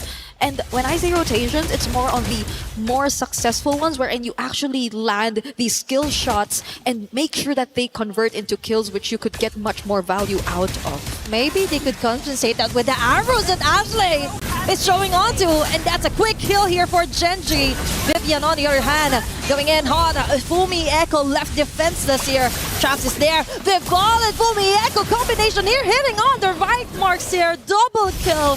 Vitality with an immediate answer. Panda 1 and Shell 1v1 on top lane. But let's go back to that pickup for Vitality. Yeah, they did not even need to rotate to find that pickoff, but it seems like Vitality still got the better of them at that moment. They got 2 for 1, and it's still the mid duo that's constantly being shut down. Now Rui. Oh, it's making it harder for her to farm up. As you've mentioned, it's not even the complete ward rotation. It's like, okay, and that's it.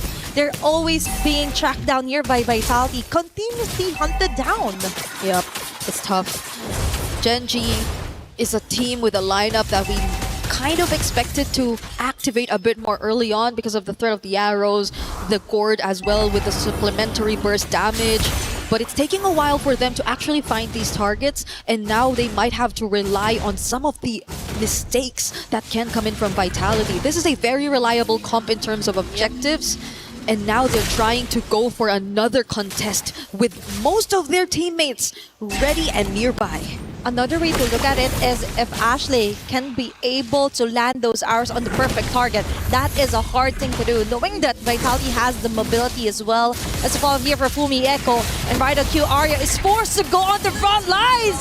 That's a free hit here for Shell. And now Genji is down on 1. Will they contest this one? I think they're trying to fight their way onto it. It's still Vival securing the neutral objective. Rui trying to run away with the shield unity. That is enough of a pickup right now. That could have been a flame shot highlight. If that flame shot actually resulted into a kill for Rui. But can I just say, this is an interesting turn of events.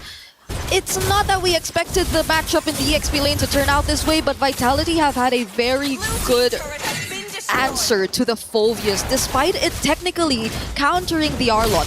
Fumi Echo has had a much better time, and I guess it's primarily because of how Vitality have been able to choose their fights.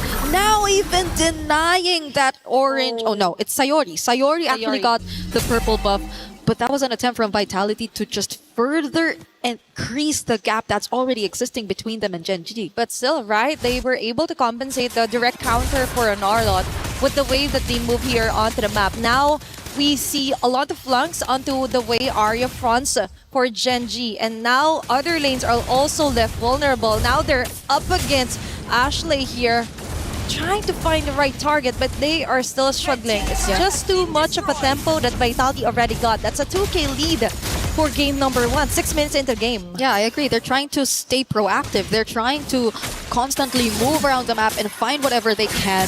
It's just that Vitality seem too difficult to catch as well. Catch off guard, land these skill shots. So regardless if they actually find, let's say, Chini, right? Seems like one of the best targets at this point. She also has the Rasho Umbrella Flea, so that doesn't even make her the best target either. So Chell, at this point, always well guarded, and that's where you see it. Oh, that's a perfect example of what you were just trying to explain. And for Genji, the moment that they land those targets, it's a bit too late already. That they've already been bursted down by Vitality. And now, even though they've got the position, the damage just isn't there yet. Now, another neutral objective is there. The arrow land onto Vival. So there's going to be a dash. Arya onto Shaw. She's keeping her at bay, but going to give her free hit. She's stopped it! But a heavy spin here for Vival. Follow up here for Stini and Fumi Echo from the back. There's going to be a sandwich play here. It's Fumi Echo keeping Panda 1. VC even under the turret. Killing spree this early. Panda 1, you get the shutdown kill instead. But all of that advantages went to Vitality. Yeah, that was 3 kills and a mid turret that they were able to secure, plus a purple buff and eventually most likely a turtle as well. Multiple objectives and structures over to their side, and that's why the lead is just starting to balloon. They're not having problems dealing with any of the potential threats that we expected from Gen G. Arya seems to be such a fragile target for Chell at this point.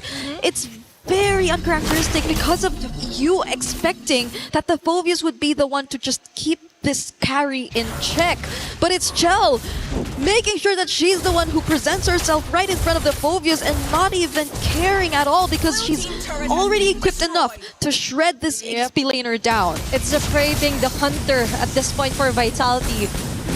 He just got this way on how to dodge those bullets here coming from Panda. One Fumieko would assist.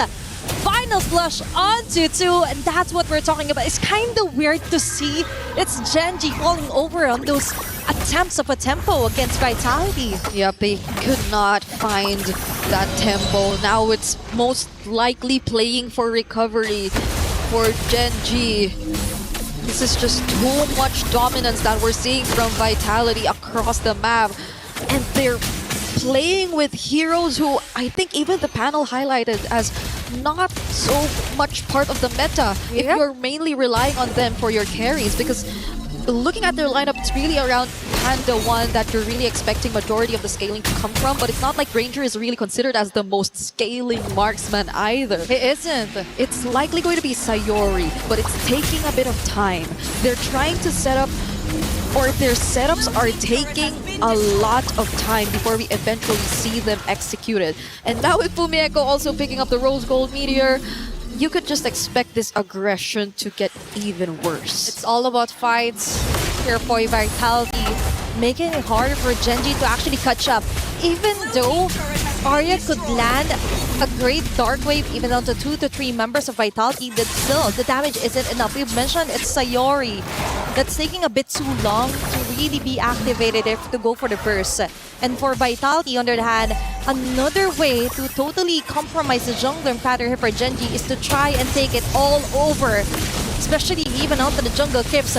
Genji couldn't even touch that one. Arya still got a perfect play on the shell. But still, the rest will just isn't there yet, Vivian. On a tight spot, but still, she will be able to back away. Instead, it's Jewelry and Arya falling down just before a Lord take even eventually comes in. Genji definitely wanted to take on that fight. That was the pursuit that Arya risked, expecting the follow-up as well to come in. But the pin down with the heavy spin just made it difficult for Genji to even push forward because they already lost Arya. And it's a tough task for her and Rui at the same time. They're the ones who have to get in first. They're the ones who have to set up. Yep. But every single time they attempt to, it seems that Vitality are not even afraid. They're not rattled by the least because they already have Chell, who's currently 8.9k in gold, already completed the Trinity and is on the verge of completing her items. Whereas if you take a look at Panda, yes, she already has the Hunter Strike and the Malefic Roar, but this Sky Piercer, you have to wait until you actually get the value out of it. There's so much catching up that Genji actually need to do, and we're approaching the 12-minute mark. Fortunately, still have some of their holy shields intact, but they're on the verge of losing a bunch of their base turrets too. Yep. Time definitely is not on their side here for Genji. You have to keep those stacks rolling in for Panda if you want to survive this task, this tedious task that Vitality tried to do. Both inhibitor turrets here onto the mid and onto the bottom side is being targeted here by Vitality. We fall yet again with a heavy spin. It's Arya falling down. The front runner here for Genji is easily picked off, and now it's left for Ashley to land those arrows. But a flame shot kill here from Cini will seal the deal. Down 2 women here for Genji. All their basers have been totally destroyed here by Vitality. And that is a flame shot highlight right there if you've ever seen one. It's been so long since we've seen a flame shot here in competitive play, but oh no, Rui gets caught. And this is it. Vitality just exerts their dominance here onto game number 1. What cracks? There are no more cracks onto their formation, onto their domination. as they slowly choke out the life of Genji here for game number 1 alone. I am starting to understand why the Phoveus was baited out of Genji and why they were just willing to let it go. Just look at how difficult of a time Arya is actually having on this hero. And it's just really something difficult to digest because it's a matchup that you really would expect to go her way. But it seems like Vitality have completely read out the kind of approach that Genji actually wants to play into. They pretty much let them play the early that they want in terms of speeding up the farm, but other than that, they are not landing any of these skill shots. They are not able to maximize the early threat and presence of a double mage mid duo that they actually decided to field here in this game. And they're just taking it step by step because we're 12 seconds away until the next objective spawns, and with an 11k gold lead, this was mentioned by our panel earlier, it's very difficult to find a way around this kind of situation. That is just too much to handle for Genji. Plus, considering that 3 of their supposedly damage leaders is linear. They're on a straight arrow, they hit or they miss. But most of the time, it's a miss. Because for Vitality, all they need to do is juggle around who will be getting the arrow, who will be getting all the skill shots here from Panda 1, and the rest could just go for the free hits. Now, Sini is still untouchable, by the way, with their Kagura pick. Yep. And it totally made sense. She has the mobility, she has the burst, and the flame shot, the cherry on top, just to finish things off here for Vitality. Yeah, none of them honestly even opted to go for Purify. At this point, it's just really them adapting through the heroes that they've actually picked up. And I think it's also very dependable for them to have this Akai in their lineup, because even when Genji decided to go in for multiple times, they just had to use it defensively, push them away, or even better yet, find the perfect pin down. But this is a Lord Siege incoming for Team Vitality. Let's see if it is here. Oh, another fight that's just connecting onto 2 members. Panda already down. Fumi Echo taking out Arya from the process here from Genji Esports. Is Shell locking in onto the tower. An easy game 1 win for Vitality. They had zero plans of letting Genji extend that game any further. And Team Vitality are 1 step closer in securing their knockout spot. Genji decided to field a draft that required a certain level of execution in order to work. But look at how Vitality dealt with it. They were just very calm and they let it happen on their terms. Now we have to take a look at what's going on stage together with Damascus and Rob. Absolute insanity. Team Vitality showing why they're last year's champions. This is the match that we've been looking forward to this entire time, but apparently Vitality was looking forward to it more than anyone else. Hey, listen, if there is one that needs to establish dominance, it's Vitality. Yesterday, got scared a bit. That is a statement, man. Absolute statement made in that first match. Genji back to the drawing board, but these Vitality fans, they're getting louder and louder. I wish that we had a camera behind the scenes to hear exactly what's being said in the Genji locker room. Like, I just feel like Ashley right now might be getting a little hyped up. You know what I mean, Damascus? At some point, you might have to tell them, you can't let them do that to us right now. You know what I mean? There's a whole lot of pride on the line. It's supposed to be the big run back. It's supposed to be the big one when you show that from 1 year to the other. You're like, I can win this time. I'm so back. Unfortunately, not yet, but there is still a chance for Genji to bring it back. So let's wait for Genji to bring it back and take a look at the highlights.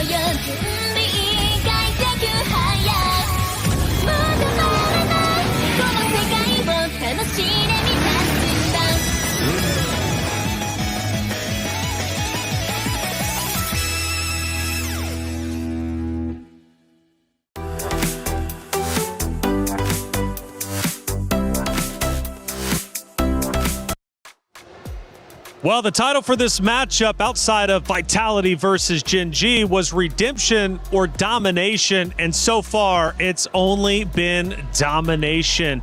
My goodness, that was bad.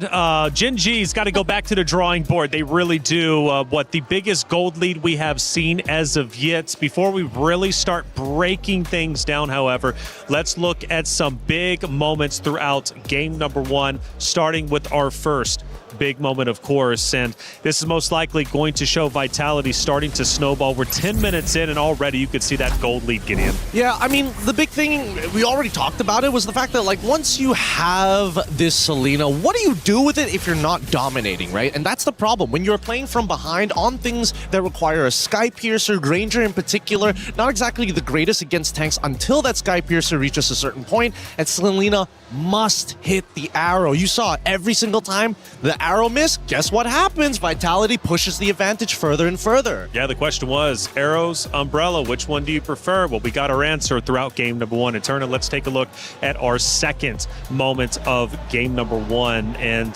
probably getting towards the tail end here, and it might be close to the winning moment. We're now 11 minutes in. The gold lead now is well over 10K, and we're starting to enter the base. It was almost a 12,000 gold lead at this point in time. And the thing is about the Selena, it's very difficult for her to try and go for the defense on the defense, right? She needs to have a little bit more say when it comes down to map control for her to really get the shots down. And in this particular position, it's very predictable where the arrows are going to go, so it's easy to dodge. And then you see the synergy of composition between Vival as well as Fumi Echo. And technically, they do still have Panda and Sayori to try and clear, because they do have that, but at the end of the day, the firepower really wasn't there, and it was so difficult, I think, for Gen G at this stage in time. It seems to be the case, and I really want to pick your guys' brains about the hero selection as we watch the final moments again from map number 1. The hero selection clearly did not go too well. Before we get too deep into that conversation, though, we got our team comms from Team Vitality during the winning moments. Lihat guys. Nih. Let's go guys. Bisa. Sabar anjing, MM-nya nggak lewat-lewat. Itu cowok, mid-nya anjing. Guard-nya flicker. 920 guard. MM-nya nggak lewat-lewat anjing, gua tungguin. Flicker cowok itu mereka berdua anjing. Body was built to move. Not trapped at a desk in one singular posture for 12 hours a day. It's time your chair evolved. This is Secret Lab Titan Evo. Ergonomically engineered for you, gamers, hybrid workers, artists, backing your every move. Man, there it is. They sounded very excited for Team Vitality, and rightly so, because when they get pumped up and energetic, you know they're playing an all cylinder. Not too much. I think not enough potentially, okay? Hey, look, Vitality looking good, and I tell you what, we've had coverage all day long. We've had Stream A, we've had Stream B, and we got our co-streamers as well covering all the action. Let's bring Rain in and have a little discussion. Rain, what's going on, man? How you liking the stream so far? How you liking the tournament? So far so good, guys. I'm having fun here. I think this is the most prestigious tournament so far, and I'm really excited to see quality from the rest of the players. Coach Rain, you talk about quality gameplay. You have, you've taught some of these women before. You've coached a women's team before. I'm curious from your perspective on this current game. Was that just both sides just trying to flex on each other? Why was it necessary to show both Kagura and Selena in this matchup? I think it's a battle of, how do I say that? A battle of the drafter. Battle between the mastermind for both teams. They high pick the Selena, and they expect that the Selena can be flex pick, but somehow Vitality can read the pick, and also they use Kagura to deny God and also Selena at duo mid. So that Kagura pick actually for me is really brilliant, man. Brilliant indeed. Yeah, and really brilliant. I know that you have like again, Malaysian to Malaysian here. We know that Rexvin is up on that stage. I know that you guys have had, a bit of a relationship. But what do you think about Cassius at this point? Do you think that Rexvin has what it takes to outsmart him this time in game number 2? Or are you thinking maybe there's something else that they got to be worried about? Oh, surely. I do believe in Braxvin. I trust him. I've been work with him before during SEA Games, and I know that he can actually draft the best composition for the players. So, I think they will bring this game to Game 3. Well, Coach Rain, thank you so much for the insight, and thank you so much for all the work you're doing behind the scenes supporting the MWI. Like you said, it's the most prestigious tournament, and I got to agree with you. It's been a fun day for sure, but let's keep breaking down that map number 1 between Vitality and Gen G. We got some stats to show on the screen for you all to look at, and obviously we're focused on the gold. It was one of the biggest gold leads, but what else can we see from the stats? I think the one thing that I'm going to be seeing later on is the choice of spell for Kagura, for Cine. We haven't seen the flame shot in so long. I think the max we usually see it is like in our ranked games. And suddenly it comes to play here on a competitive level. It really shows how confident I think Cine is on the Kagura. Yeah, no, I agree. I think that this is definitely in Cine's pocket pick for a very, very long time. And as Rain mentioned, it is the perfect answer in this case. So again, yes, a little disrespectful. Could have gone for the Purify just in case you get hit by 2 CCs. But I think that the Flame Shot has already kind of, stung Ashley a little bit. That's 2 times getting last hit by a max range Flame Shot.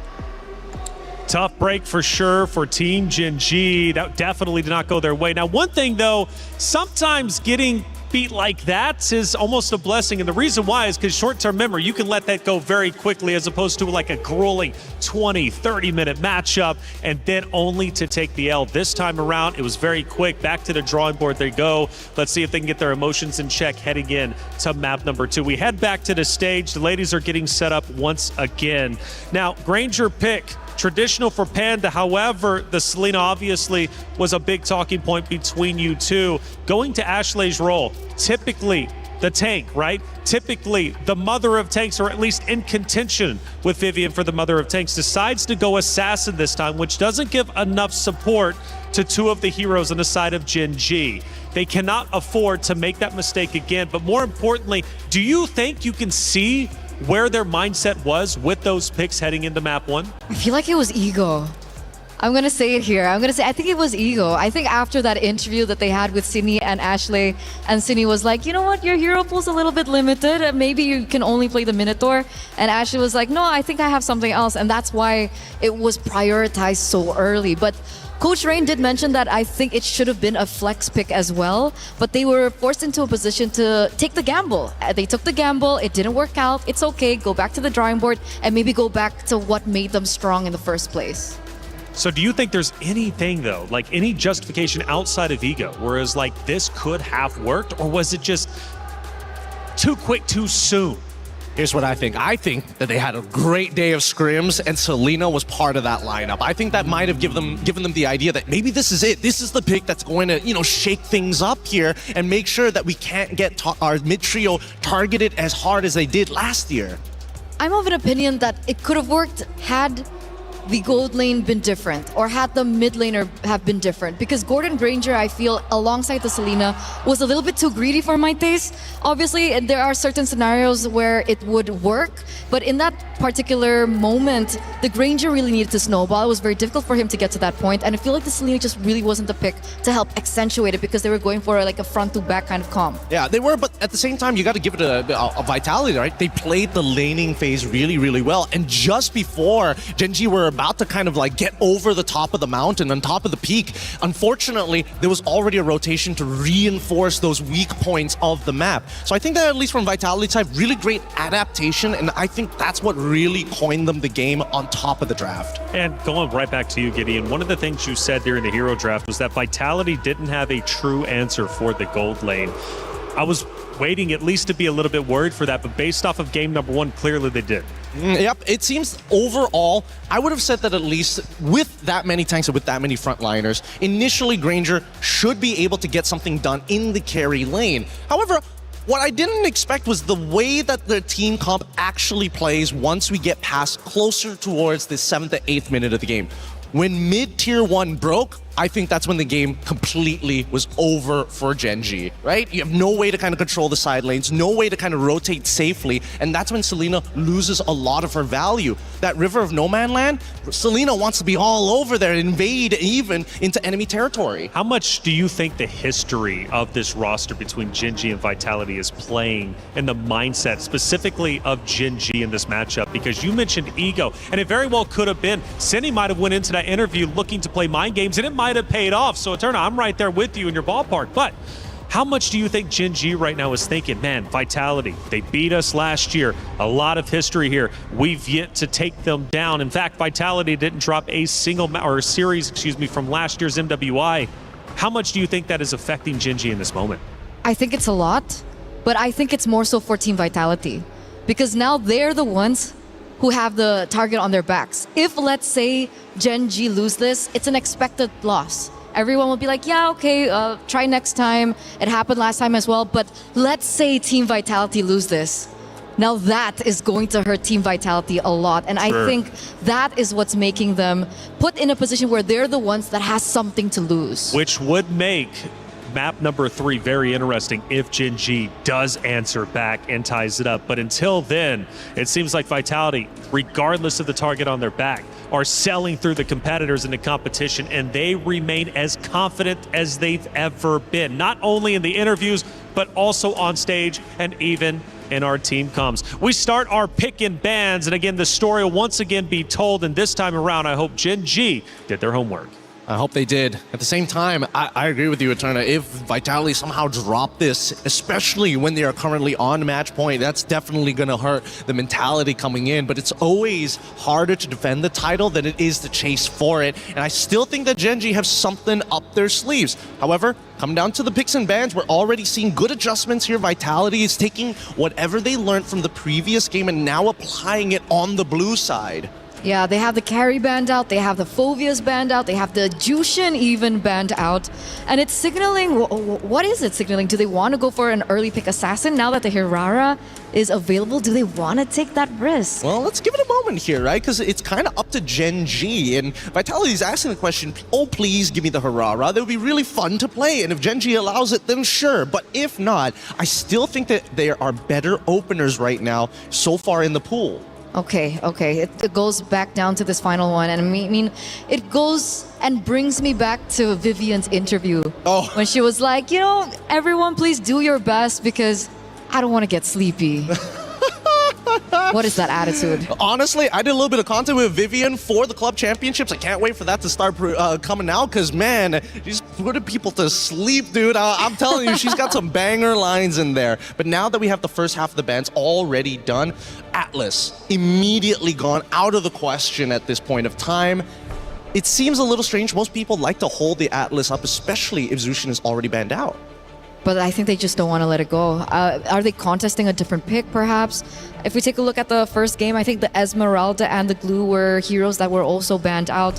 Do the defending champions want to go and prioritize the Esmeralda here instead?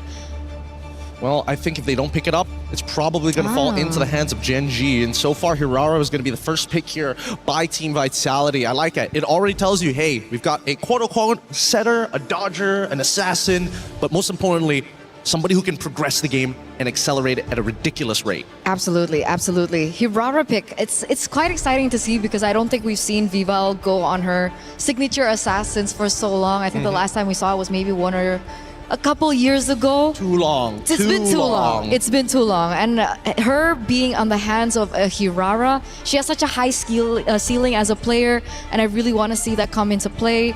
GG though, how do they respond to this? I'm thinking, you know, the traditional stuff, right? You're already looking for, maybe hold your mid laner until the very end, get the Esmeralda for Arya at this point of time, because so far we haven't really seen any team say, you know what, I am willing to sacrifice a little bit of team fight power to win this lane against the Esme.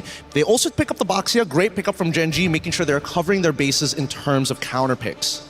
I like how we were seeing Esmeralda and the Baxia on the same side. Because usually when we see the Esmeralda, we do see that the Baxia is kind of a counterpick towards it. But they're really, you know, strengthening what they didn't really have in that first game is they have a really good front guard. Now, I'm expecting some really heavy hitters later on, perhaps, you know, the Gord again, if they want to go for that type of thing, despite it being a little bit more risky right now, as we do see the Hirara on the other side. Vitality, do they want to go ahead and pick up their gold laner? Now that the carry's been banned out, they can go ahead and pick up something like the Claude. Very smart. They go for the glue instead. I like that. And they go for the Claude on top of it. I was thinking whether or not they wanted to show Yve within this first phase. If it was not Yve, it was definitely something plus glue.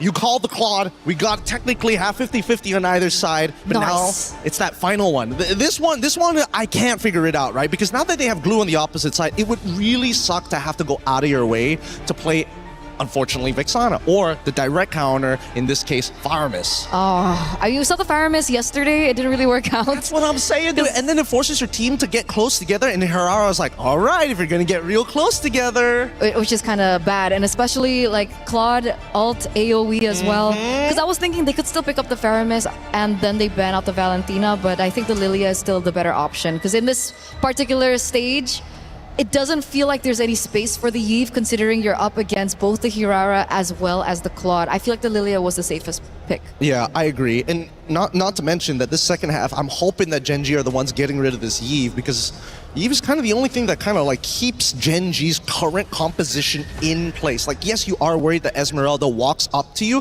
but I'm thinking that maybe Team Vitality, the fact that they left it open, they have to have something in store, right? I agree. I think the Yve would be very detrimental to the success of the Esmeralda as well. I know she has, you know, faster cooldowns and she could rotate a lot quicker, but it's still a very risky play to want to play within the box of the Yve or the real world manipulation. So yeah, the Yve goes out. Yve is down.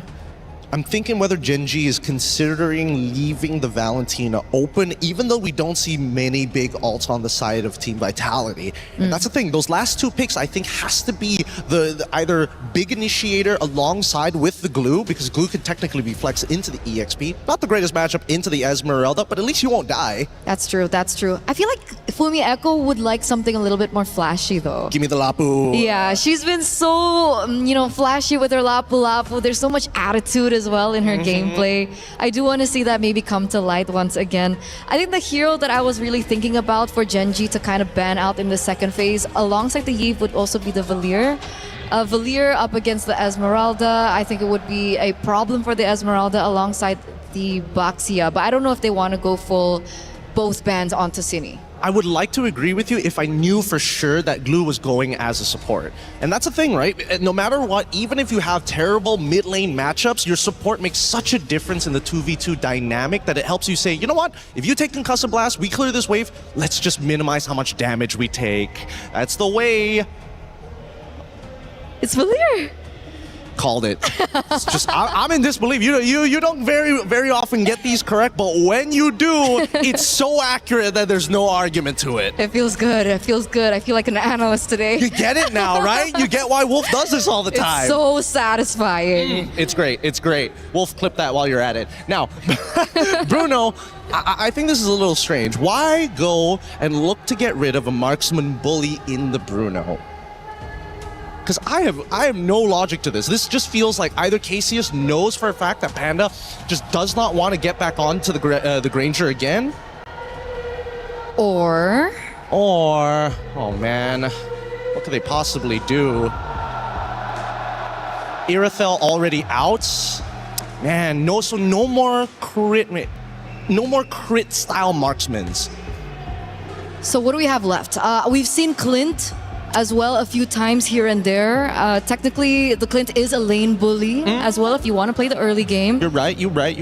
Unless GG, do they really want to go back onto the Granger? I don't think Granger is going to be used, especially since you already see Glue who can just absorb. Oh, never mind. Take it back. Never mind. They're going straight for Comfort here. Now, hey, I have nothing wrong with Comfort, because if they win that game, nobody's going to question them about the logic. But this means that they really need a very, very reliable roamer. Yeah. Okay, she needs to be able to clear fast, rotate fast as well, in order to help facilitate the snowball potential for the Granger. Or not, game one will happen all over again. Yeah, or maybe Panda just somehow dumps their shell in the lane, which seems a little difficult because it was like Carry v Granger at that point of time. So technically it would be Granger favored in those matchups unless you messed up at like level 1 or level 2. Either way, I think that Vitality at this point,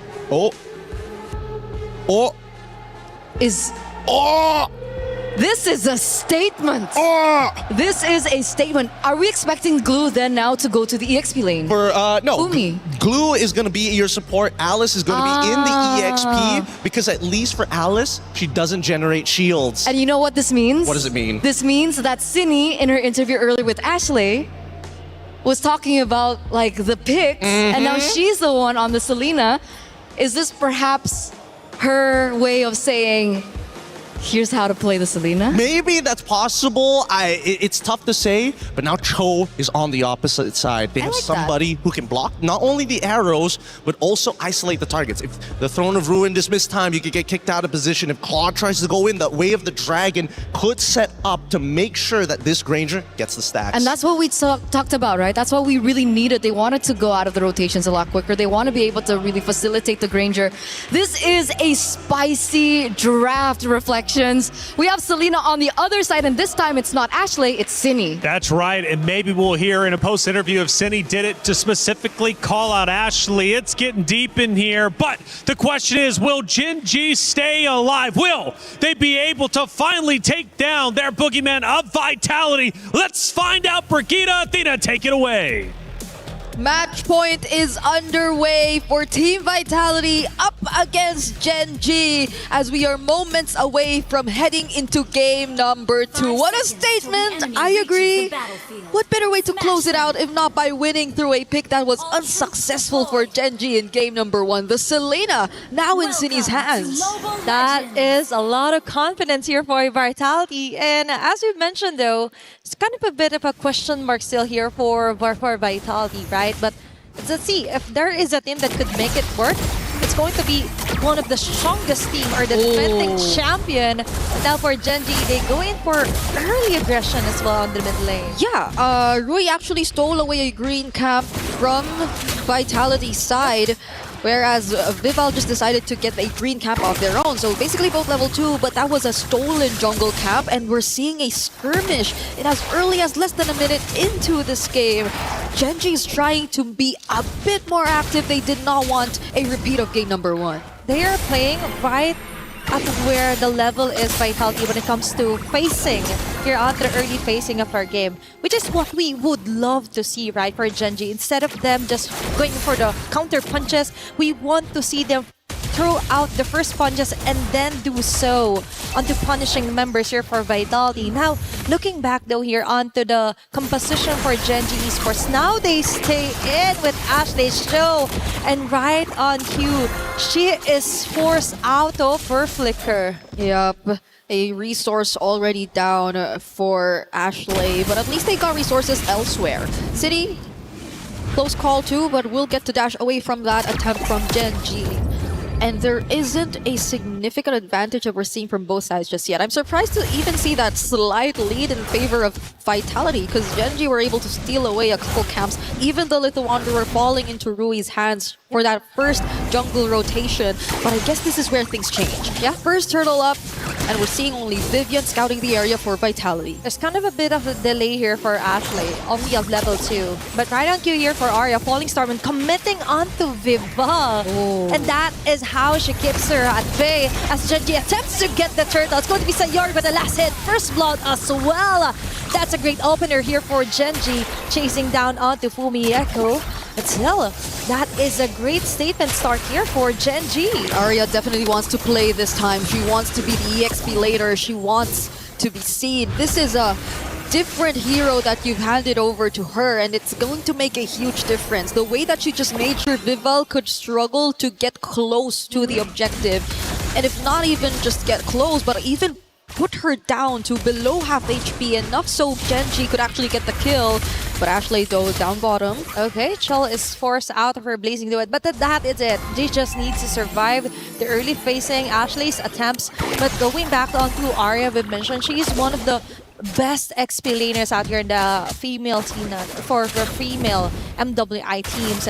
And so far, with her Esmeralda play yesterday, I think this also translates into how well she is when you give in a hero that could set up, could sustain, and as well give most of that punches in for Vitality. Yeah, she's just not letting go of Vival. Vival's struggling to be the very high mobility surprise type of Hirara in this scenario where Arya's just always trying to stay around her. That was close for that looked like an attempt for Genji, but they didn't really push through. Probably also got to see Vivian around the area. And now let's see how Vitality are dealing with this rotation. This is how they deal with it. They just steal off orange buffs against Genji, and that's how they slowly build up their momentum. Sayori with a clutch black shoes. Vivian onto the back lanes. That was a really close call. High-risk plays here for Genji so far. Yeah, but we're yet to also see how they're really able to convert the threat of the Selena yet again. Mostly, majority of the action is coming in from Arya. It's from Genji. Vitality seem to be waiting for that opportunity to get at least a grab or maybe even land an arrow. So now the plan for Vitality is to send in Fumi Echo, but that's not looking good. But no, that is a great throw of Ruin. Pandamon caught in the crossfire. Rui Force with a Turtles Passant. It's all over for her as Fumi Echo and Vivian doubles down. It's a double kill for Fumi Echo. The turtle is left untouched. Now there's an action here coming from Vitality. A 2-0 for an Alice early on. Arya still trying to be an annoying Esmeralda in her face, but this is Vival most probably still getting to secure the objective. No! She didn't have her retribution at the time. Okay, it paid off for Arya. Yes, it was very worth it. Now they do have the retribution, but the turtle is up. Genji and Vitality could both make their way to this objective if they wanted to, but things seem to be different for Vival. They might not risk it, not unless they find an opening. But it's so far just really Arya and Fumi Echo zoning them all out. They're really considering onto giving up the turtle altogether. They just want to interrupt the whole process here for Genji. If we could get the turtle, so can you. Right? And for Genji, they're attempting to somehow zone out the members of Vitality here. But Fumi Echo and Vivian is just not having any of it. Now it's Ashley targeting on Vival. She's just zoning them out, sitting onto the side. Arrow and traps are there, but the damage just isn't enough to get a kill. Fumi Echo with a Crimson Gleam going in. Vival clutches to get the turtle alongside Vivian here. Sayori forces out onto her black shoes. Fumi Echo buying enough time to just delay things up here for Genji. That was quite the messy of initiation here for Genji. Yeah, Fumi Echo. That was Fumi Echo just making sure that it was a better scenario for Vitality to just commit to the objective. The way that they again forced Rui out, put her down to very low HP, and all just by being an Alice that's standing in the way. This is a 2-0 Alice that you're talking about, just picking up the Radiant Armor too, so that adds to an additional layer of sustainability that you will have trouble dealing with if you're Genji. At this point, I feel like they might not have enough resources to deal with it head on, as we could take a look at the items eventually. But Vitality, there you go. At least they have a glowing wand in Sayori. That's it. That is the kit that she needs to actually punish onto Vitality. Body kick here for Ashley, but Vivian and Fumi Echo tries to get away. Damage just isn't giving it here for Genji. And you just mentioned the Vitality. All they needed to do is force out Genji out of mispositions here. And there are numerous health resources here exhausted, such as the Flicker for Ashley, and for Vitality. Things just keep getting better. She'll get the most out of her zone onto the bottom side. That's a hefty amount of gold advantage that Vitality was able to get in 7 minutes into the game. Yep, and I feel like Genji could have also went for more aggressive setups if only there weren't as much information. I know we haven't seen much of the arrows just landing yet from City, but I think the placements are also something that matter in this game. The way that they're always just able to scout, the movements from Genji, similar to what we saw just now, is being very pivotal in how this game is playing out. Oh, the arrow now lands onto Rui. Okay, that's a very crucial take here for Cine. Ashley commits onto the wave of the dragon. Cine immediately taken out here by Arya. Shell finds a great opening with a blazing duet, but Sayor with a single black shoes will be able to survive that. Panda 1 being cornered, of all people, taken down. The goal laner for Genji is down. Now they don't have enough damage to actually tore down the defenses here for Vitality. The Lord is left alone. It's still Vitality coming up on top, finding the right targets and angles against Genji. Yeah, and I think that's one of the biggest concerns we had for the draft as well. Genji, they do have setup, they do have pick-off potential, but can they actually provide the right amount of damage? Arya, oh, the knockups! She might not make it. Fumi Echo hot on her tails. Ashley, in an instant, taken down. This is just too much to handle. They're coming in one by one here from Genji. Yep, now it's Vitality. Oh, with the control over this objective. Rui has some information, can potentially catch up to. This is a backdoor that we're talking about after all, but will they let them through? Vivian blocking the way as much as they can, as well as Fumi Echo. Oh, it's still Vival getting on to the Lord. Arya finds her way in, but won't find her way out.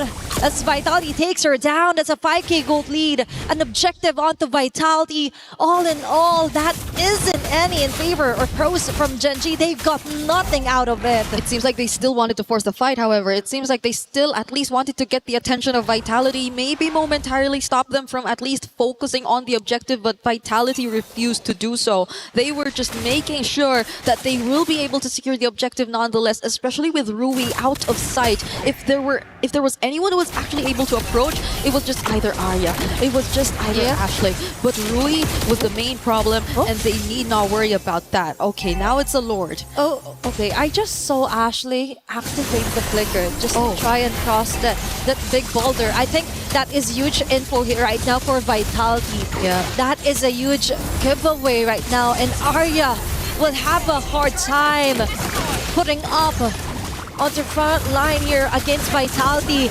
Yet again, they're down to the last bits of their base turret.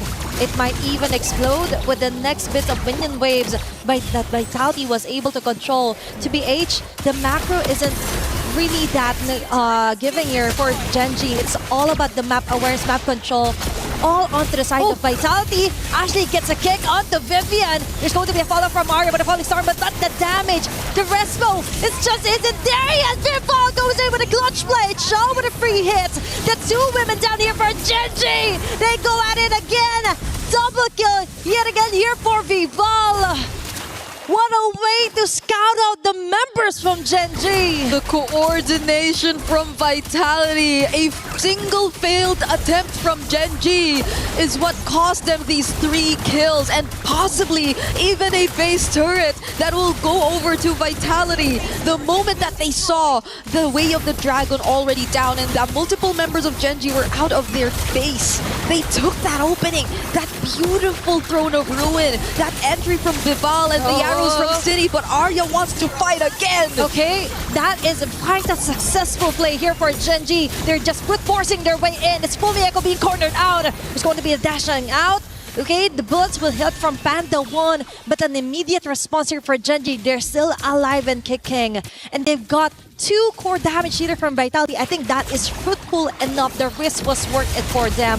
But still, for Vitality, they're trying to survive. Ashley from the back with a great wave of dragon onto Cine. But still, they weren't able to burst her down. Survival at its finest here for Vitality. The question remains, do they have enough to burst down whoever Ashley eventually finds? Because they burned the flicker for that kick. You would assume they could, because that was Cine who they were actually able to find. But even with the bullets landing, even with Panda actually providing the follow-up, it didn't seem like they had enough. What more if things get a bit messier in the team fights. And we're just talking about a 5k gold lead currently in the hands of Team Vitality.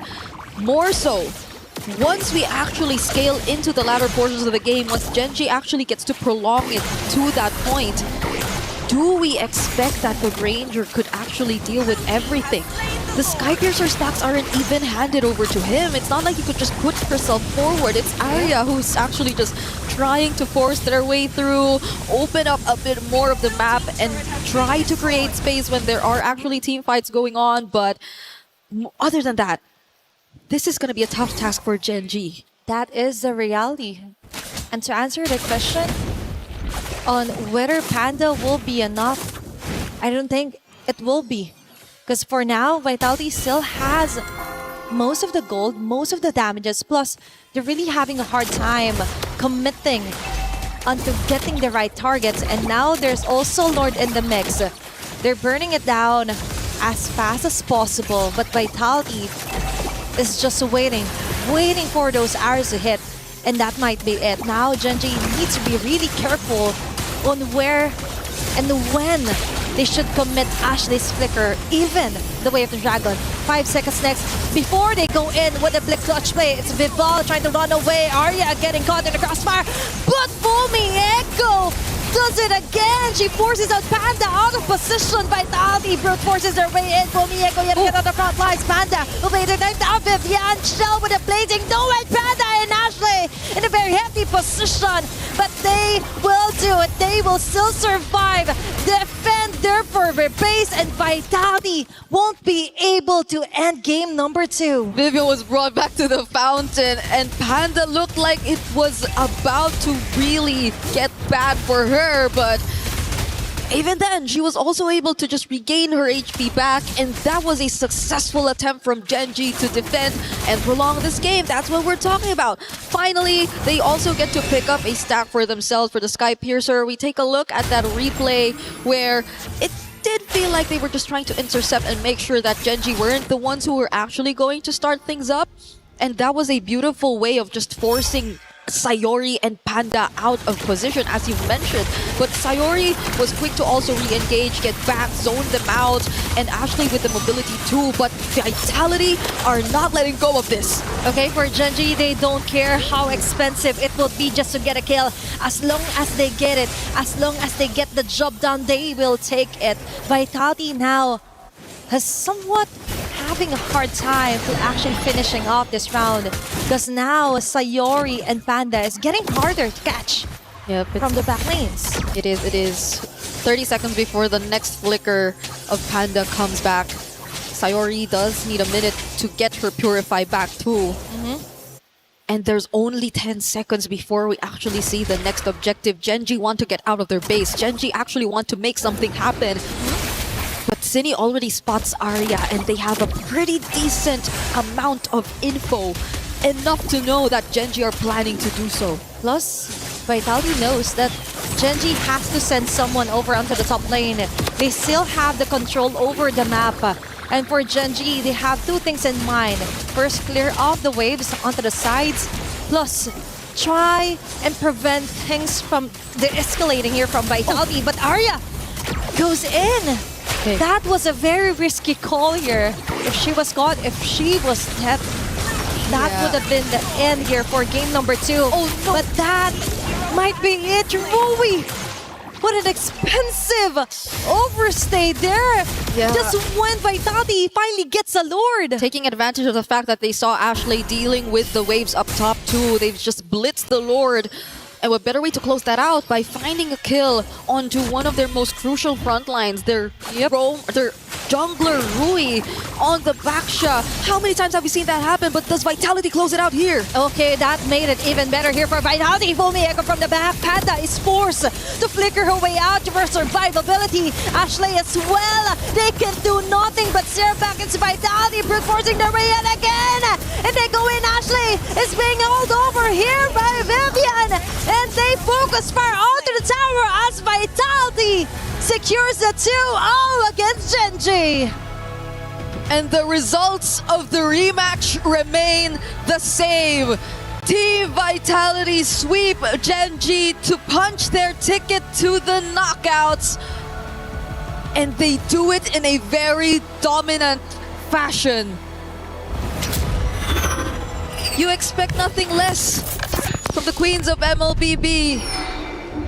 But the way they had to do it with a Selena, I feel like I'm still going to be thinking about that until I get to bed. Imagine finishing off last year's grand finalist opponent with a hero that didn't work onto their favor from game number 1. And Vitality still is very dominant. They're just showing that yesterday, yeah, there were a little bit of cracks here and there, but today, they've all cemented each and every weakness that they found and found strength onto that. We have the winner's interview coming our way, so let's throw it over the stage to hear what they have to say.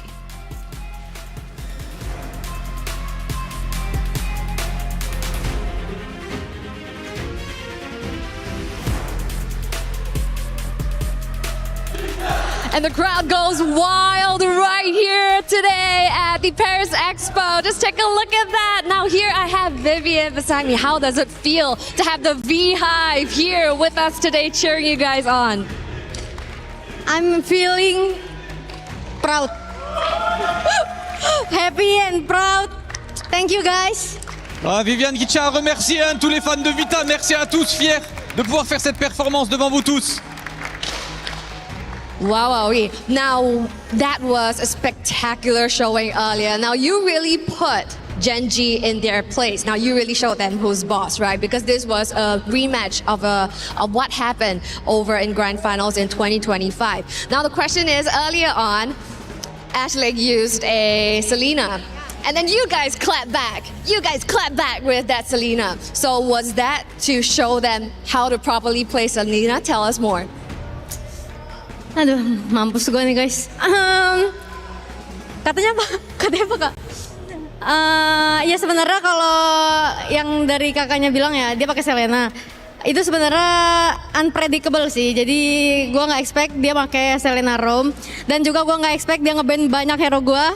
Dan tadi mereka udah tampilin sesuatu yang berbeda lah. Keren mereka di GG dan tapi kita tetap menang. Makasih. I would need our friends who are very well versed in Bahasa to help me out with that. But of course, you know, who do you think you would meet next? Actually, earlier, Vivian, I saw that you had a post on Instagram and then you want to meet in MWI and you actually wrote Kyoe. Why? Why Kyoe? Like, are you a fan of her or she's someone that you're looking to defeat? Because she very beautiful, right? Oh, so you're a fangirl. Yeah, beautiful. And jungler, wow. Wow. So it's out of respect, and that's why Kyoe is the one that you want to see in France, here for MWI. Because she's pretty, cantik. Is it? Yeah. Wow. So yes, congratulations right here. You guys stamped that pass straight onto the knockout stage. The Vasquez, you know, let our friends know right there on the sidelines that they have secured their ticket to the knockout stage. Of course, straight to the knockout stage. Vita qui sera de retour demain pour la phase 2, pour la phase knockout. Ça sera important, ça passe en BO5 demain. Et demain, c'est du single. Et on compte sur vous pour faire un max de bruit pour la team Vita, s'il vous plaît. Est-ce que je peux avoir un max? C'est ça qu'on veut. Merci à tous, vous êtes les meilleurs. Back to the studio for our next match. Is in our DNA. Whenever we let it out, it becomes our superpower. Now imagine an entire city being built to supercharge it. Kadir City, powered by play.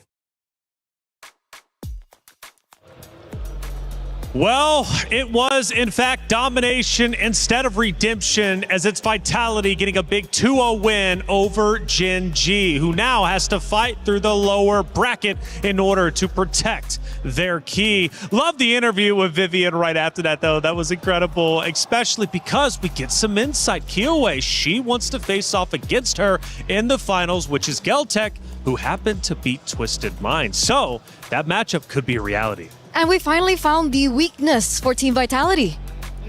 I mean, English interviews. Yeah. Stop. I'm not touching that. You got it all for yourself. Look. I mean, I'm happy to understand a bit of what she was able to, able to pump out there. But at the end of it all, I still think, these girls, they're great on these interviews in their own languages or even in English. But one thing that I am worried about is I feel like they couldn't say everything they wanted to say. Probably not. That's what the team listen-ins are for.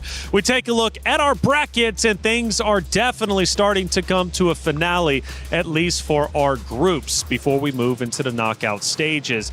We started, obviously, with the opening matches just yesterday, which gave us some upsets and also some surprises. But the big thing to look for is we have Team Ray Young. We also have Geltec Cyber Team, who has moved forward, officially punching their tickets to number 5 through 8, guaranteed over in the knockout stages. For our Group B tournament bracket, however, we also have 2 other teams who have pushed forward. I believe we're going to be waiting on one, and that's going to be Galaxy Phoenix versus Team Falcons Minute coming up next. But Vitality from Group B, the first team to officially punch their ticket into the knockout stages. But Ashley, she was a big talking point throughout that first matchup, and luckily we've got Rose sitting down with her to hear how that first series went. All right, guys, right now we are with Ashley from Gen G after an upset up against Team Vitality. Now, I know in the pre-match just now, Gen G looked rather confident, which is why I want to ask Ashley, what actually happened? Because even yesterday with my post-match interview with Panda, she looked confident going up against Team Vitality. So what was the key factor of today's loss? I think it's still okay for us to be confident. Even now, I don't think things are looking impossible, and I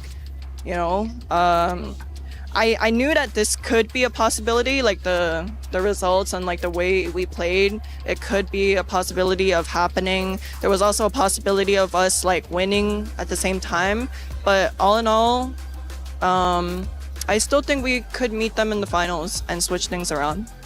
Yeah, I agree. Nothing is definitely impossible. And hey, you guys might even rematch again in the finals. But let's talk about the present right now. Tonight, how does Gen G plan to recoup after this loss, especially since you guys are heading to an elimination match tomorrow?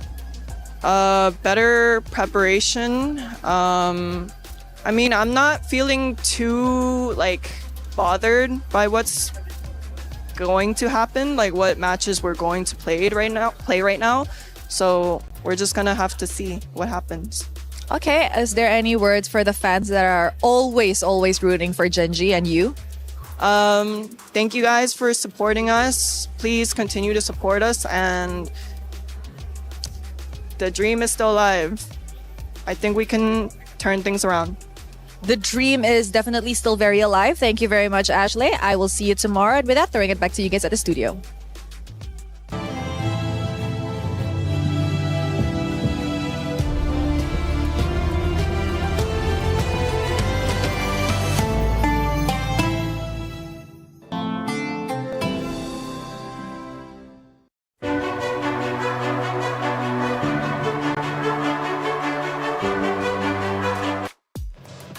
Thank you, Rose, as always, for that interview. Ashley saying the dream is still alive. She's got full faith not only for herself, but also her roster of Gen G to make it into grand finals. This was only a roadblock, but I would say pretty big one. They take a 2-0 loss, and both times over a 10K gold difference. At least in this way, it was a little bit closer than that. But regardless, for Vitality, they just played around Gen G and did it well. They really did. And I don't know about your reflections, but after looking at that interview, it's clear that Ashley put on her big girl pants after a game like this of 17 minutes of grueling combat. Just look at the damage taken by Fumieko. Nobody comes remotely close except for Arya, and even then, Fumieko has half her damage.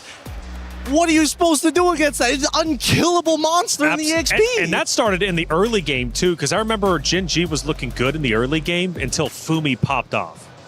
She really was able to find her moments, and it really just reflects how much she's grown as a player in the EXP lane.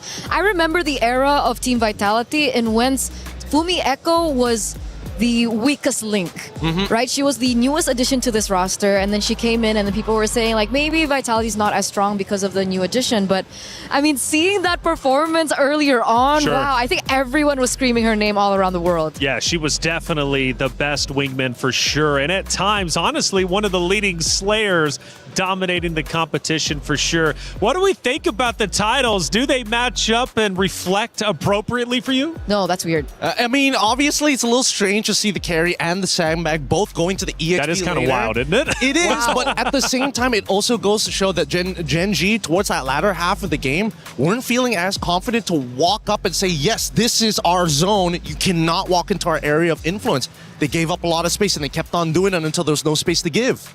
And it also typically shows how the Grange just really didn't work out again. Like they tried it back to back. They did it in the early game.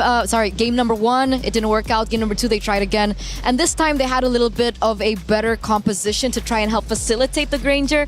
But at the end, it really didn't work out. The damage wasn't really there. And that's why maybe we see Arya on the top of the charts of the damage dealt. Well, we have 3 great moments to look at. Let's look at our first wonderful moment that took place. And I'm sure it's going to be Vitality setting themselves up nicely, or even Fumi popping off. What are we looking at? Yeah, here is the first initial setup, right? Because they get the initial kick onto the correct target, but look at Fumiko, right?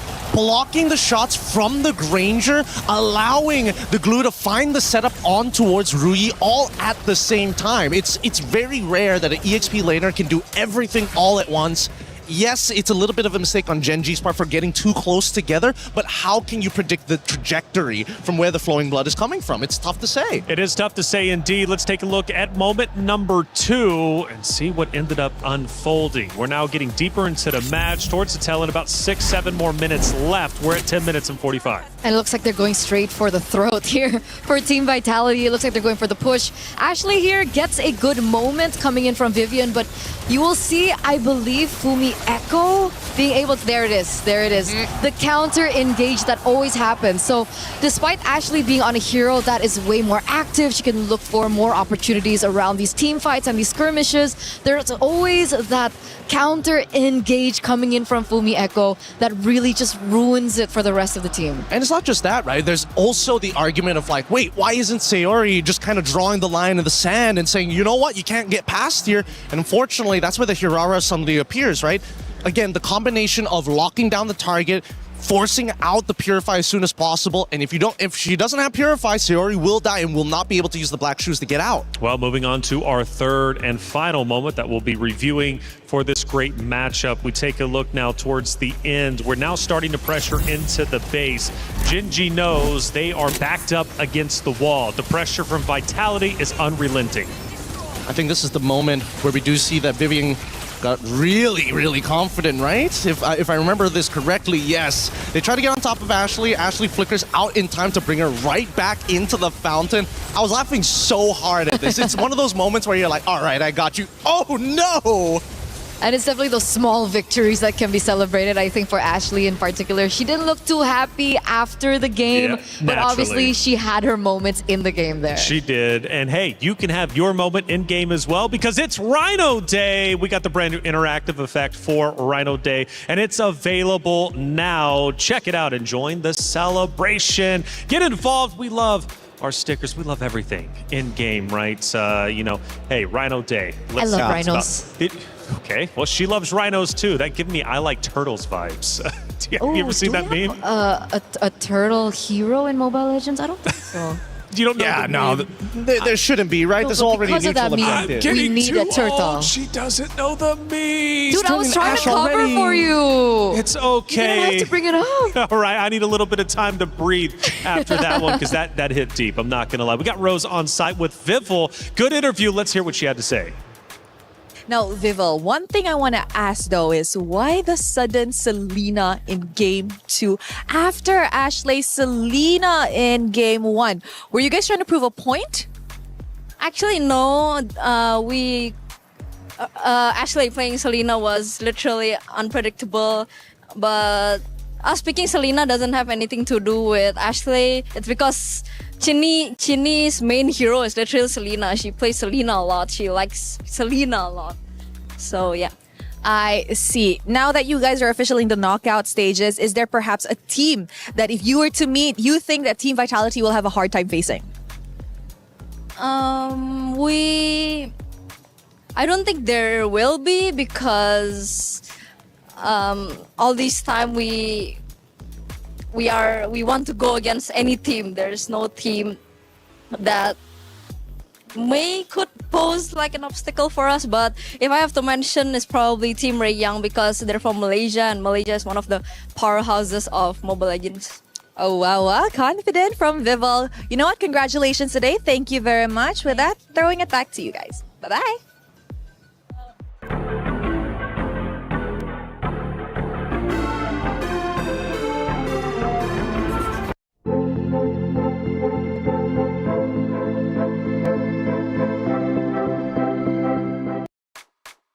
Good interview with Vival as always, Rose. Thank you so much for getting the coverage with the players as soon as they're off that stage, and before going up, of course, to hear what their mindset is like as they head in to yet another series. Final thoughts, right? We got the chat involved. Make sure you're tweeting out or however you would like to talk, of course, on especially where you are watching the stream. Famiko, MVP for sure. Honestly, after that performance, I would say so. Real.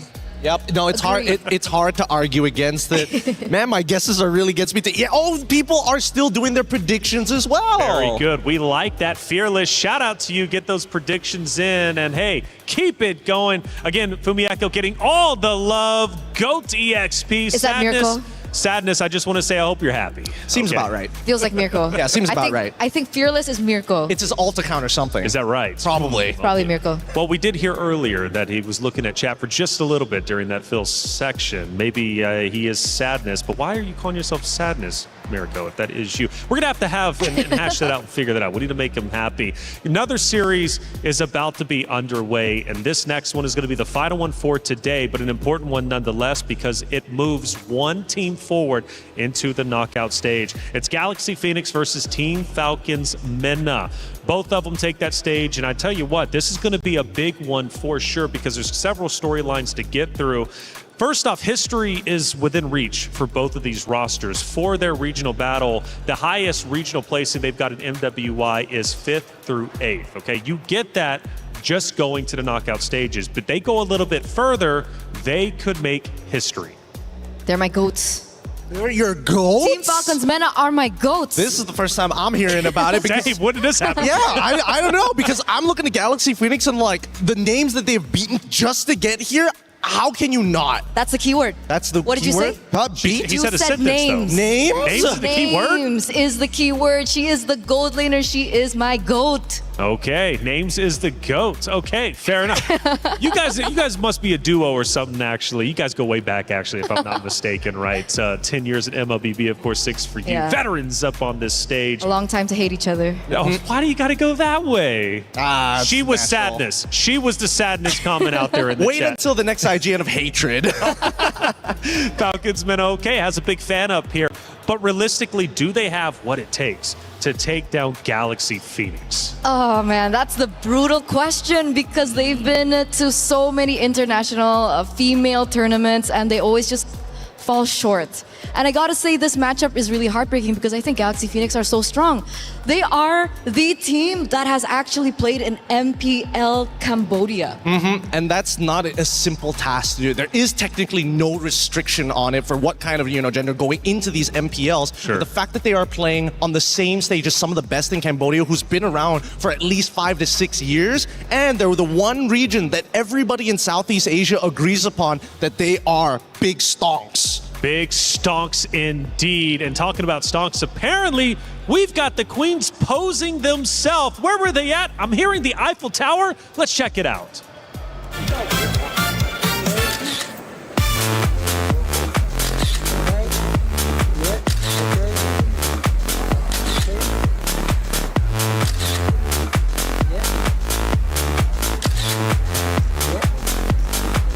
I want to go back to the time.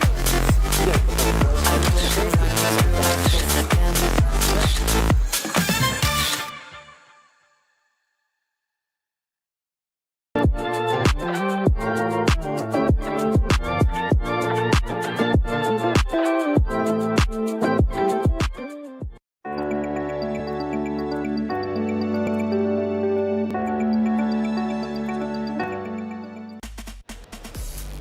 was cool. I couldn't have done it any better than Kiyoe in that moment. Well done. Hopefully we get more of those videos. Super unique. Hey, it's about time to send it to the stage, though. I'm ready to get this matchup started. It's Galaxy Phoenix versus Team Falcons MENA. Cheryl Damascus, take it away. Thank you, Taylor. It's time to kick off our fourth and last match of the day here on the Stream A. On one side is Galaxy Phoenix, fresh off a great performance, sending Navi into the lower bracket, taking on Falcons MENA for a spot on tomorrow's knockout stages. What are we saying about this match, Cheryl? Yes, that was absolutely amazing. And as we speak, these two teams that are about to take center stage right here on Stream A are teams that has flown under the radar. Now, Galaxy Phoenix is someone that you don't want to underestimate. Why? Because they have played in the open circuit. Now, they have been competing in MPL Cambodia. And of course, we have over on the other side, Team Falcons MENA, where they see their open circuit counterparts winning wildcard. Are they able to rise above right here in this match and secure their knockout ticket? Let's find out from you guys at the studio. Let's go. Thank you, Cheryl and Damascus. As always, the stage is set. Galaxy Phoenix versus Team Falcons MENA. We've got at least one big supporter on the desk. Eterna, you're hoping they can get the job done. We'll find out, of course. But again, I mentioned that history within reach. Both regions, going for their highest placings in MWI. Now, that won't happen just by making it to knockout stages, but it at least gives them the setup, the chance to make history for their respective region. Now, we talk about Team Falcons MENA. Let's talk about them a little bit more. Nucci from Falcons, from sub to starter this time around. This year, she's looking to make a big impact. And I love that about her, right? Like the first time I met her, I think was back in the African qualifiers. I actually went to Africa to see her, and she was so nervous when she was able to make it to the international stage alongside names. There are other few members that are no longer there, which is what makes this lineup so special, because technically this is a new roster. They've rebuilt it completely around names, and names is such a household name at this point now if we're thinking MENA, if we're thinking Africa, because she's been the prominent gold laner for so long in that region. And she clearly is getting a lot of love here on the desk, but I'm sure from the supporters in the chat as well. Make sure you're getting loud for Team Falcons MENA.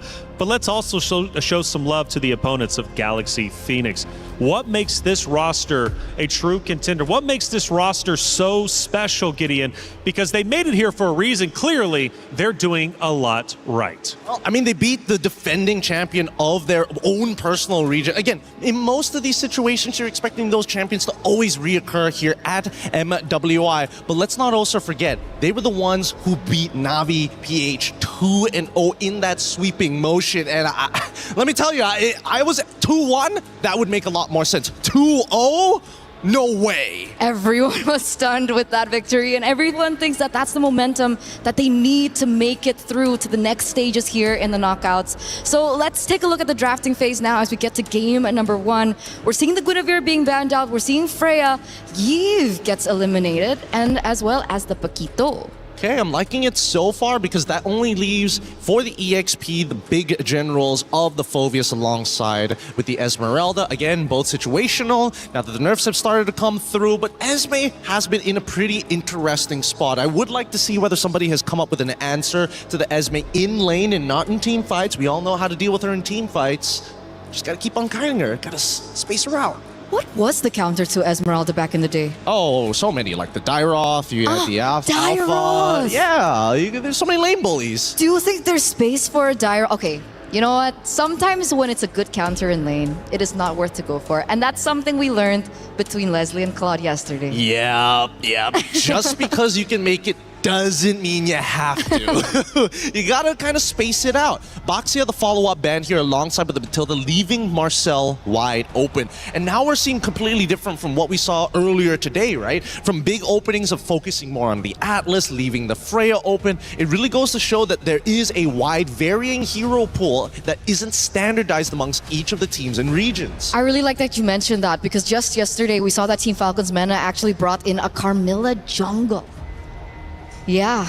Okay. Yeah, we've seen a lot of bans yesterday against the Carmilla, and I was like, why did they go for Carmilla bans? And then I hop over to Stream B and I see a Carmilla in the jungle, and I was like, is this what they're screaming with right now? Who's giving them these ideas and who's letting them think that this is right? But yet, they still are able to find these games. Hilda, an early call is an easy answer to Marcel. Marcel wants to go in and out. Hilda says, I'm gonna stick to you like glue and I'm gonna hurt you while you do it. Also a very strong showing with the Claude early pick as well. We do usually see the carry being picked up after, but we do see that Falcons MENA want to secure a strong lane of their own, right? They have the Esmeralda, very quick in.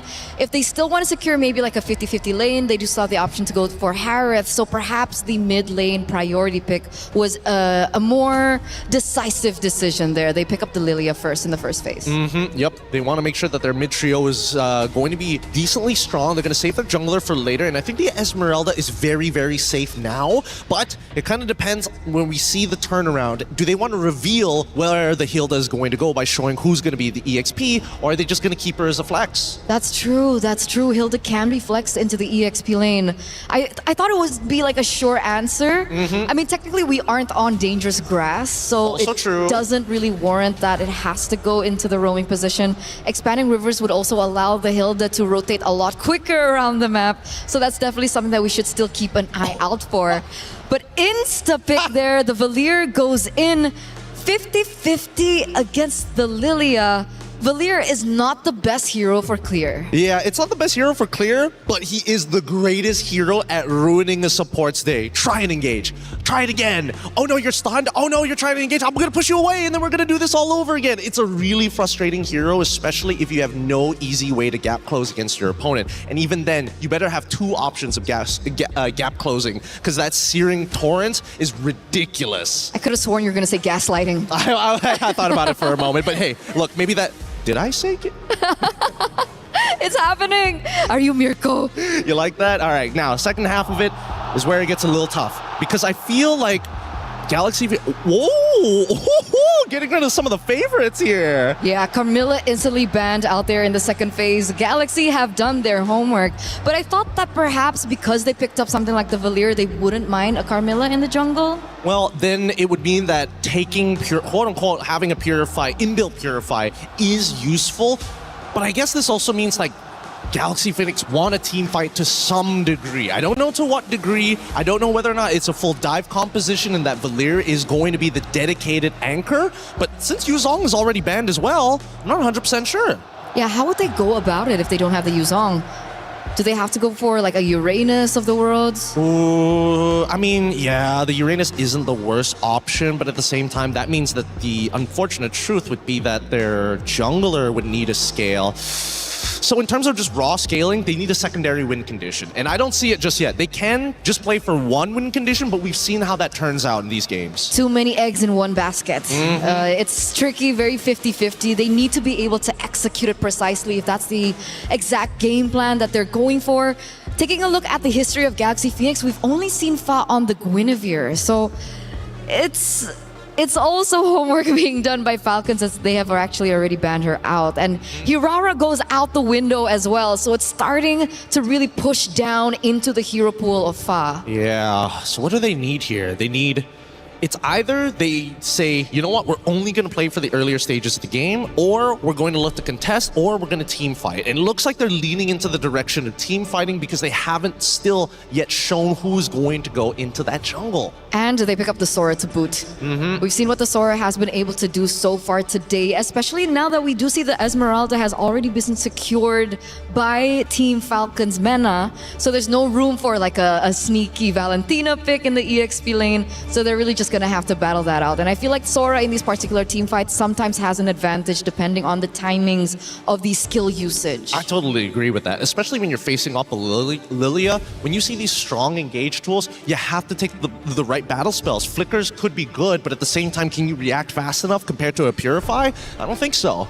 That's a big problem. So now we're waiting on the last two picks here for Team Falcons MENA. They need a jungle as well. They go for the Clint. This is a signature pick for names, by the way. And the Fanny! Oh, this is dirty. This is really, really dirty. Number one, there's not much of an answer to the Fanny at this point of time. The Cloud Shift is good at catching her, but if you can time it perfectly. The Searing Torrents is something that Fanny can force out of Sophia very early on, and there's no real running away. this Hilda has a lot of work to do in front of her. Show jungle. Show jungle? Show jungle. I think it might just have to be a tank jungle, unfortunately. But then that means all the damage would be on one guy, so they go for Ling to scale. They're fighting fire with fire. This is such an exciting matchup, a matchup that we haven't seen in so long. What is it? How long has it been? Like Years. It's been years, Gideon. It's been 3 years exactly. Wow. Well, not only was our hero pick historic, bringing old memories back, but both teams again are going for history themselves, trying to reach the knockout stage, trying to better their region than 5th through 8th. Can they do it? This is just one of those very steps. It's Galaxy Phoenix versus Team Falcons Mena. Mirko, Athena, take it away. A big thank you to the panel, but also to both the teams. Galaxy Phoenix, Falcons Mena, thank you for bringing us out of that tank meta. Yes, the Fanny and the Ling. Yo, I'm excited, Athena. Look at that. Our wishes have finally been answered and on our upper bracket semifinals matchup. Now I'm excited to see what Falcons Mena has to offer with Nana's Fanny. Nana's Fanny or Fuzz Ling. Fuzz Ling, yeah. Vice versa, right? And it's interesting to see it in a world full of jungler when it comes to the utility, but early skirmish here on the mid lane, forcing out the flicker out of Syrinx. Yeah, we've just been seeing this so much, man. Bargain Hunters on a lot of the mid laners. This time, even on the Valir. Sophia's gone over for the... That's interesting. Wait a second. Winnie's gone for the Festival of Blood and Vitality as well. Talk about playing it extra safe against already a lane bully in names and a Fanny in the enemy lineup. It makes a lot of sense. This is some good emblem choices from GXP. Yep, sometimes you just have to get that extra layer of protection just so you could ensure that you would not be bullied here, especially on the gold laners for GXP. Now, talking of Falcons Mena right now, we see some potential great simultaneous connections here, especially with the Marcel being picked up for the roam. Although there were some changes when it comes to the first and second skill as all. But now Nucci and Cyrex be forced on the corner, but still Nana getting a clutch first blood out of Sophia. Something you're going to have to take into account every time you go for any 2v2s or 1v1s across these lanes. The fact that Nana can just walk up. Oh, that is exactly what she's doing. Then Five scores out of her Tempest of Blades, going for the direct answer. Strix immediately falls down. What a show match of our junglers right now. 1-1, but the junglers picking up kills. Nana. Okay, it's Lemma falling down hard, but still ensures safe escape right now for GXP. Now Nana safely transitions onto taking the neutral objective. She decides here for Ling. Nocturne trying to find a way out to protect Nana from impending danger. Fa finds Nana, following closely behind. Sophia getting the last bits of the hit. Nocturne with an answer right back. Cyrex with multiple groups on the way will ensure another double. And Cyrex onto Lemma, following closely behind. This might be another kill on the hands of Falcon Mena. Yes, indeed, they're committing. Even the Falling Star Moon was actually activated, but now, okay, plan B, focus on the neutral objective. Falcons Mena, after a crazy skirmish where they got both Lings, they went for the turtle straight up. Objective conversion on the board. That's turtle number 1. I thought with a Ling and a Fanny in our game, we wouldn't be seeing a lot of neutral objective control. More on the battle for purple buffs. I thought that was the real neutral objective in this game, but so far it's been brawls across the map. Gonna have to say though, even though it's a Fanny versus Ling, it's the others who've stepped up massively. Syrinx, great rotation. Sophia as well to start things off, pushing Nana away from the first turtle attempt from Falcons Mena. But now it goes back to the slow game. I think for Falcons Mena, they gotta look at the other side of the map. Yes, they can play around those neutral objectives, but there's a big winning lane down below. A winning lane so dominant that it forced Winnie to go for Vitality and Festival of Blood. And you can already see how much respect Winnie has placed on names here down below. The whole team rotating down. They're really trying to choke Winnie out of this gold lane.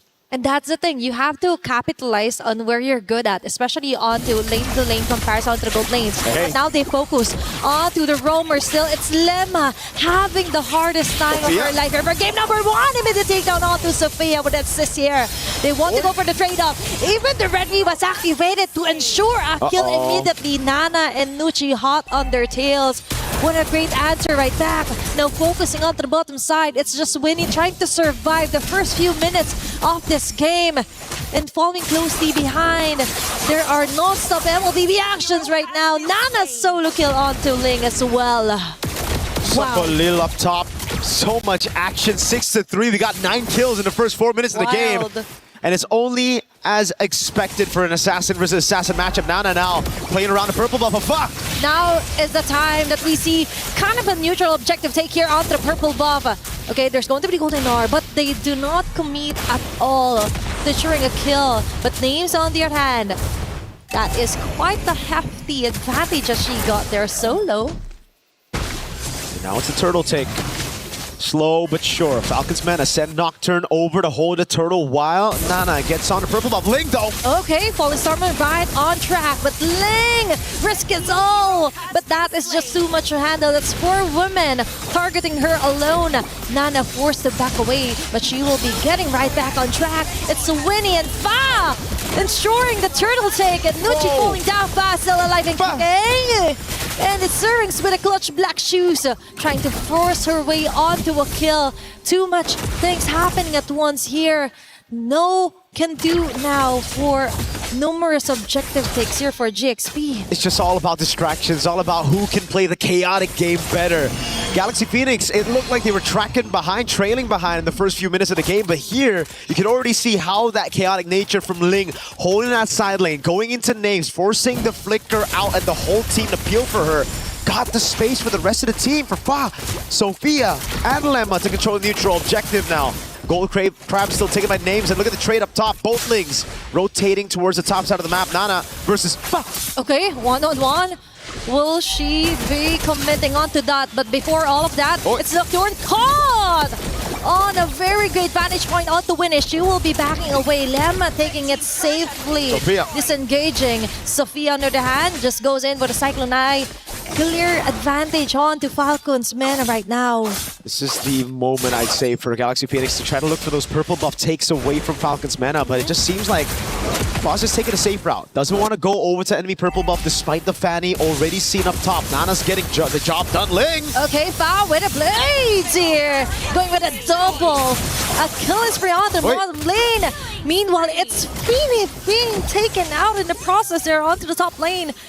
Immediate cross-map trades here for full Falcons and Galaxy. Not so without a purple buff. Nana has gotten a turret and a kill on the Claude with no purple buff. Purple buff still up and available. She's waiting for it to be closer for the turtle to spawn before she actually takes it. So this is a prime time for Falcons Mana to fight now. Nana got purple, Turtle's up in 2, and Foz purple is going to be out just in a bit. Lemma targeted down again. They're trying to bait out the flicker right before the skirmish, and it just seems like for Galaxy Phoenix, they just can't stack up together just yet. The Claude's still up top, playing weak side. Sophia, Lemma, and Ling trying to find an opening for Fa.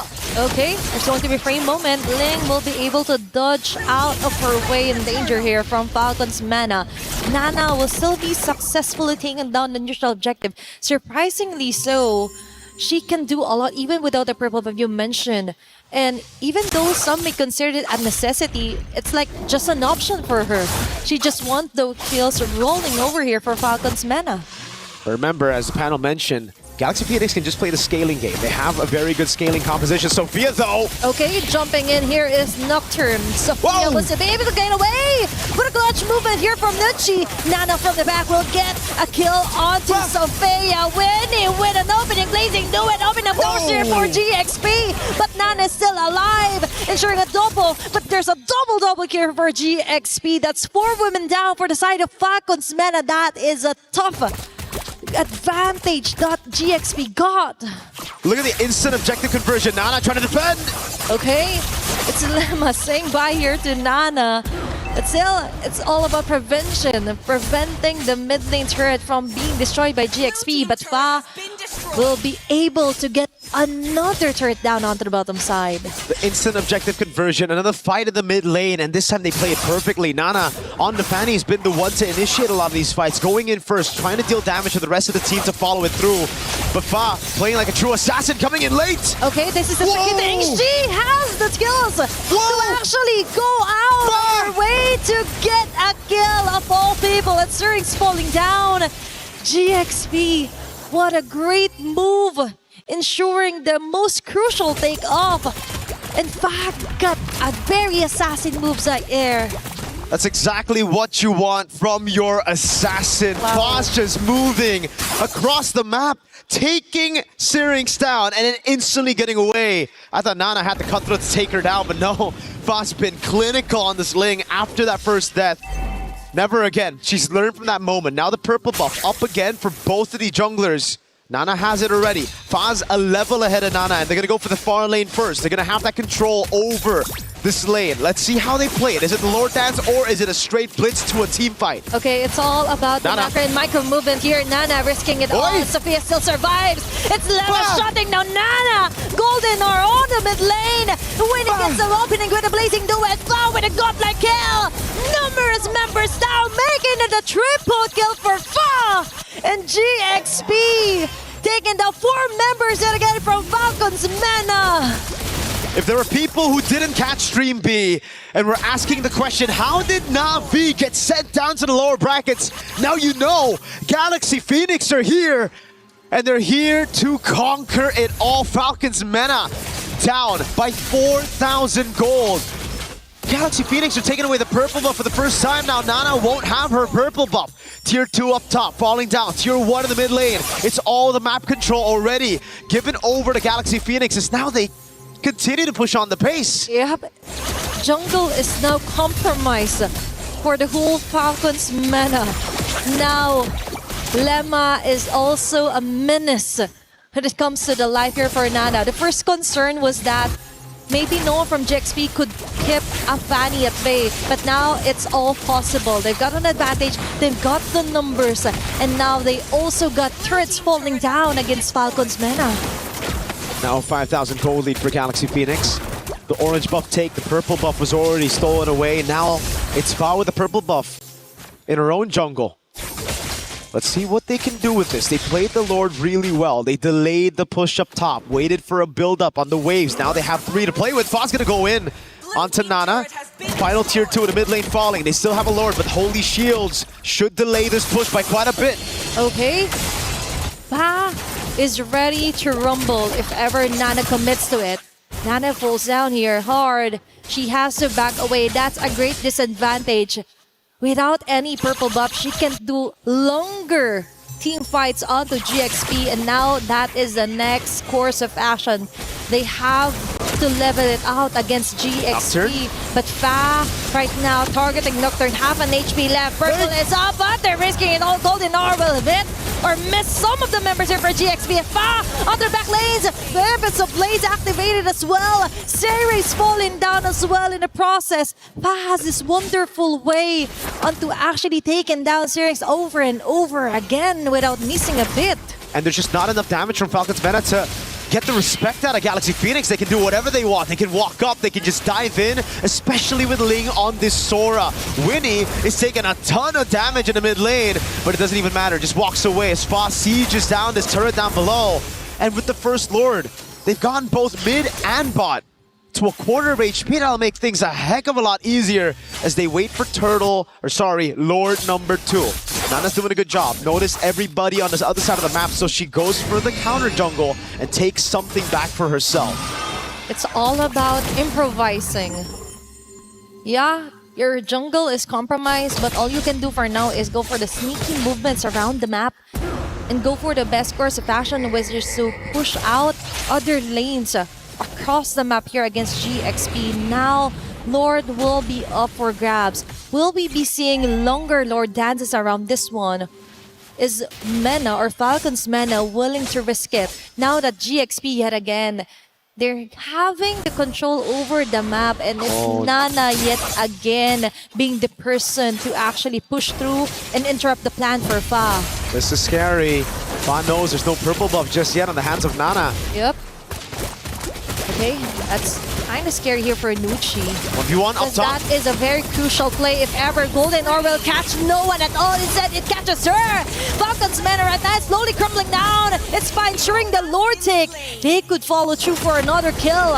And that's 2 members immediately down for Falcons mana.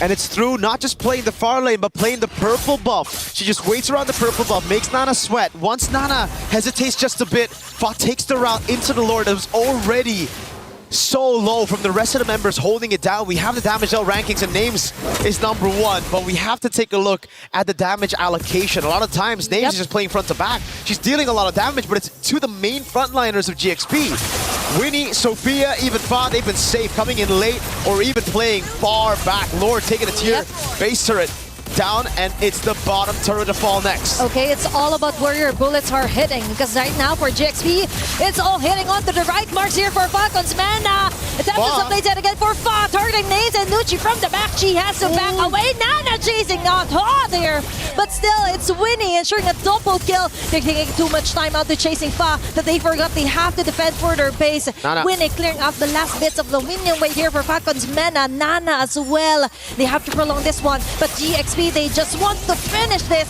get it over with, and it looks like game #1 will be going onto their side. A solid 31 kills in game #1 of our last series of the day here in Stream A, and my goodness, did it live up to our expectations. Ling versus Fanny, at this point, it raised the bar for the competition. If you don't have 31 kills at 11 minutes for an assassin versus assassin, you're doing something wrong. Yeah. This might be one of my favorite matchups so far for MWI. It's exciting, for sure. And it's just day #2. And I think it raised a lot of the doubts that people had on Galaxy Phoenix yesterday, right? We saw it in Stream B, but a lot of people were tuning into Stream A thinking, okay, maybe it was a fluke win against one of the Titans in MWI, but I think with this performance, it's a statement victory to the world that the other teams are certainly catching up, and Cambodian MLBB looks like it's at the top with Galaxy Phoenix.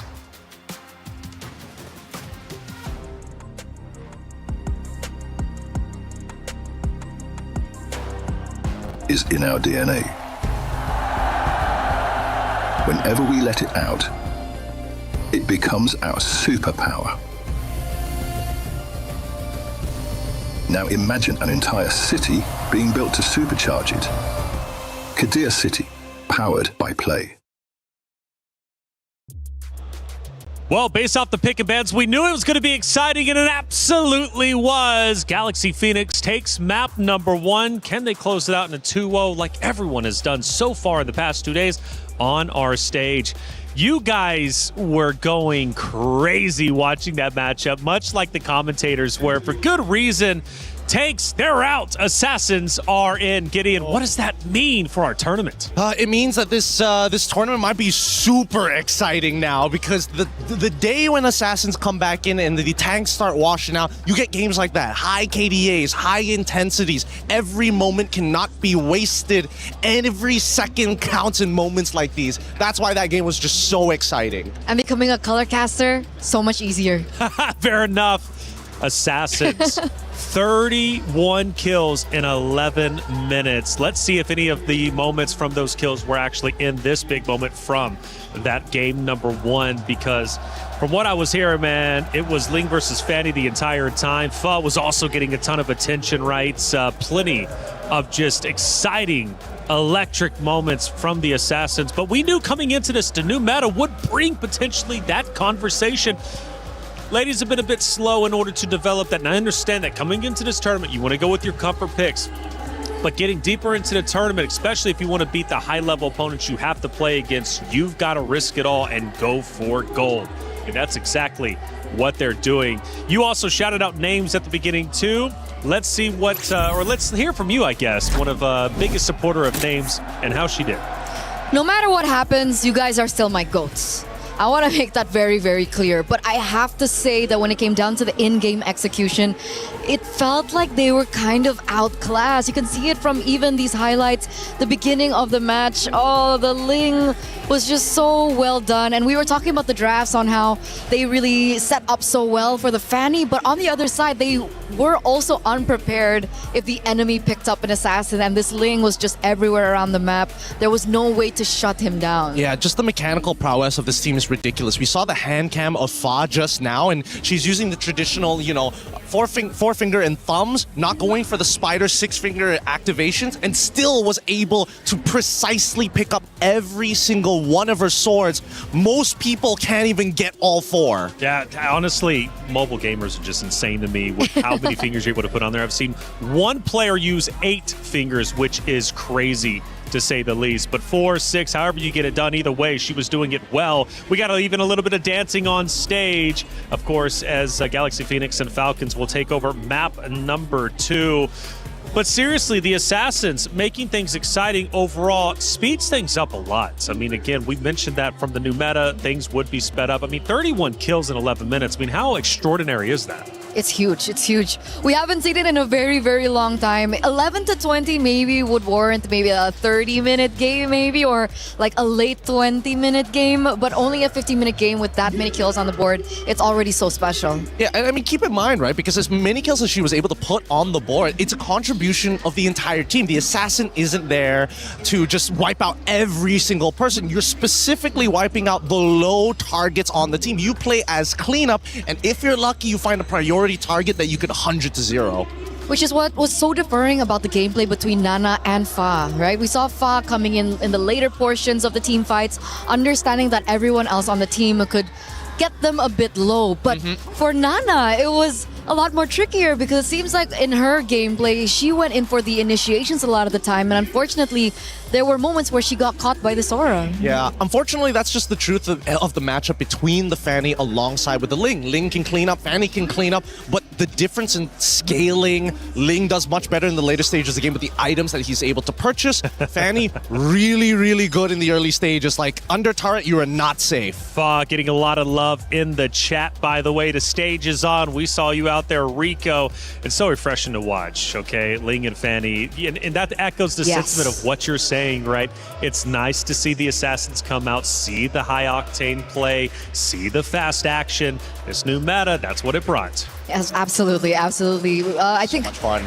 We've talked about it. The casters were also talking heavily about it, and hopefully coming to this next match, we'll see another assassin v assassin. But usually when we do see the first matchup be an assassin v assassin, game number 2, sometimes they resort back to safety. They resort back to the tank jungle. Well, hey, I tell you what, even though the ladies on stage are vicious, they had a little bit of fun with Don't Touch the Hero.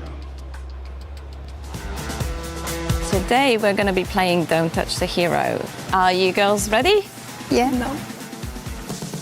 Aurora, Sora, Lilia, Freya, Lilia, Aurora. Oh, hell. Freya, Aurora, Sora, Lilia, Lilia. At this point, I'm just copying your moves. Oh my god. It's fine. Okay.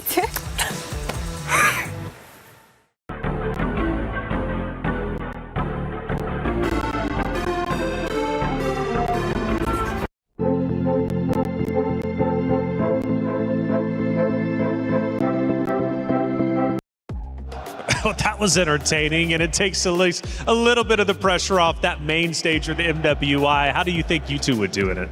Amazing. I do amazing. Okay, pure confidence. Gideon? I think I would have simulated that handshake as well of like, Hey, that's what I did in Wild Cards. We don't talk about it.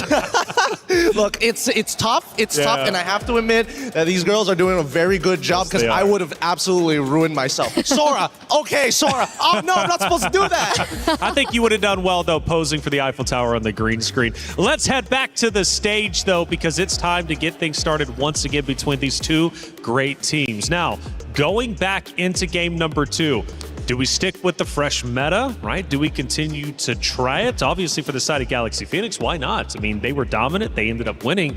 For Team Falcons meta, though, do we go back to the bread and butter? Would that even work against the Assassin comp? Personally, I think yes, it does work very, very well. There was a reason why the meta always revolves around these three things. If tanks are in the jungle, assassins are out, then fighters need to come in to deal with the tanks. Then once the fighters become the main meta, the assassins come back because the fighters can't keep up with the assassins. It's this nasty little trifecta that always happens every single patch. Every patch indeed. And for Falcons meta, how do they deal with Fa? I mean, Fa was on fire the entire time, repping Claude. What's the counter to that? I think that's a really good question because come game number 1, we saw that they actually respected Fa by taking away the Guinevere. And they're going to do the exact same thing actually as we get into the drafts here for game number 2. But would it warrant another Ling ban in the second game? No, I think let the Ling through. I really think that you have to tell your laners, you know what? You got to trust in the mid trio to make sure that Ling doesn't have as much impact. A lot of these assassin or purple buff assassins are dependent of, by the category of the name, the purple buff. When you have strong side on the correct side, if you are on blue, you want your EXP alongside, oh wait, sorry, if you're on blue, you want your gold alongside with your mid to be strong so you can instantly invade and steal away that purple buff. Once they have no purple buff, there's a lot more downtime where you can breathe and actually farm. And it's funny that we were actually talking about this before the broadcast even begun, unknowing that the Fanny would actually pop up here in this last game, this last matchup between these two amazing teams, I would say. Freya gets banned out, Baxia also gets banned out. It is looking like they might be setting up for yet another assassin jungle matchup. Did they ban Baxia out in game 1? I don't think so, right? It's only like towards the latter half. So they only went onto that third pick to ban it out. The fact that they're banning it out now, I feel like Galaxy Phoenix are already thinking about what Falcons are going to do to adapt.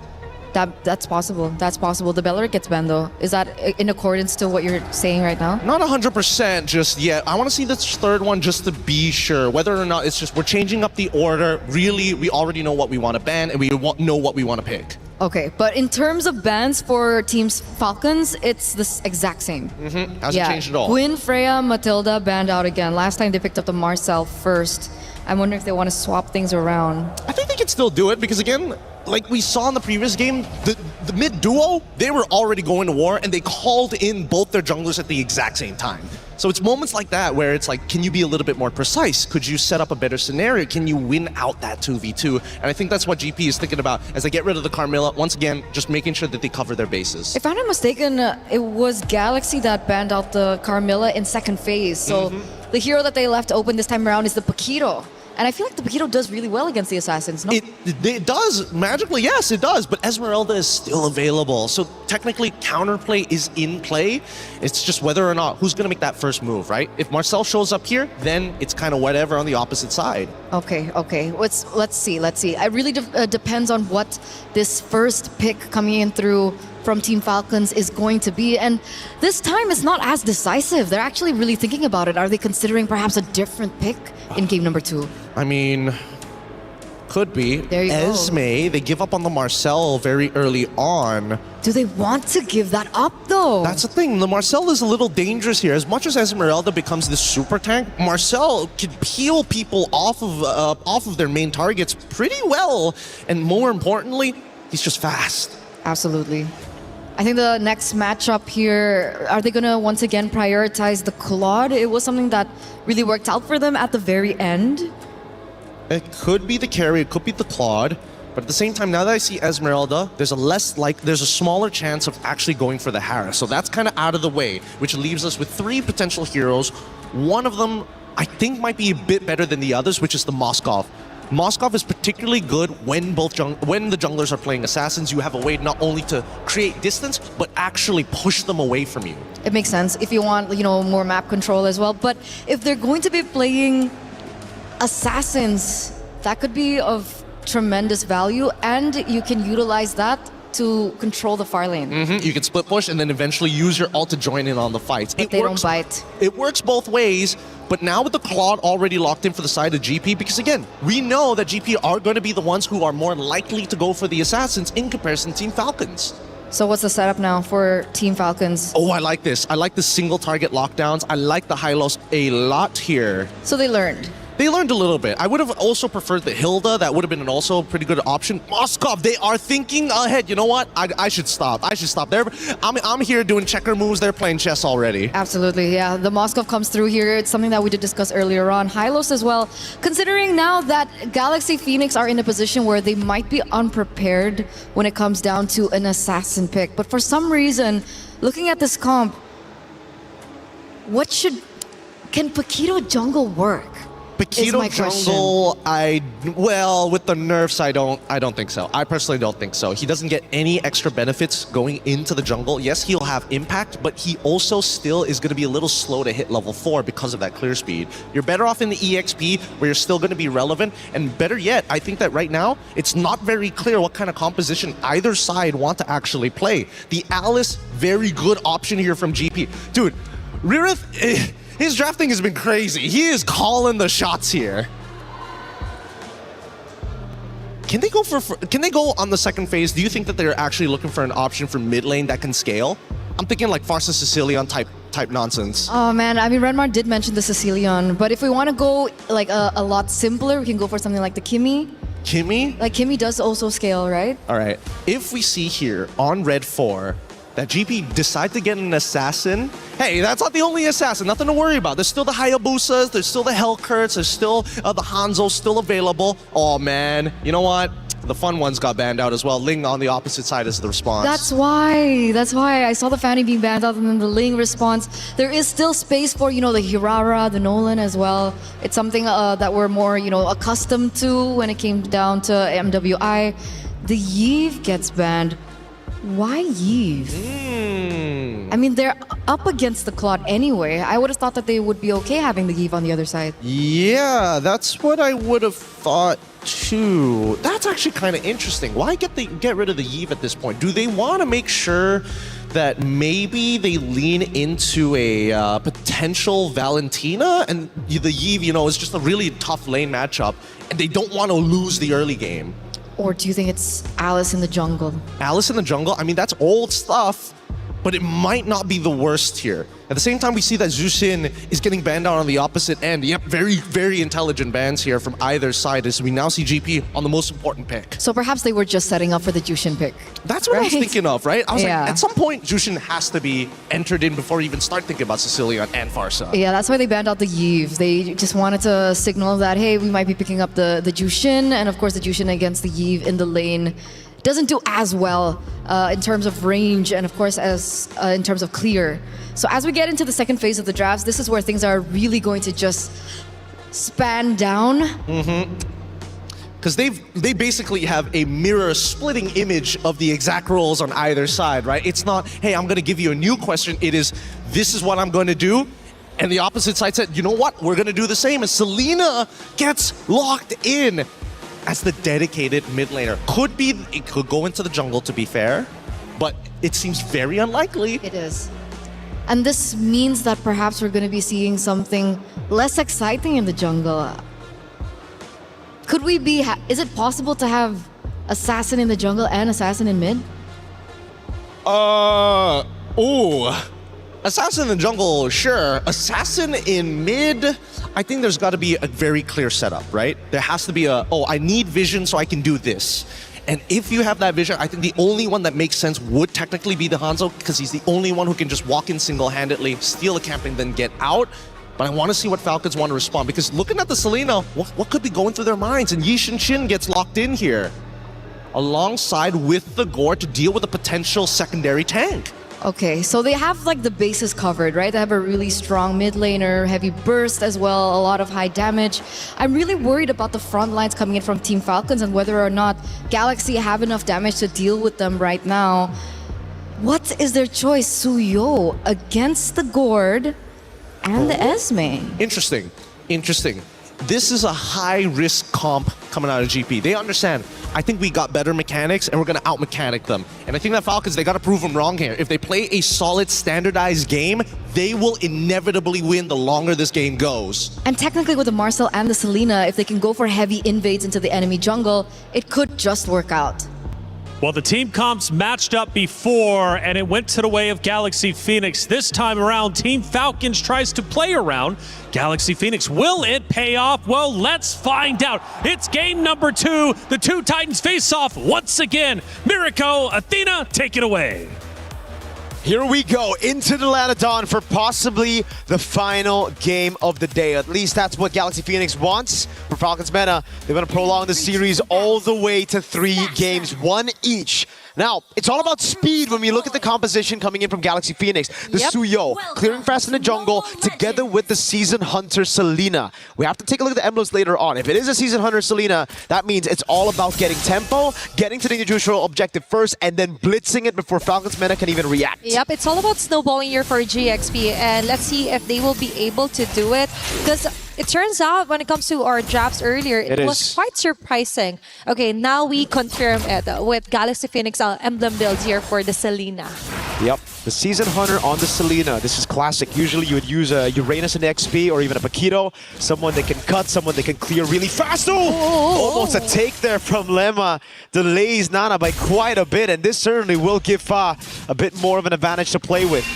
Definitely. So GXP is now playing right to their strengths, making the game faster. It's now all about Nucci being forced out of her Revitalize, but it's okay because now for Falcons Meta, they just have to be really careful into giving those numbers rolling in for Galaxy Phoenix. Yeah. Falcons Meta really want to try to match that speed that Galaxy Phoenix are playing with. Thing is though, they just don't have the composition to do so. They don't. I think at this point they have to just give away some of that pressure. Nocturne's already rotated though. Get out the flicker, Mountain Shocker up. Okay, that's a big resource spent. That is, imagine, just to try and prevent the inevitable here from happening from Lemma. Although the flicker was actually used here, so might as well for Falcons Meta. Small wins do matter, small steps ahead of them before they actually try and contest this neutral objective. Now, talking about the speed of the game for GXP, if they are not able to actually capitalize on their snowballing potential, I think that might be one of the cons of what they wanted to do here for game number 2. So let's see it. Level 4 already. They go for the gank on Nocturne. Nucci. Okay, Nucci trying to hold over onto Fa. Syrinx with a successful first blood and Mystic Gush right on her face. Ling tried to run away. Also, the flicker force out. That is numerous advantages for Falcons Meta. But Sophia and Lemma just goes on ahead of it, eliminating Junker altogether. Ling falling in with Crimson Gleam. They're keeping it watch here. Neutral objective should be covered now. Fa right on cue will be secured that one. And Sophia going wild onto the front line, getting just enough of the damage to take down Nucci in the process. Nocturne fighting onto 3 women here from GXP, and she's taking most of the damages, but still not enough to sustain numerous team fights. GXP actually turned the tides into their favor on that one. All in, golden hour. Lemma gets away. Nana's caught in the bad spot. Okay, she's trying to run away as fast as she could, and that might be the end for now of that very colorful fights. It looks so good for Falcons Meta. Just for a second, you thought Galaxy Phoenix's composition, their main win condition got derailed so early on with Fa taken down up top. But then, a monstrous arrow. Clinical, crazy accuracy by Sophia. Back to back, landing on these crucial targets. And she becomes the assassin. It almost seems like Fa on the Suyo becomes a bit more of a distraction, just to open up for the real carry, who's the assassin in mid, Sophia. Yeah, Sophia, the first one that we saw a very spectacular Selena play today. Although we've seen that play out onto Simi as well earlier for Team Vitality. But so far, for her accuracy rate is all over on the roof here for GXP. Now for Falcons Meta, we've mentioned that they also have to kind of derail GXP, but also not just derail, but also have to choke them out and compromise their own jungling pattern, because it looks like they're the ones copying or ones just reacting to what Sophia and Lemma is trying to do. Now we see Nana slowly making her way, delaying some of those jungle camps to just try and delay things up here for Fa.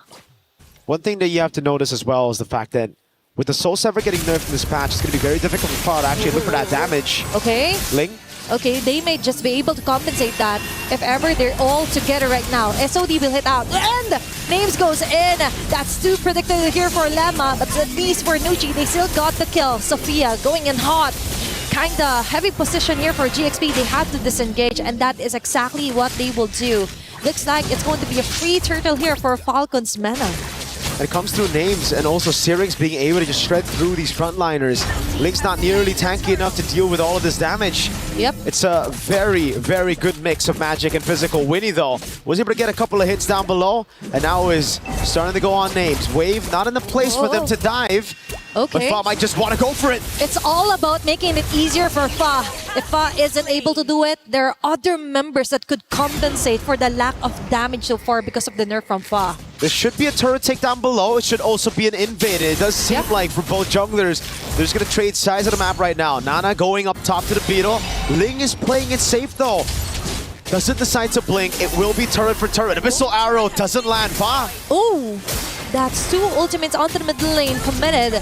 Not any equal exchange at all from GXP. Although they've got a turtle onto the top lane, I think GXP still got the most out of it. Denial of the buff, turret onto the bottom side, plus they forced out multiple ultis here from Falcons Mena. So now it's back to the slow game. And if you're thinking about the slow game, it really should be beneficial for Falcons Mena. They have a very good composition to scale into the late game. The Moskov, Gord, Yisun, Shin, heck, even the Esmeralda, all will find a lot of value. But then you look at GXP and the fact that they can split things up a lot as well, right? It comes down to delaying these skirmishes with the Marcel, making it awkward, and then landing the crucial arrows to possibly turn things around. It is a very, very difficult lineup to pull off, but if Galaxy Phoenix does it, that's insane momentum and morale boost to take into the knockout stage. They are really used to high mechanical players here, or high mechanical skills as well. And Fa will get the opening. What a wild play here for GXP. And Ling with a Torrent Roman hitting onto two members' names, trying to go for the free hits, but the damage just isn't there yet. Lemma on the other hand will be the sacrifice. Instead, that's two members for one, but GXP still have the chance to overturn that. And Winnie right on cue with a PMI, but there is Nocturne just right in the corner, taking advantage of the chaos as well, and Fa onto the front with an evil cooler, and the narrow will just hit or just miss at all here for GXP. And it's the combo of the Marcel and the Selena as well. The Golden Hour locks them in place. The artillery gets locked from the Golden Hour too, and it just auto-connects on the members you see. Ooh. Again, very difficult composition to pull off, but so far they've done a fantastic job at executing it. Up top now, they send the Claude. Winnie trying to go for the siege, as Nocturne has to respect it. Galaxy Phoenix, they have enough damage to deal with the frontliners, and they have enough sustain to deal with Falcons Mena's damage dealers as well. This is actually good for GXP. Although he's mentioned that this is something they're really difficult to pull off, they're also were able to pull off the macro side of things as well. Controlling the map, preventing Names with actually annihilating the rest of them, and giving Winnie all the winning lanes here. SOD would miss out here onto Winnie. Very close call there for Galaxy Phoenix. Now they rearrange, they regroup as well. Really taking their time here as Nucci gets falling into the mid lane. Syrinx with the Mystic Gush of Winnie, going in head-to-head on her with a Blazing Duet, all connecting onto the mid lane here for Falcons Mena. Now onto the mid lane, it's Fa going wild. Ling as well, Sophia dodging and sustaining all those damages as well. Sophia still alive and kicking, hitting on those arrow marks. Fa with a double kill. Now that's how they play. That's how hard they go against Falcons Mena. The back and forth is beautiful by Galaxy Phoenix. Falcons Mena, they always are in awe of what's happening, of what's hitting them right now. They're confused, left in confusion every single time. They think it's just going to be a clean front to back, where they've already gotten the sustain, where they already have the CC locked down on some of these members. But then Galaxy Phoenix, they utilize this composition not in a way where it's just arrows coming in, cleanup attempts as well, but also them outmaneuvering Falcon's Mena. You see the all-in happen here with the Glorious Pathway and the Mystic Gush, but then you see just how many of these resources are used to perfection. The Golden Hour to delay, the rest of the team utilizing those mobility skills to get out of harm's way and then to re-engage when it's all safe, when it's okay, when there are layers of frontliners coming in, and you get to see that final Blade Surge. Now Nucci again getting desperate. Popping the Glorious Pathway early. Up top, it's a good lane. Throw to ruin! Okay, that's 4-member caught again here. But Lemma and Lingfa with a mega kill. Immediate takedown onto the jungler. Now for the double. Wow. Lemma onto Zerg's hot on her tail. Lemma! Even with the flicker as well. Needs for the free hit. Now they go for the trade. But I think that won't be enough of an answer against GXP as Fa secures a triple kill. Now it's Names all alone here on the bottom side. Fa and Ling targeting her. And that is going to be a last hit for Sophia. 4 members are actually a wipeout against Falcon's Mena by GXP. Even when the arrows don't land, it plays such a crucial role in these team fights. Sophia with an arrow that didn't land but forced the step away from Names. She had to take that Blade Surge to the face and then the Purify desperately to try to get away. GXP are playing one hell of a game of MLBB. 5,700 gold lead. A Lord up top pushing in as well. And all this while, they've been able to get these turrets down before. It's a Holy Shield down below. Look at the items. They've been able to get so much, and Fa has a Sky Piercer. I believe it was 60 stacks earlier. This is massive for someone who died so early on before Turtle 1 to get 60 stacks. After a Sky Piercer, you usually start feeding. Oh my gosh, it's all about the QSG as well from the arrows from Sophia that made it easier for Fa to actually come back from the first blood suddenly from Falcon's Mena. Plus, it creates a lot of space interruptions against Falcon's Mena, which is what they're exactly doing. And now its Name's being targeted. Holy shields pop up. Another arrow right onto the face and a fall of the tornado throw in here for Ling. There's going to be a golden R. Okay, frozen on the moment is Serang. So with the Mystic Gush, they tried to find an answer and they find it on the body of Ling. But still GXP, they were able to pop up Holy Shields, able to destroy a base turret. And now they're eyeing out a possible or a potential kill. But still for Falcon's Mena, they're trying to force their way in against Winnie. Oh with my Blazing God. Duet, now he's going back up again. And Nocturne onto the front line is not enough to sustain at all as Fat gets an opening with a mega kill following up for a moment as well. What a chase down here. It's 2 members down here, but Nana gets a shutdown kill. And GXP, what a play here.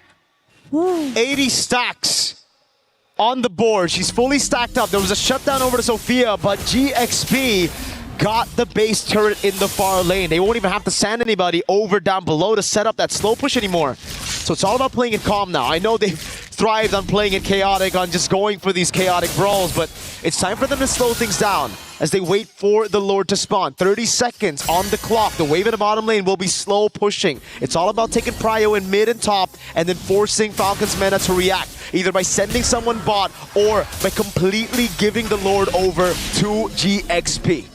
This is how they set their name high here on MWI. They may be tagged as newcomers, but with the way that they move... Oh my God, that arrow landed. It was just the Traceless that saved her. Okay, that is multiple dangers up ahead here for Falcon's Mena.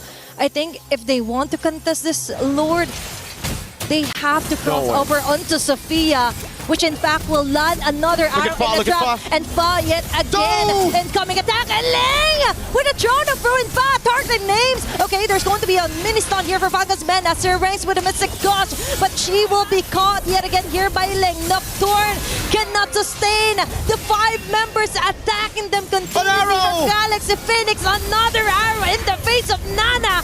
Fa with a finishing move, double kill as well. Sophia might fall down, but still for Galaxy Phoenix, that is a huge win advantage. That is a huge kill advantage. And now they're slowly making their way onto the base. Mid lane base turret being targeted. There's going to be a Glorious Pathway to try to link things up here against GXP, but no. This might be the end as Fa closely survives Snow, Syrinx, and Names, getting a name out of Leng and Winnie. Still defending for their life here against GXP. And they get 3 base turrets already. Everything stripped down to the crystal. I know I said to play safe. I said to play safe. I said to play it slow. You know what? Screw that. Just do your thing, man. Galaxy Phoenix, they like it fast. They want to go in. They want to just look for those chaotic duels. And it's facilitated through Sophia landing these arrows. It's just ridiculous how disgustingly accurate Sophia's been on those arrows. Finding these angles that makes it so difficult for Falcons Meta to react to. Another arrow again just lands on Nocturne. I'm surprised she doesn't have Wishing Lantern at this point. It's a poking tool. It's like you're playing Navaria. It's like you have an Astral Echo placed on all of them. The hitbox is doubled whenever Sophia's on the Selena. That will be the cherry on top if ever she plans to build up the Wishing Lantern at this point. Because now for GXP, they got a Lord.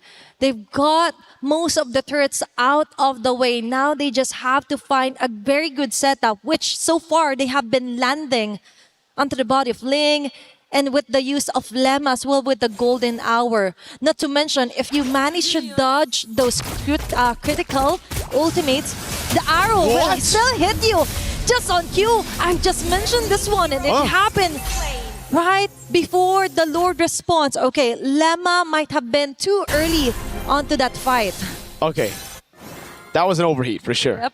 Okay, maybe now they need to play it slow because they got the Lord, they got everything, but they still have to respect the fact that Falcons Meta have a good scaling composition. If they're able to prolong this game even further, they might be able to contest the Lord. You can already see that clear with the Gord, Easton, Shin, and Moskov. This Lord is gone straight up. You need all 5 of your members with the arrows landing. Remember, if these arrows just land inside of the base, they can just walk back to their fountain, get all their HP back, and then reset all over again. That certainly has delayed things for GXP, and it's given Falcons Meta a second win. It's all about stretching out the game here for Falcons Meta. For GXP, yeah, you are dominating, but there is still the wave clear present, and heroes for Falcons Vega, or Falcons Meta rather, that is slowly catching up. Speaking of stacks, 37 on that Thunderbell, 56 on the Sky Piercer, so we see how that has impacted GXP, how it's given Falcons Meta a bit more chance in this game. It's no longer at 80, so they won't start disappearing from the map whenever they get low. It's all about maintaining a low profile for now for Falcons Meta. But still, you can't keep a low profile as there's someone always attacking and giving the vision here, which is Sophia from Galaxy Phoenix. Now, they might not force out a team fight just yet. More on the macro side of things is Galaxy Phoenix needs to focus on. Look at Fa. Okay, Fa and Lemma has other things in mind. No, they don't want to wait for the Lord. They want to go in. Okay, Golden R caught all the 3 members here. Syrinx being caught here by Ling, and a follow Throne of Ruin as well. Fa with the last hit. It's going in with the Blazing Duet with Winnie, who roams in movement as well. Double kill. That's 2 members down. Now it's 3 members left to defend for their base, but no, they still get it. Fa with a triple kill. Galaxy Phoenix just got the hit. This might be the winning goal, winning moment that they need. 5 members still up, and it's only Nocturne left, and this is it. Galaxy Phoenix ensures the 2-0. A maniac for Fa, delayed Savage, or rather a denied Savage by Nocturne, but it don't matter. Galaxy Phoenix are able to get the job done with a clean sweep. A statement victory to send them into top 8, and perhaps a declaration of war with this composition. A statement for sure. A win with one of the craziest, one of the toughest compositions to pull off, and they pulled it off all the way. It was crisp, clean, the arrow, the flanks, not waiting for the Lord and just subverting all of our expectations, especially Falcons Meta's. They weren't ready for that play. They thought it was going to be slow. They've expected teams to just play around the Lord after losing, or after winning this hard, after getting defended over and over again. Galaxy Phoenix may have come as a newcomer this season, but no, they should never be treated as such. What an amazing way to end the day for MWI. that is somehow one of the most dominating wins that we've seen today so far. We've seen dominant wins in the form of calculated domination, macro control, no shutdowns given. But now we're going to talk to some of the players with Hollywood, Rob, and Cheryl. Now, Hatias, congratulations. You guys just punched your tickets to the knockout stages. Galaxy Phoenix has risen to the occasion. Now, I do have a question for you, Sophia, and that is, this is the first international appearance that you guys have been, and you have dominated the world stage. So how are you feeling? Are you guys like nervous at all? Because this is a spectacular performance. For us, even though this is our first international stage, but we prepare for it for months, so it's okay. We can maybe go to grand final. And even on its own, this is potentially the best showing even, you know, for Cambodia. Are you guys super proud? I believe a lot of our fans back in Cambodia are super proud from where you guys are right now. How are you feeling about that? I feel very proud of us that we we prepare for train for a long time, so it's time for us to show our skills. That's true. It is time for them to shine. And so far, of course, you have been showing your skills. You've already beaten 2 champions, actually have swept 2 champions from 2 different regions. Is there any specific team that you have your eyes on next? I think Vitality, because she is the 2025 champion. Okay, eyes on the champion. Of course, you absolutely love to see this level of play right here. Congratulations again on your victory and qualifying to the knockout stage. Let's go ahead and send things over to our studio.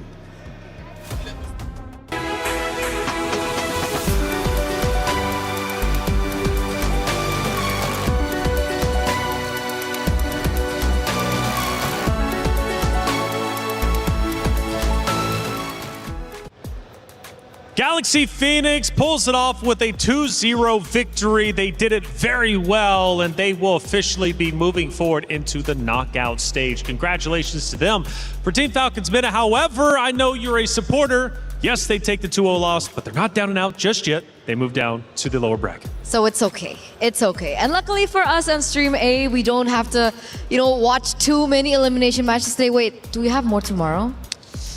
Let's see.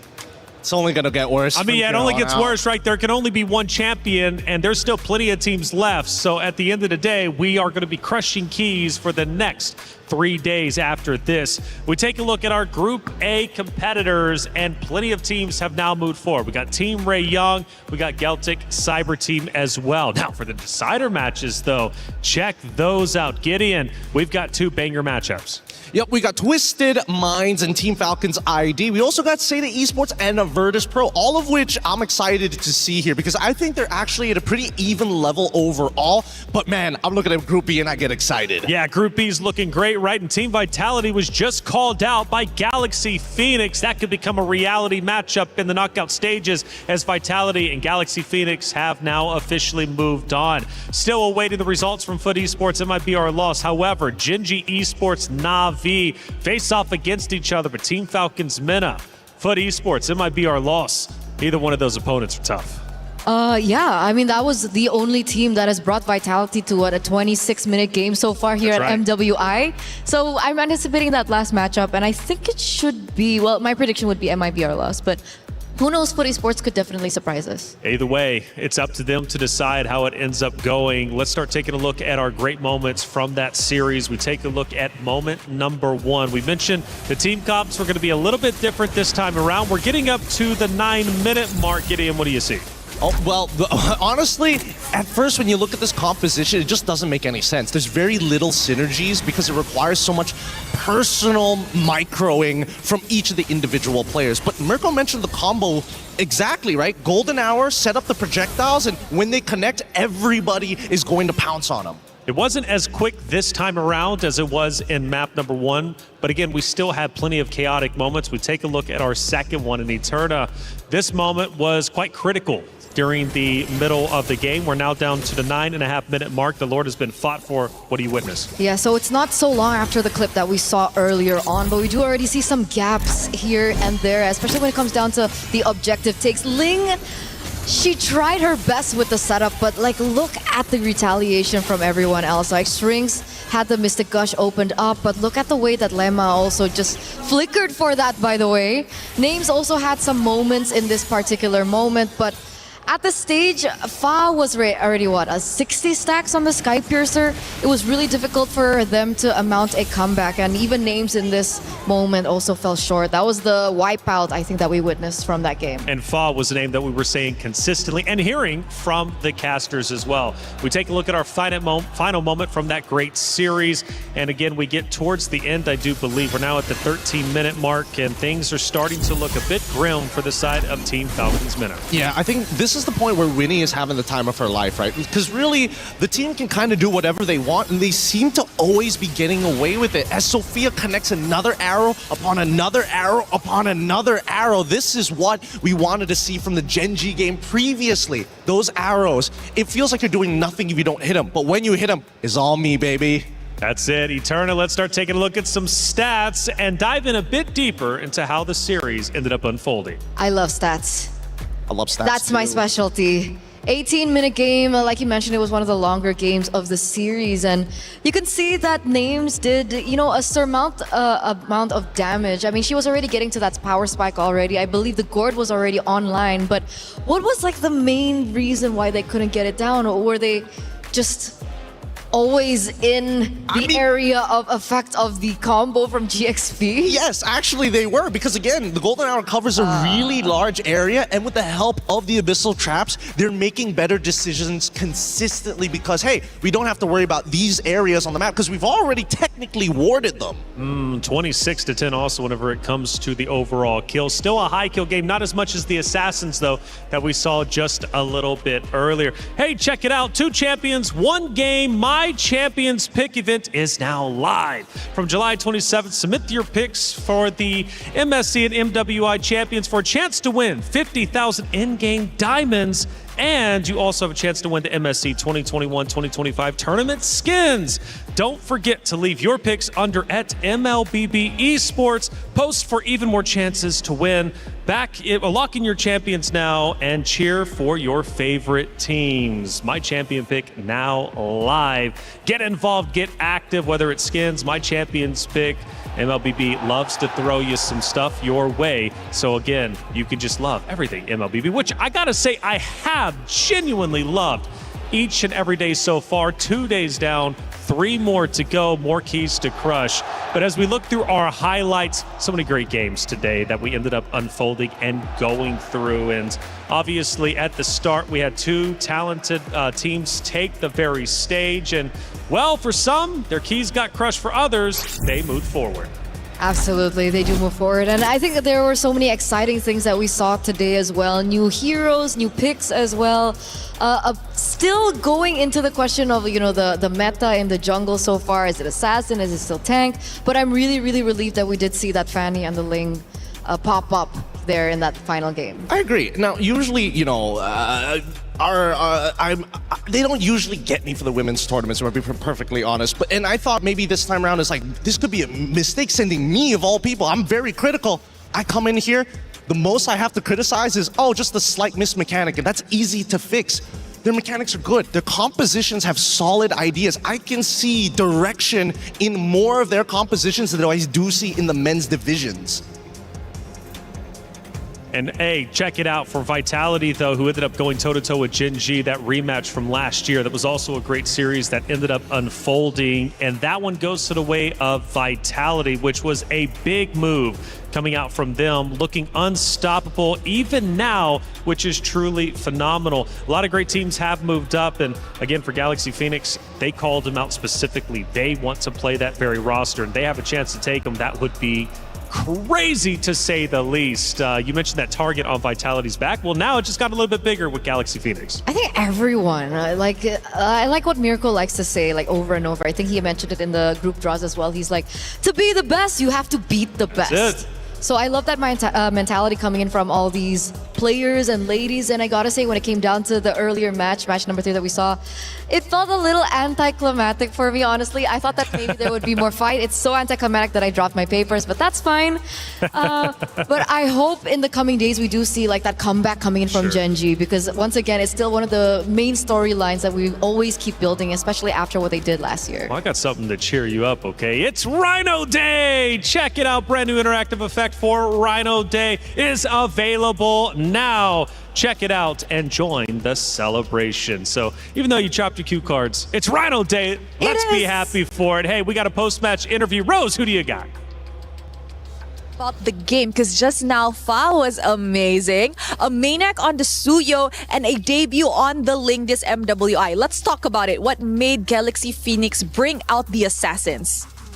គេសួរថាមិនបានសម្រាប់ចិត្តយកលីងមកលេងព្រោះលីងហ្នឹងគេខានដកយូរហើយឥឡូវដោយសារតែជា favorite hero របស់ខ្ញុំហើយខ្ញុំក៏ខានលេងវាយូរដែរដែលខ្ញុំដកមកលេងហ្នឹងក៏វារៀង practice តិចតួចដែរមុននឹងលេងតែដោយសារតែវា favorite ស្រាប់អញ្ចឹងស្រួលវិញ so first of all she said Link is her favorite hero and it's been a long time quite a long time that she didn't use it but before the match she did practice for a few matches. That's why she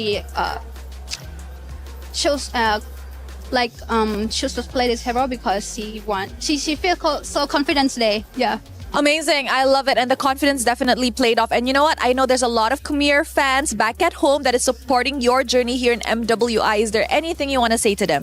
ខ្ញុំនិយាយប្រាប់តាមទៅ fan នៅខ្មែរអរគុណសម្រាប់ការគាំទ្រហើយសូមបន្តគាំទ្រពួកយើង Galaxy Phoenix បន្តទៀត Okay, she said thank you for the supporting and I hope you guys keep supporting us Galaxy Phoenix fans represent Cambodia. Yes. Thank you very much, girls. Congratulations. And with that, that is it for this interview. Bye-bye. We were there for every click, every clutch, every respawn. We were there for the years of grind, and we're here. Now, the proud founding partner of EWC, powering the biggest event in gaming, shoulder to shoulder with the world's best, making history. Greatness deserves a stage. Lenovo Legion, reach your impossible.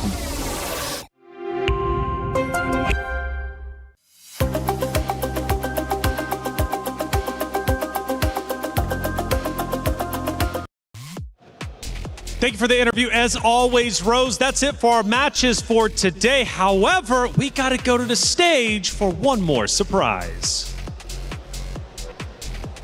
We're interrupting your regular MLBB programming right here for a very special segment. Ladies and gentlemen, now we are celebrating 10 amazing years of Mobile Legends Bang Bang. And we would love to call in all of our favorite faces to come on in and join us on this celebration. That cake looking mighty good, Damascus, I'm not gonna lie. That cake's looking really nice. 10 years creating one of the biggest gaming communities around. And of course, we had to invite all the homies around before we dive into this cake, yeah? Okay, 10 years, ladies and gentlemen. Can I please just get one comment really quick from you? Or it don't gotta be quick, whatever, however you feeling. Just, how you feeling about 10 years of MLBB, any words for the community? We're so blessed to be having these 10 years, these beautiful 10 years with all these beautiful talents. There's so much more that we have to offer you guys, so please stick around and enjoy year after year after year, because we're still gonna be here. Come on, man, enough said. I feel like pretty much right there, that is a mic drop. Ladies and gentlemen, of course, tomorrow we have even more MWI here at EWC26 as we have a few more losers bracket matches. And of course, we are starting our knockout stages. You do not want to miss it. We'll see you guys tomorrow.